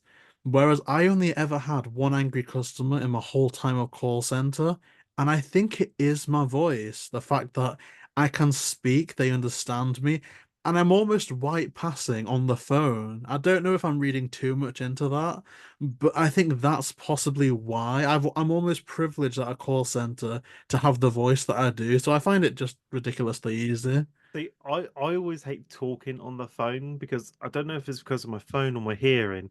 Is that I swear to God, I can never hear the person at the end if they would talk too softly or they don't talk at all. And I was thinking, can you just speak up?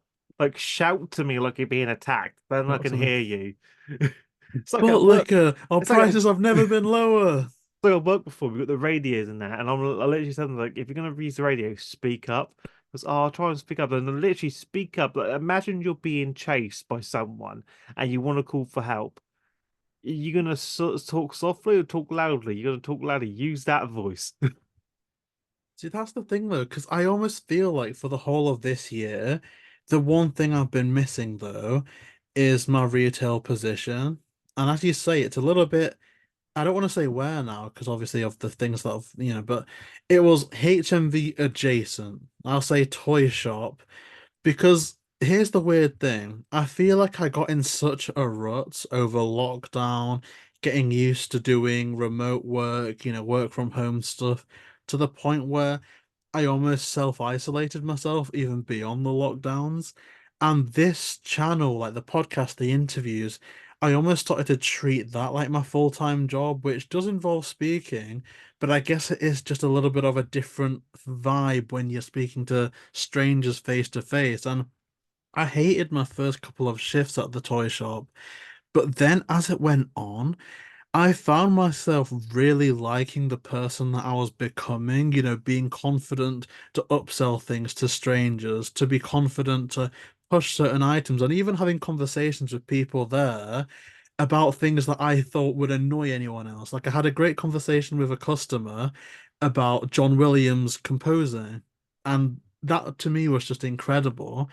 And because it was only a temporary contract, when that ended, I just felt like I was going back, and that factors into some of the stuff I was saying about the interviews on the channel. Like, I associated that with before, and now I was getting out into the world, speaking to people, and I just felt like I was going back. Like, I'd started to like myself that much at the toy shop that when it came back to doing, like, recordings, like interviews and stuff, I just felt like this is great, but it's not what I wanted to do all the time. And obviously, I wanted to make friends at the toy shop. There was definitely a few people that I wanted to make friends with, but that didn't work out. And that did affect me throughout the whole year. I think it still does in a way, but obviously, I'm moving past it a little bit. But it was just weird, that whole situation, because I was always told while I was there that there was a culture of if there's a vacancy, the people that were there seasonally was to almost get the first pick of the litter. But I know that there was a lot of staff changes, so I don't hold anything against that. I think honestly, if you look at my CV, it's a bloody miracle that I even got into that seasonal position. Like I must have just been the only person to apply. But yeah, I did love that. I kind of do want to go back if there's ever an opportunity to, but yeah, I guess that's the other side of retail, isn't it, really? You still get abuse, you still get sticky customers, Oh, you're but it's always not going to like get you have to customers ID abusing check you. someone all That's the time. oh, it's when they I always hate it when they argue at the ID check and it's like, oh, why do you need my ID? Because it's challenge 25. Yeah, Oh, I'm that's the over one thing 18. I don't want to do, like Right, I retail said it's for challenge limited 25. I stuff. couldn't care if you say you're over 18. It's called challenge 25 for Yeah, a if you reason. don't look You don't look, 25, yeah. like even I get ID'd now I'm like, sometimes. no ID, no sale. And they're like, oh, okay, well, I'll get him to pay for it. Well, I can't also make it as a proxy sale. It's like, oh, that's ridiculous. Well, I'll just leave then. I'm thinking, I still can't serve him. And they're like, oh, I'm going to report this. What? Report me for doing my job. That's thanks. It's a thankless task, and I guess maybe you could get that in HMV as well. Like, do you have to challenge 25 someone for buying like an 18 rated horror Yeah. movie? I don't imagine that. The only thing we had to do at the toy store was there was a gun, like a Nerf gun, but it shot like pellets out, like gel pellets, I think. That you had to challenge someone. Like you couldn't reinforce it as such, but you definitely had to ask if like parents or guardians needed permission.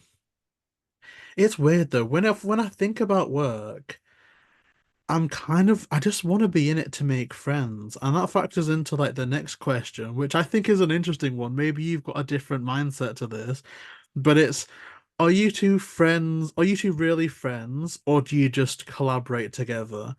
And honestly, I would say that it started off as a little bit of a collaboration because I think I'm slightly damaged in that I struggle to connect with human beings on on a friendship level. I think there's just something broken in me. But I think again, something that like the toy shop opened me up to is friendship. Like there was definitely someone there that I really wanted to be friends with, and obviously that didn't work out. But it made me think more about what a connection is. And I don't know if you picked up on this, but I'm like, I know some amazing people, but I'm just, unable to really try and focus on that aspect of things. So I've made a conscious effort this year to really start to go out of my way to spark up spontaneous conversations. And I would say we were more friends now than anything. Because this year especially, I'm like, I should message you about, good luck for your new job, good luck for this thing, good luck for that thing. How's that gone? So yeah, Look, maybe you've got a different answer, but I'll say we're definitely our friends. I'd say definitely more so Yeah, this year. Like this has more really so been this like, year. Yeah, because I feel yeah. like we did start out doing the interviews in the podcast, and I think we just gradually got well on together and Mm. improved our friendship. So yeah, I'll say we are I mean, I friends. want to tot up how many hours we must have spoken like now, because it's like 50 episodes, but then I think there was like four scrapped episodes, obviously, the times before and after recording. It's like, oh gosh. Yeah, so I'll say we are definitely friends, especially messaging each other as well. It's like we do speak when we're not recording and that. We do Yeah. message each other. It's just that we don't meet up because we live so far away. That's the only. And then the only time we verbally agree to meet up is when we want to bash each other's faces. So who knows? Maybe it's more of a frenemy, but it's Round one. definitely Ding, ding. interesting. I do. We could live stream it, you know. Oh, so we've got a juicy question now. What behind the scenes secrets do you know about the cancelled Scooby Doo movies? Which I know one that I can share just because I'm going to be retiring in like 10 weeks. And I think this is information that it's not leaking, it's not like showing stuff on screen. Is it But I stuff from like like Haunted High Rise, Haunted Holiday High Rise, Haunt. Holiday Hunt? I'd Because have I know she posted listened, some stuff that yeah, you like can post. I have heard a song from Haunted High Rise. It's called Come Back Johnny, and it is so addictive. It's an earworm. Is So, is it like leaked?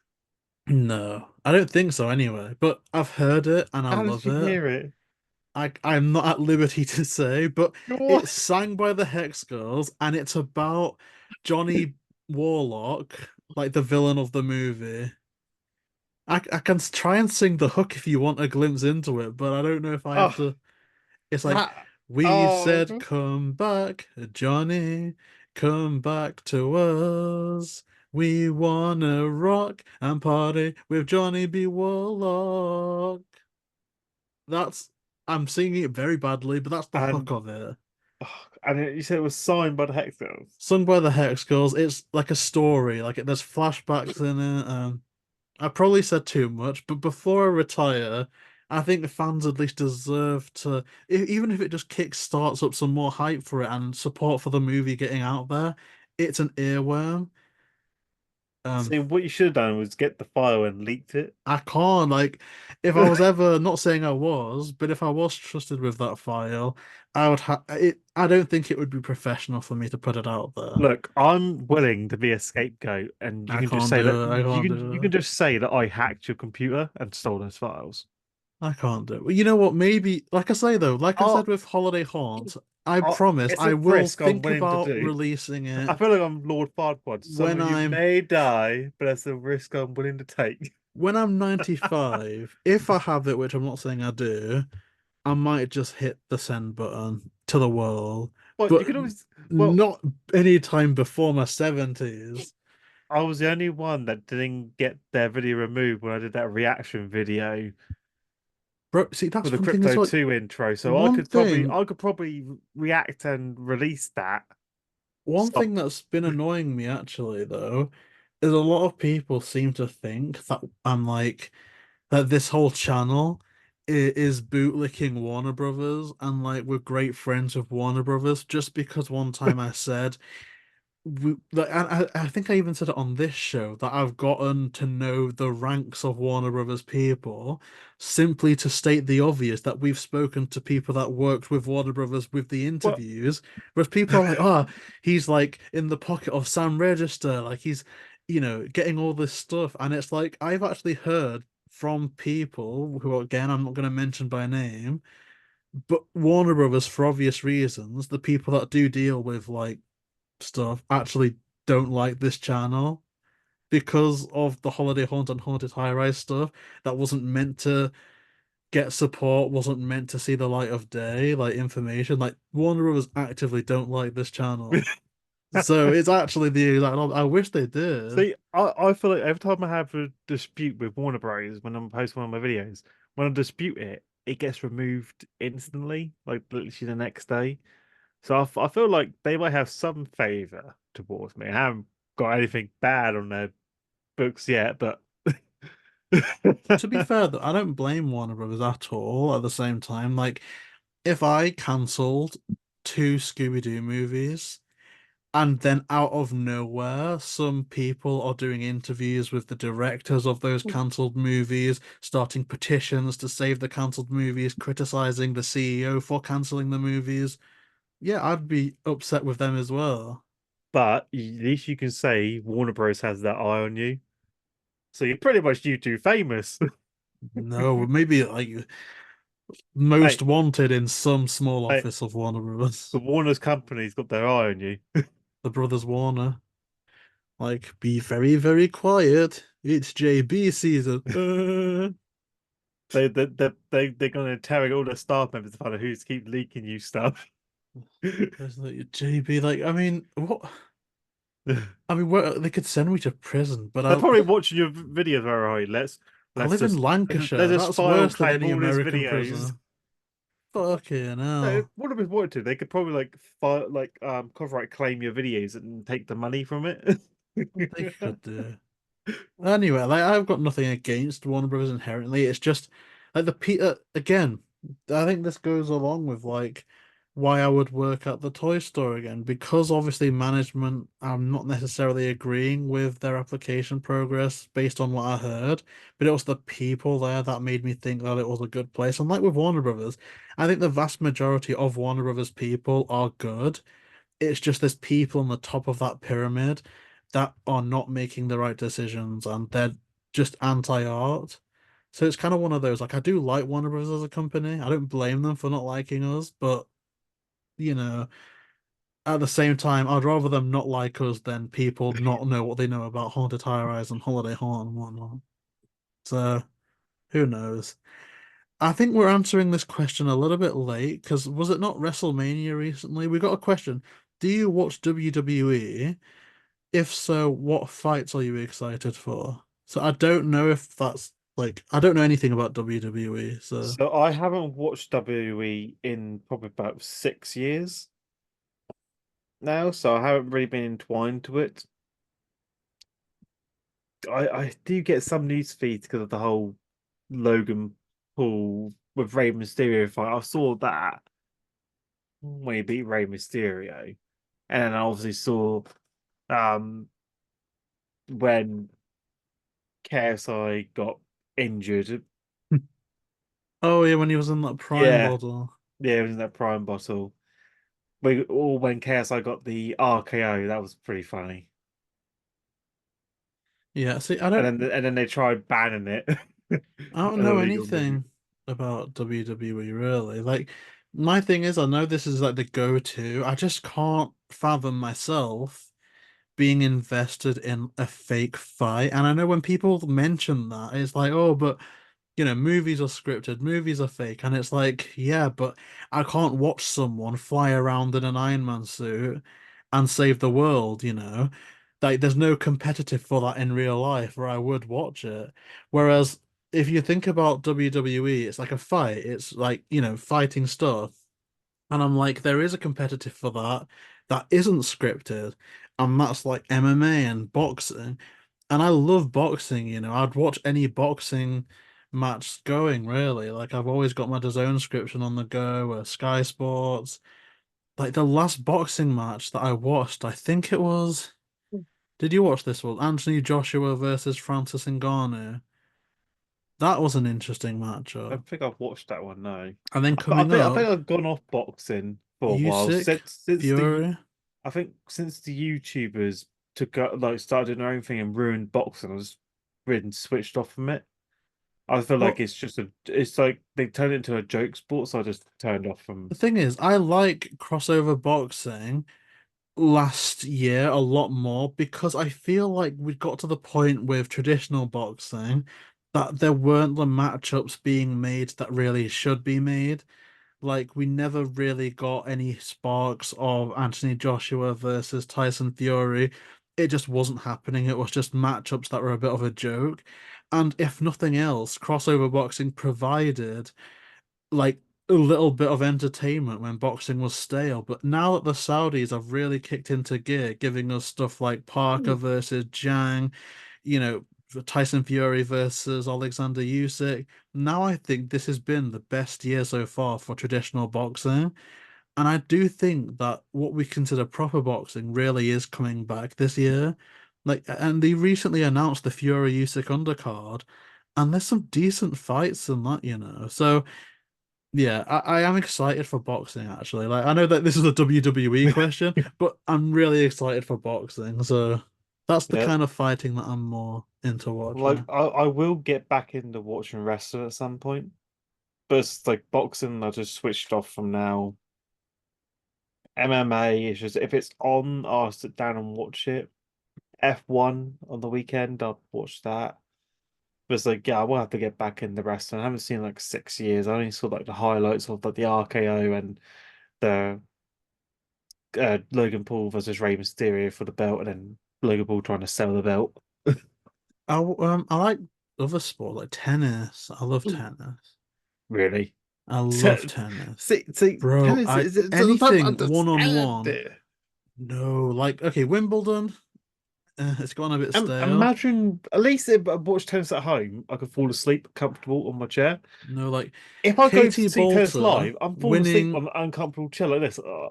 Katie Bolter winning the regional was one of my most exciting moments of like sports this year. And I think she's fantastic. Like I think she's gonna be like well, she's already done great stuff, but I think she's like a future legend of the sport. It's weird. I can't get into stuff that's like team versus team, like football or rugby. But when it's one person versus one person, I'm kind of more engaged. So yeah, tennis. No, I couldn't watch Tennis. tennis. No, it's like football. It's just a bunch of grown men kicking a ball around and getting paid millions. I don't really watch men playing tennis, to be fair. That doesn't sound right. Look, it's not for look.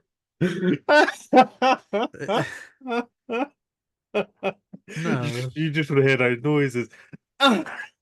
see that's slander. That is. I don't know.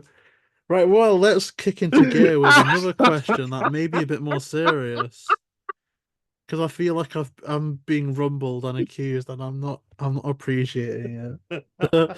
um. Okay, Mark. Hopes for Velma season 2. Oh God, no. Next. I could. I look. I Don't think you dare, don't I you want dare, to don't you write the dare say second you have season of hope for season two. Velma. No, don't you Look, dare have I hope for could season two. save season 2, and I'll tell you how I do Save it. it. Yeah, kill I Velma. would. I would unironically use it as a platform to speak about certain things. Like, here's how I'd open it a bit satirically. So, in the last season, Velma saves the day or whatever. She's made a name for herself doing something, right? I want some type of reconstruction of the people's reaction to it in certain corners of the internet. Like, she has notoriety from the newspapers. I want some characters in Crystal Cove to say, oh, this is a woke mystery solving team. This is garbage. This is awful. This is trash. And I think what would be funny in that situation is to try and make themselves be more appealing to the mass audiences. So I'm talking, I want Norval and Shaggy, like Norval and Velma to white up and look a lot more like the traditional things. And then there's a satire about, is that racist? Is it not racist? Fred could try doing it the other way, which clearly would be racist, and there'd be a conversation about all that. Like, that's what I want. Like, they could try and appeal to the mass audiences by falsely making themselves look like the more traditional characters and solving mysteries in a Scooby-Doo type way. Like, they have traditional monsters, but then something goes wrong. Like, the trap, which would do no damage in our Scooby-Doo universe, would end up taking off someone's head, and then there's a PR disaster. They try and get a dog because people like mascot characters, and that dog ends up being like, it's like an XL bully situation. Like, that's what I want to do. I want it to be a reaction to the response. I'm phrasing it weirdly, but I think I could write a solid season for the second series. But I think all goodwill for the series is gone, and I think justifiably so for a lot of cases. But I think I could write a good series too. I don't think I'm gonna watch it or review it though, to be honest. Like, when does it come out? I don't know when it comes out. It's like I'm not looking forward to a season 2. Even though you could try and save it, it's like it's already dead. It's a fish out of water. Well, Okay, one you thing that can't put it gives me back in. hope, if you can call it that, is it doesn't seem like they made 20 episodes to start off with and then decided to release them in two parts. Like, I think enough time has passed where maybe they could have had new writers, maybe, because things aren't always the best in season ones. Like, look at the US Office season one. It was a bad copy of the UK version. Then they made it its own thing. The first season of Buffy the Vampire Slayer was a bit of a snoozer, and then it turned into something a lot better. So I'm not saying that's going to happen with Velma. It probably isn't, but I really am hesitant to judge anything on its first season. So I don't know. It's he got the I don't know. See, you just gave them hope now. You just gave them shit. We got him. We converted him. I'm gonna end up. I might write a pilot for the season two premiere. I hope season 2 flops, just so I can say to you, I told you so. Oh, I And think you it will, know I but will. my season two wouldn't have flopped. My season two would not have flopped. Okay, okay. My season two. So you're saying is your season won't flop, but what about their season? I think their season will probably flop. But then Okay, again, that's no. no, no, The no, no, most no, no, no, no, annoying no, no, part no. about it will be the reactionary YouTube. Like, I always have enough of like seeing clips of like nerdrotic on Twitter. Like, there is a diverse character in Doctor Who. R.I.P. Doctor Who, everybody. It's dead. Woke BBC have killed Doctor Who. And now I'm gonna have to hear the same thing like Mindy Kaling's Brown Velma is woke. R.I.P. Scooby Doo, everybody. R.I.P. Scooby Doo. No, that's just blown my throat out. But reactionary YouTube is going to be insufferable when it comes out, and that's going to be worse to me than the series. Like, there's funny reviews, they're fine, but when it just gets to just, no, I can't do it. So we have a bit of a personal question now, and you can decline to answer it if you wish, of course. Okay. It is, are you religious, and how important is religion to you? See, I'm not religion. I don't really have any religion I believe in. I wouldn't. People say, "Oh, I'm an atheist." It's like, I think I might believe in an afterlife. I've seen a lot of isekais, so I'm really hoping for, you know, the white truck to take me and have my own second life adventure. The white truck? It's every isekai anime Ah, where mostly 90% of the people die because a white mysterious truck comes and not kills them. So I was like, but on a serious I note, was thinking I you wanted like, like Gary Glitter to go and like take you to heaven or something. no, it's like, I don't really believe in a god. I just believe in the here and now, and whatever my future holds, I'm in charge of my own destiny. If I die, I die. It's like I'm not gonna pray to someone to save me. This is my own problem. This is my own solution. Like, I got myself into this mess. I'm gonna get myself out of this. If this happens, then this has happened to me for a reason. That's what I believe in.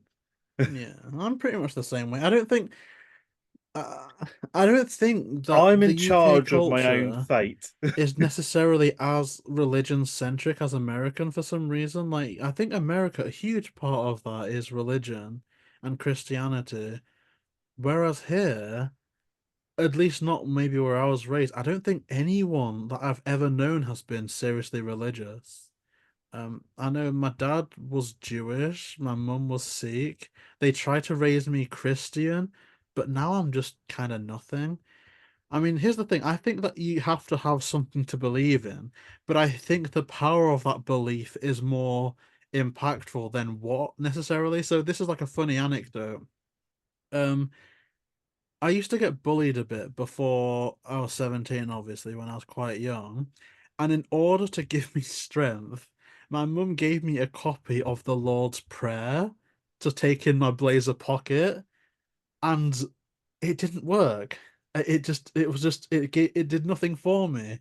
But and this is not meant to be disrespectful to religion. I'm not disparaging religion. I'm just saying how a belief system affected me in the same way that I can understand religious people. But one thing I was really passionate about and I found solace in was playing Pokemon on the DS, on the Game Boy, Pokemon Emerald. And so when Diamond and Pearl came out, I remember getting Piplup as my starter Pokemon, and that evolved into an Empoleon, which I still have in Scarlet and Violet today. But I had a Empoleon Pokemon card, and eventually I ended up replacing that where the Lord's Prayer was meant to be in my blazer pocket. And I found that that actually did make me feel a lot better mentally about my school life, and that actually helped me. My point being, if you believe in something, whether it's a god, your friend, your family, your favorite toy, your favorite hobby, it's all good stuff. So I think belief in general is very important. But for me, it just doesn't need to be religious. It can be a Scooby or anything. So yeah, not religious, but I'd say I've got faith in something. So yeah. Yeah, so for me, it's like I don't really believe in something. I just like this is my own destiny. Um, I'm not gonna be one of those people who say, "Oh, God's chosen this path for me." It's like, no, I chose this path for myself. If I choose left, I choose left. I choose right, I choose right. If I die, I die. So if I make a mistake, it's my own mistake. I'm not gonna like ask for forgiveness because then you haven't learned from the mistake. It's like, okay, I acknowledge the mistake. I won't let it happen again. Yeah. But I always like to be respectful I was to like, if you religions. do want to like speak to someone, instead of like people always like go to a therapist. It's like all you gotta do is go to the confession stand in a church, and he'll speak to you for free, and he'll tell you what you need to hear. So if you ever feel down, do that. Yeah, 'Cause people say I can't afford a therapist, and that's why I'm depressed. So just walk into a confession stand, and you get all the answers you need and the help. I like it. I like it. Um, so most impactful video.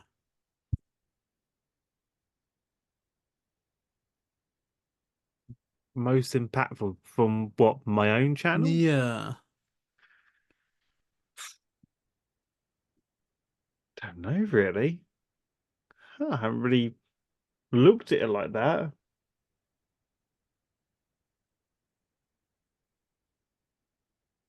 I guess maybe we could be retreading old water in that.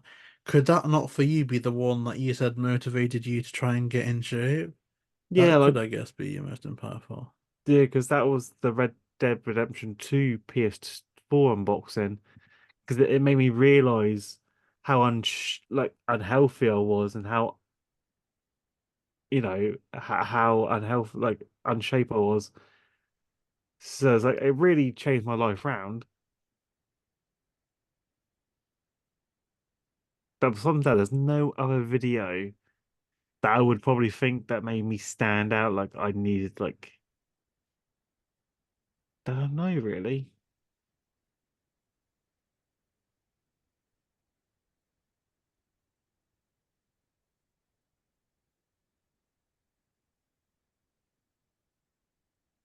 I mean, that's okay. Like, there's some good stuff there. I don't know if any of the videos that I've done have been that impactful. I think impactful to me.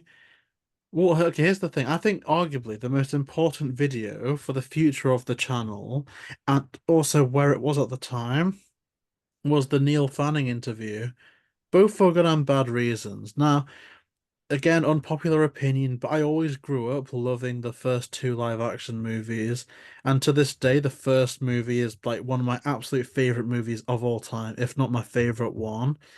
And so the incumbent, the definitive Scooby-Doo voice for me has always been Neil Fanning. And I know, like, obviously Frank Welker's amazing. It just, he wasn't the Scooby voice that I grew up hearing the most of because I was so in love with the first two live action movies. And so when we did do the Neil Fanning interview, it was such a ridiculous moment for me. It was an amazing time. But I almost feel like that should have really been the last interview ever, just because it was so meaningful to me and so peak in terms of what I wanted to do with the series, to a point where I just love all the interviews that we've done like after and whatnot. It's just I don't know. I think again that factors into like the job not continuing from the seasonal stuff, where it kind of just hammered home. Whereas when I'm in an interview or in a recording, I'm happy as ever. But it's the after, because it isn't fun to reach out to people for an interview. It isn't really fun to Well, edit a video, and those are the moments when you really need to love what you're doing. And the that's the editing's the hard moments, part. yeah, where I've been like, if People it was up people to don't me, understand how hard editing is time consuming. And when you got jobs like us and that, it was like yeah. you can't really afford to do big projects. It's more like when I go back doing my unboxing videos, I'm going to change them up so they're only going to be overlaid, like one overlay, because I don't have time to do the two shots between me and then the product. It has to be just the product, and the videos have to be cut down shorter than to be expected because of the amount of time editing it all. I mean, it's one of those things where it's like, And it's not recording and uploading it. I wish it was that simple. yeah. If I could film my unboxing videos perfect without editing, it would make life so much easier. But it's the fact that I have to go back and cut, trim, move, drag stuff around, and then put overlays over. And it's just like, and then got rendered a video that could take like an hour. So it's a lot of time consuming. And that's like a 5-10 minute video. And it's like, what if I want to do a review that's like 30 minutes long? That's remember it's like a 30-minute video, but the raw footage is probably like an hour. That's cutting down, trimming them down, choosing the right images, the videos to choose for the video. Again, that's like a couple of hours or a few days editing that together, and then you got to render it. That's taking all day. Yeah, so it's like imagine doing that when I'm just Because thinking to myself, like if it was up to me this year, I'd be 3 months into the toy shop, I'd have made friends, I'd be working towards going there full time, then working towards potentially, and this is, well, I'm thinking years and years. I'm not disillusioned enough into thinking that like it would be quick, but into making assistant manager or key holder, like actual life goals. Whereas now I'm like trying to slog through editing a review, and it's like, well, I don't know. It's like it's really those moments where you need to love it. And I think because I feel like I peaked in excitement at the same time, well, I peaked in excitement and then I got so depressed this year. It was just a recipe for yeah, disaster. because it's been 162 days since I last uploaded on my channel. Really. Was the last one that DVD unboxing? It was Assassin's Creed Mirage,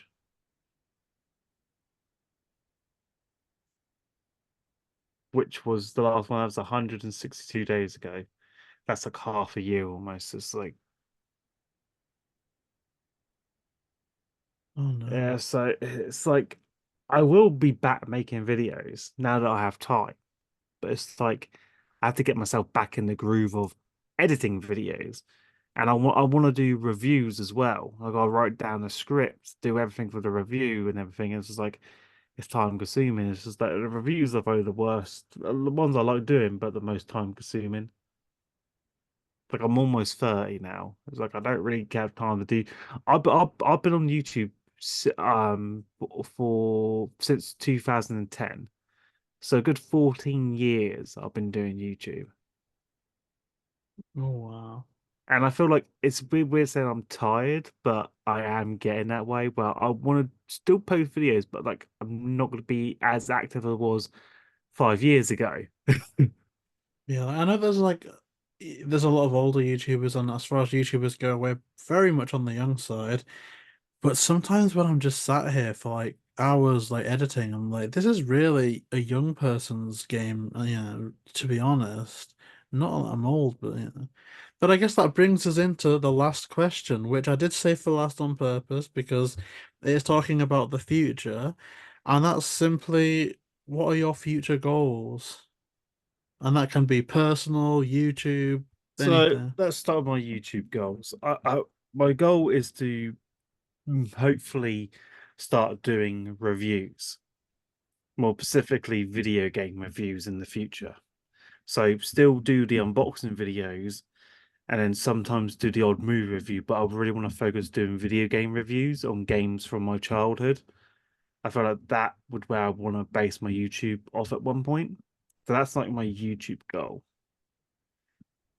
And in my personal life, I just really haven't really thought that far ahead. I want to pass my driving test, get my first car, and then probably find a better job and then move somewhere. Like I haven't really decided yet. And save up and get my own place instead of renting. But yeah, I'm still a long way off from that one. But hopefully, if YouTube goes well, I can end up streaming more. It's like I want at least eventually stream consistently. So I feel like if I can get my car, get a new place, and um get a new job that pays well, I think it'd be better. See, I like that. That's some good goals, like nice things to look for in the future. And it's a good question to end on because maybe we could really revisit this in how many years' time or months or whatever and see if they've been achieved. And I hope so. I mean, my goals for YouTube is literally just now that we finished this greatly, it's just to finish the interviews with, successfully, and then just kind of wrap things up, but like definitely post all the things that I've been uncovered on TikTok just to make sure that a lot of eyeballs are on it, that the Scooby fans can see it.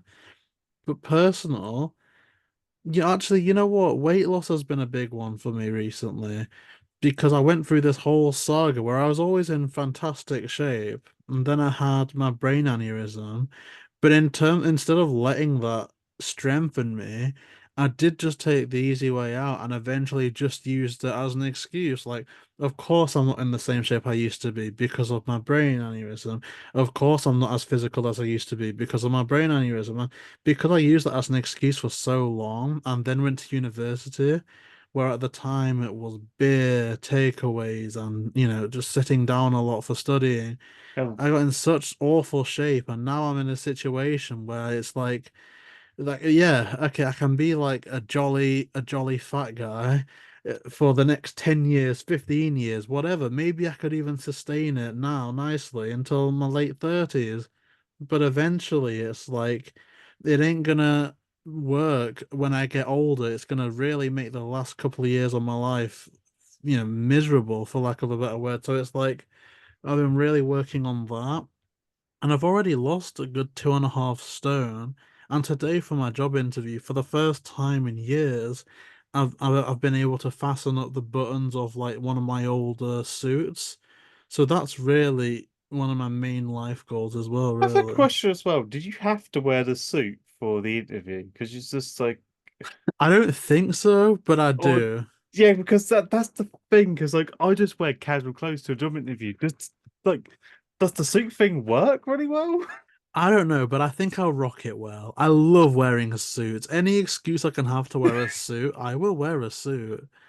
See, But also I wanted a new LinkedIn profile as well, so that's kind of double. I don't really like suits too much because I feel like as I'm really sort of big person and where I train in that, it's like it's very awkward having to rebuy shirts and everything to match because my arms have got bigger, my legs have got bigger, and then being in a suit is just so awkward. So it's like I always tell my brother, I was like, look, I'll wear a suit the day I die.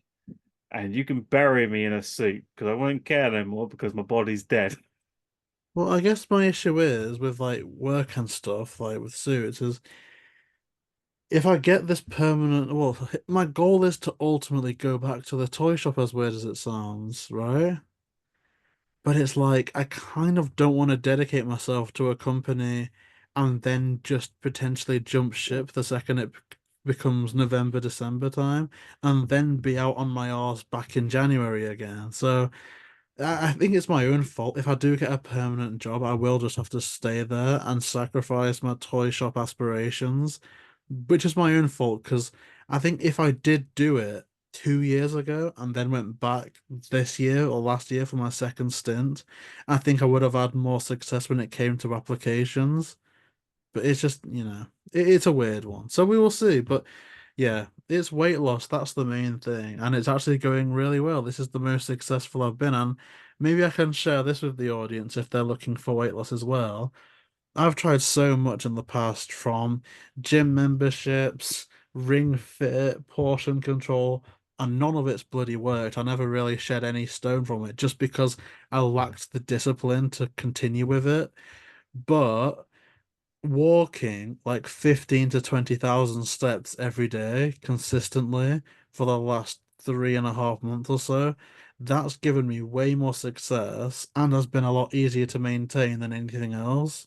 So I'd say if you are out there and looking to lose weight, walking is amazing. You can also do push-ups and squats Oh at yeah, and home. you can do crunches. So you can do crunches, or if you want to start light, you just do like start off doing 20 squats, body squats, depth one, try and get as low as possible. Do 20 of them and then do 20 push-ups and just try that each day. And then you want to increase it to then 30 eventually after a week. Just increase the volume. And you can start seeing your body get into better shape. And then you can start adding on crunches, Yeah. like pull-ups and everything. Like Oh so you could gosh. throw them. And then you could do like a run or walk as well. And So it just obviously, really I've depends. just gone 6 years now without alcohol, which I think is another, that was a major calorie thing for me. 2 years for me. Oh, that's awesome. That is awesome. Well, But yeah, hopefully, that's another goal, I guess, though, for keeping that up. yeah, because God, yeah, because I used to have a really bad drinking problem. Well, it's good that you've I overcome used to it. It's, drink all the time. There wasn't a day where I didn't drink. I would find any excuse to have a drink before work, after work, during work. So yeah, but now, I stopped. And I was clean for 2 years. that is amazing. Like It really is like one of the hardest things to give up, it surprisingly. is hard. And even, I don't think you ever recover from it. Like, obviously with the year that this has been, like, there's been so many instances where, like, I had a whole pay packet in my account and I felt like shit because of the job applications and not making friends at the toy shop, that, like, just going into, like, an Asda and, like, oh, look, there's a famous grouse, it's 18, I could get, like, five of them and it wouldn't affect my savings and, oh. But it's a Yes, process, it is a process. because And, I never smoked as a kid, so I didn't have that addiction. oh, yeah, I mean, So thank there was God. no way I was wasting money on cigarettes because they're too expensive. And it was you get bad. My method was I get better value um with the alcohol, but like now it's just like I'm clean for 2 years. I feel better. I think that's where most of my weight Mm, came off of, was just giving up the alcohol and then giving up the fizzy drinks and the fast foods and takeaways. Just cut all that shit out and like just start making your food. It's just like you can slowly start eating healthy. I'm not saying buy all that nutrition bullshit. Like start cooking for yourself, healthy. Because once you start cooking for yourself, you're not having all those other bad ingredients thrown in that you would get from a takeaway and all that rubbish. It's like just cook for yourself. You just see it'd be a lot better on in the long run. I like it. I like it. I mean, and fingers crossed that it all keeps up to it. We ended And on a question about the future, and I think that's one thing that I'm looking forward to, like the future of things, because that was our last question, of course, and I guess we're getting to the time where this is the end of the video now, and we've been recording for a long time this time, so God knows how long the overall video will be. It wouldn't surprise me if it was over 4 hours, but. Yeah, I guess for the last time, Mark, just thank you so much for joining me not only on this episode, but also on the series as a whole. It's been such a good time to talk about all the weird and wonderful sides of the Scooby-Doo multiverse, and it's just been a good time. I've loved being part of this show, and it feels so unreal knowing that it's come to the end. Yeah, I mean, I think we definitely have ended with a bam, but oh, yeah, I kind of almost don't Because want it to end, but it's because been a you're great gone from all piece. social media as well, so pretty much after this, you could be a ghost. You'd be like Jason Bourne. Yeah, like, oh my gosh, that's Jason Bourne. Like that meme, just like edit that in. Oh my gosh. Oh, but it has been an absolute pleasure. So I guess in spirit of that, Mark, where can people find you on the internet? Yes, you can all find me on YouTube at Mark Marsh, also on twitch.tv at Igles Luigi. I will be streaming once I've got my work days set up and I've got a proper schedule. I can then come back with actual scheduled streaming days for you. Um, I don't know what games I'll be streaming yet, but I'll let you know closer once I find out on my end. Also, you can check me out on Instagram at MarkMarsh94, where I post some of my gym stuff on there, and also at Twitter at Luigi, where I will be posting updates on my streamings. That's fantastic. And you can find me nowhere, just on YouTube, and then who knows where. But thank you just everyone for watching. Like to the people that I've been watching since episode 1, to the people who've been watching since episode 49. Just thank you all so much for tuning in to all of these. Like, this has been a great series to have been a part of. I've loved it all. So, yeah, I guess for the last time, please like, comment, and subscribe. Thank you for watching. See ya.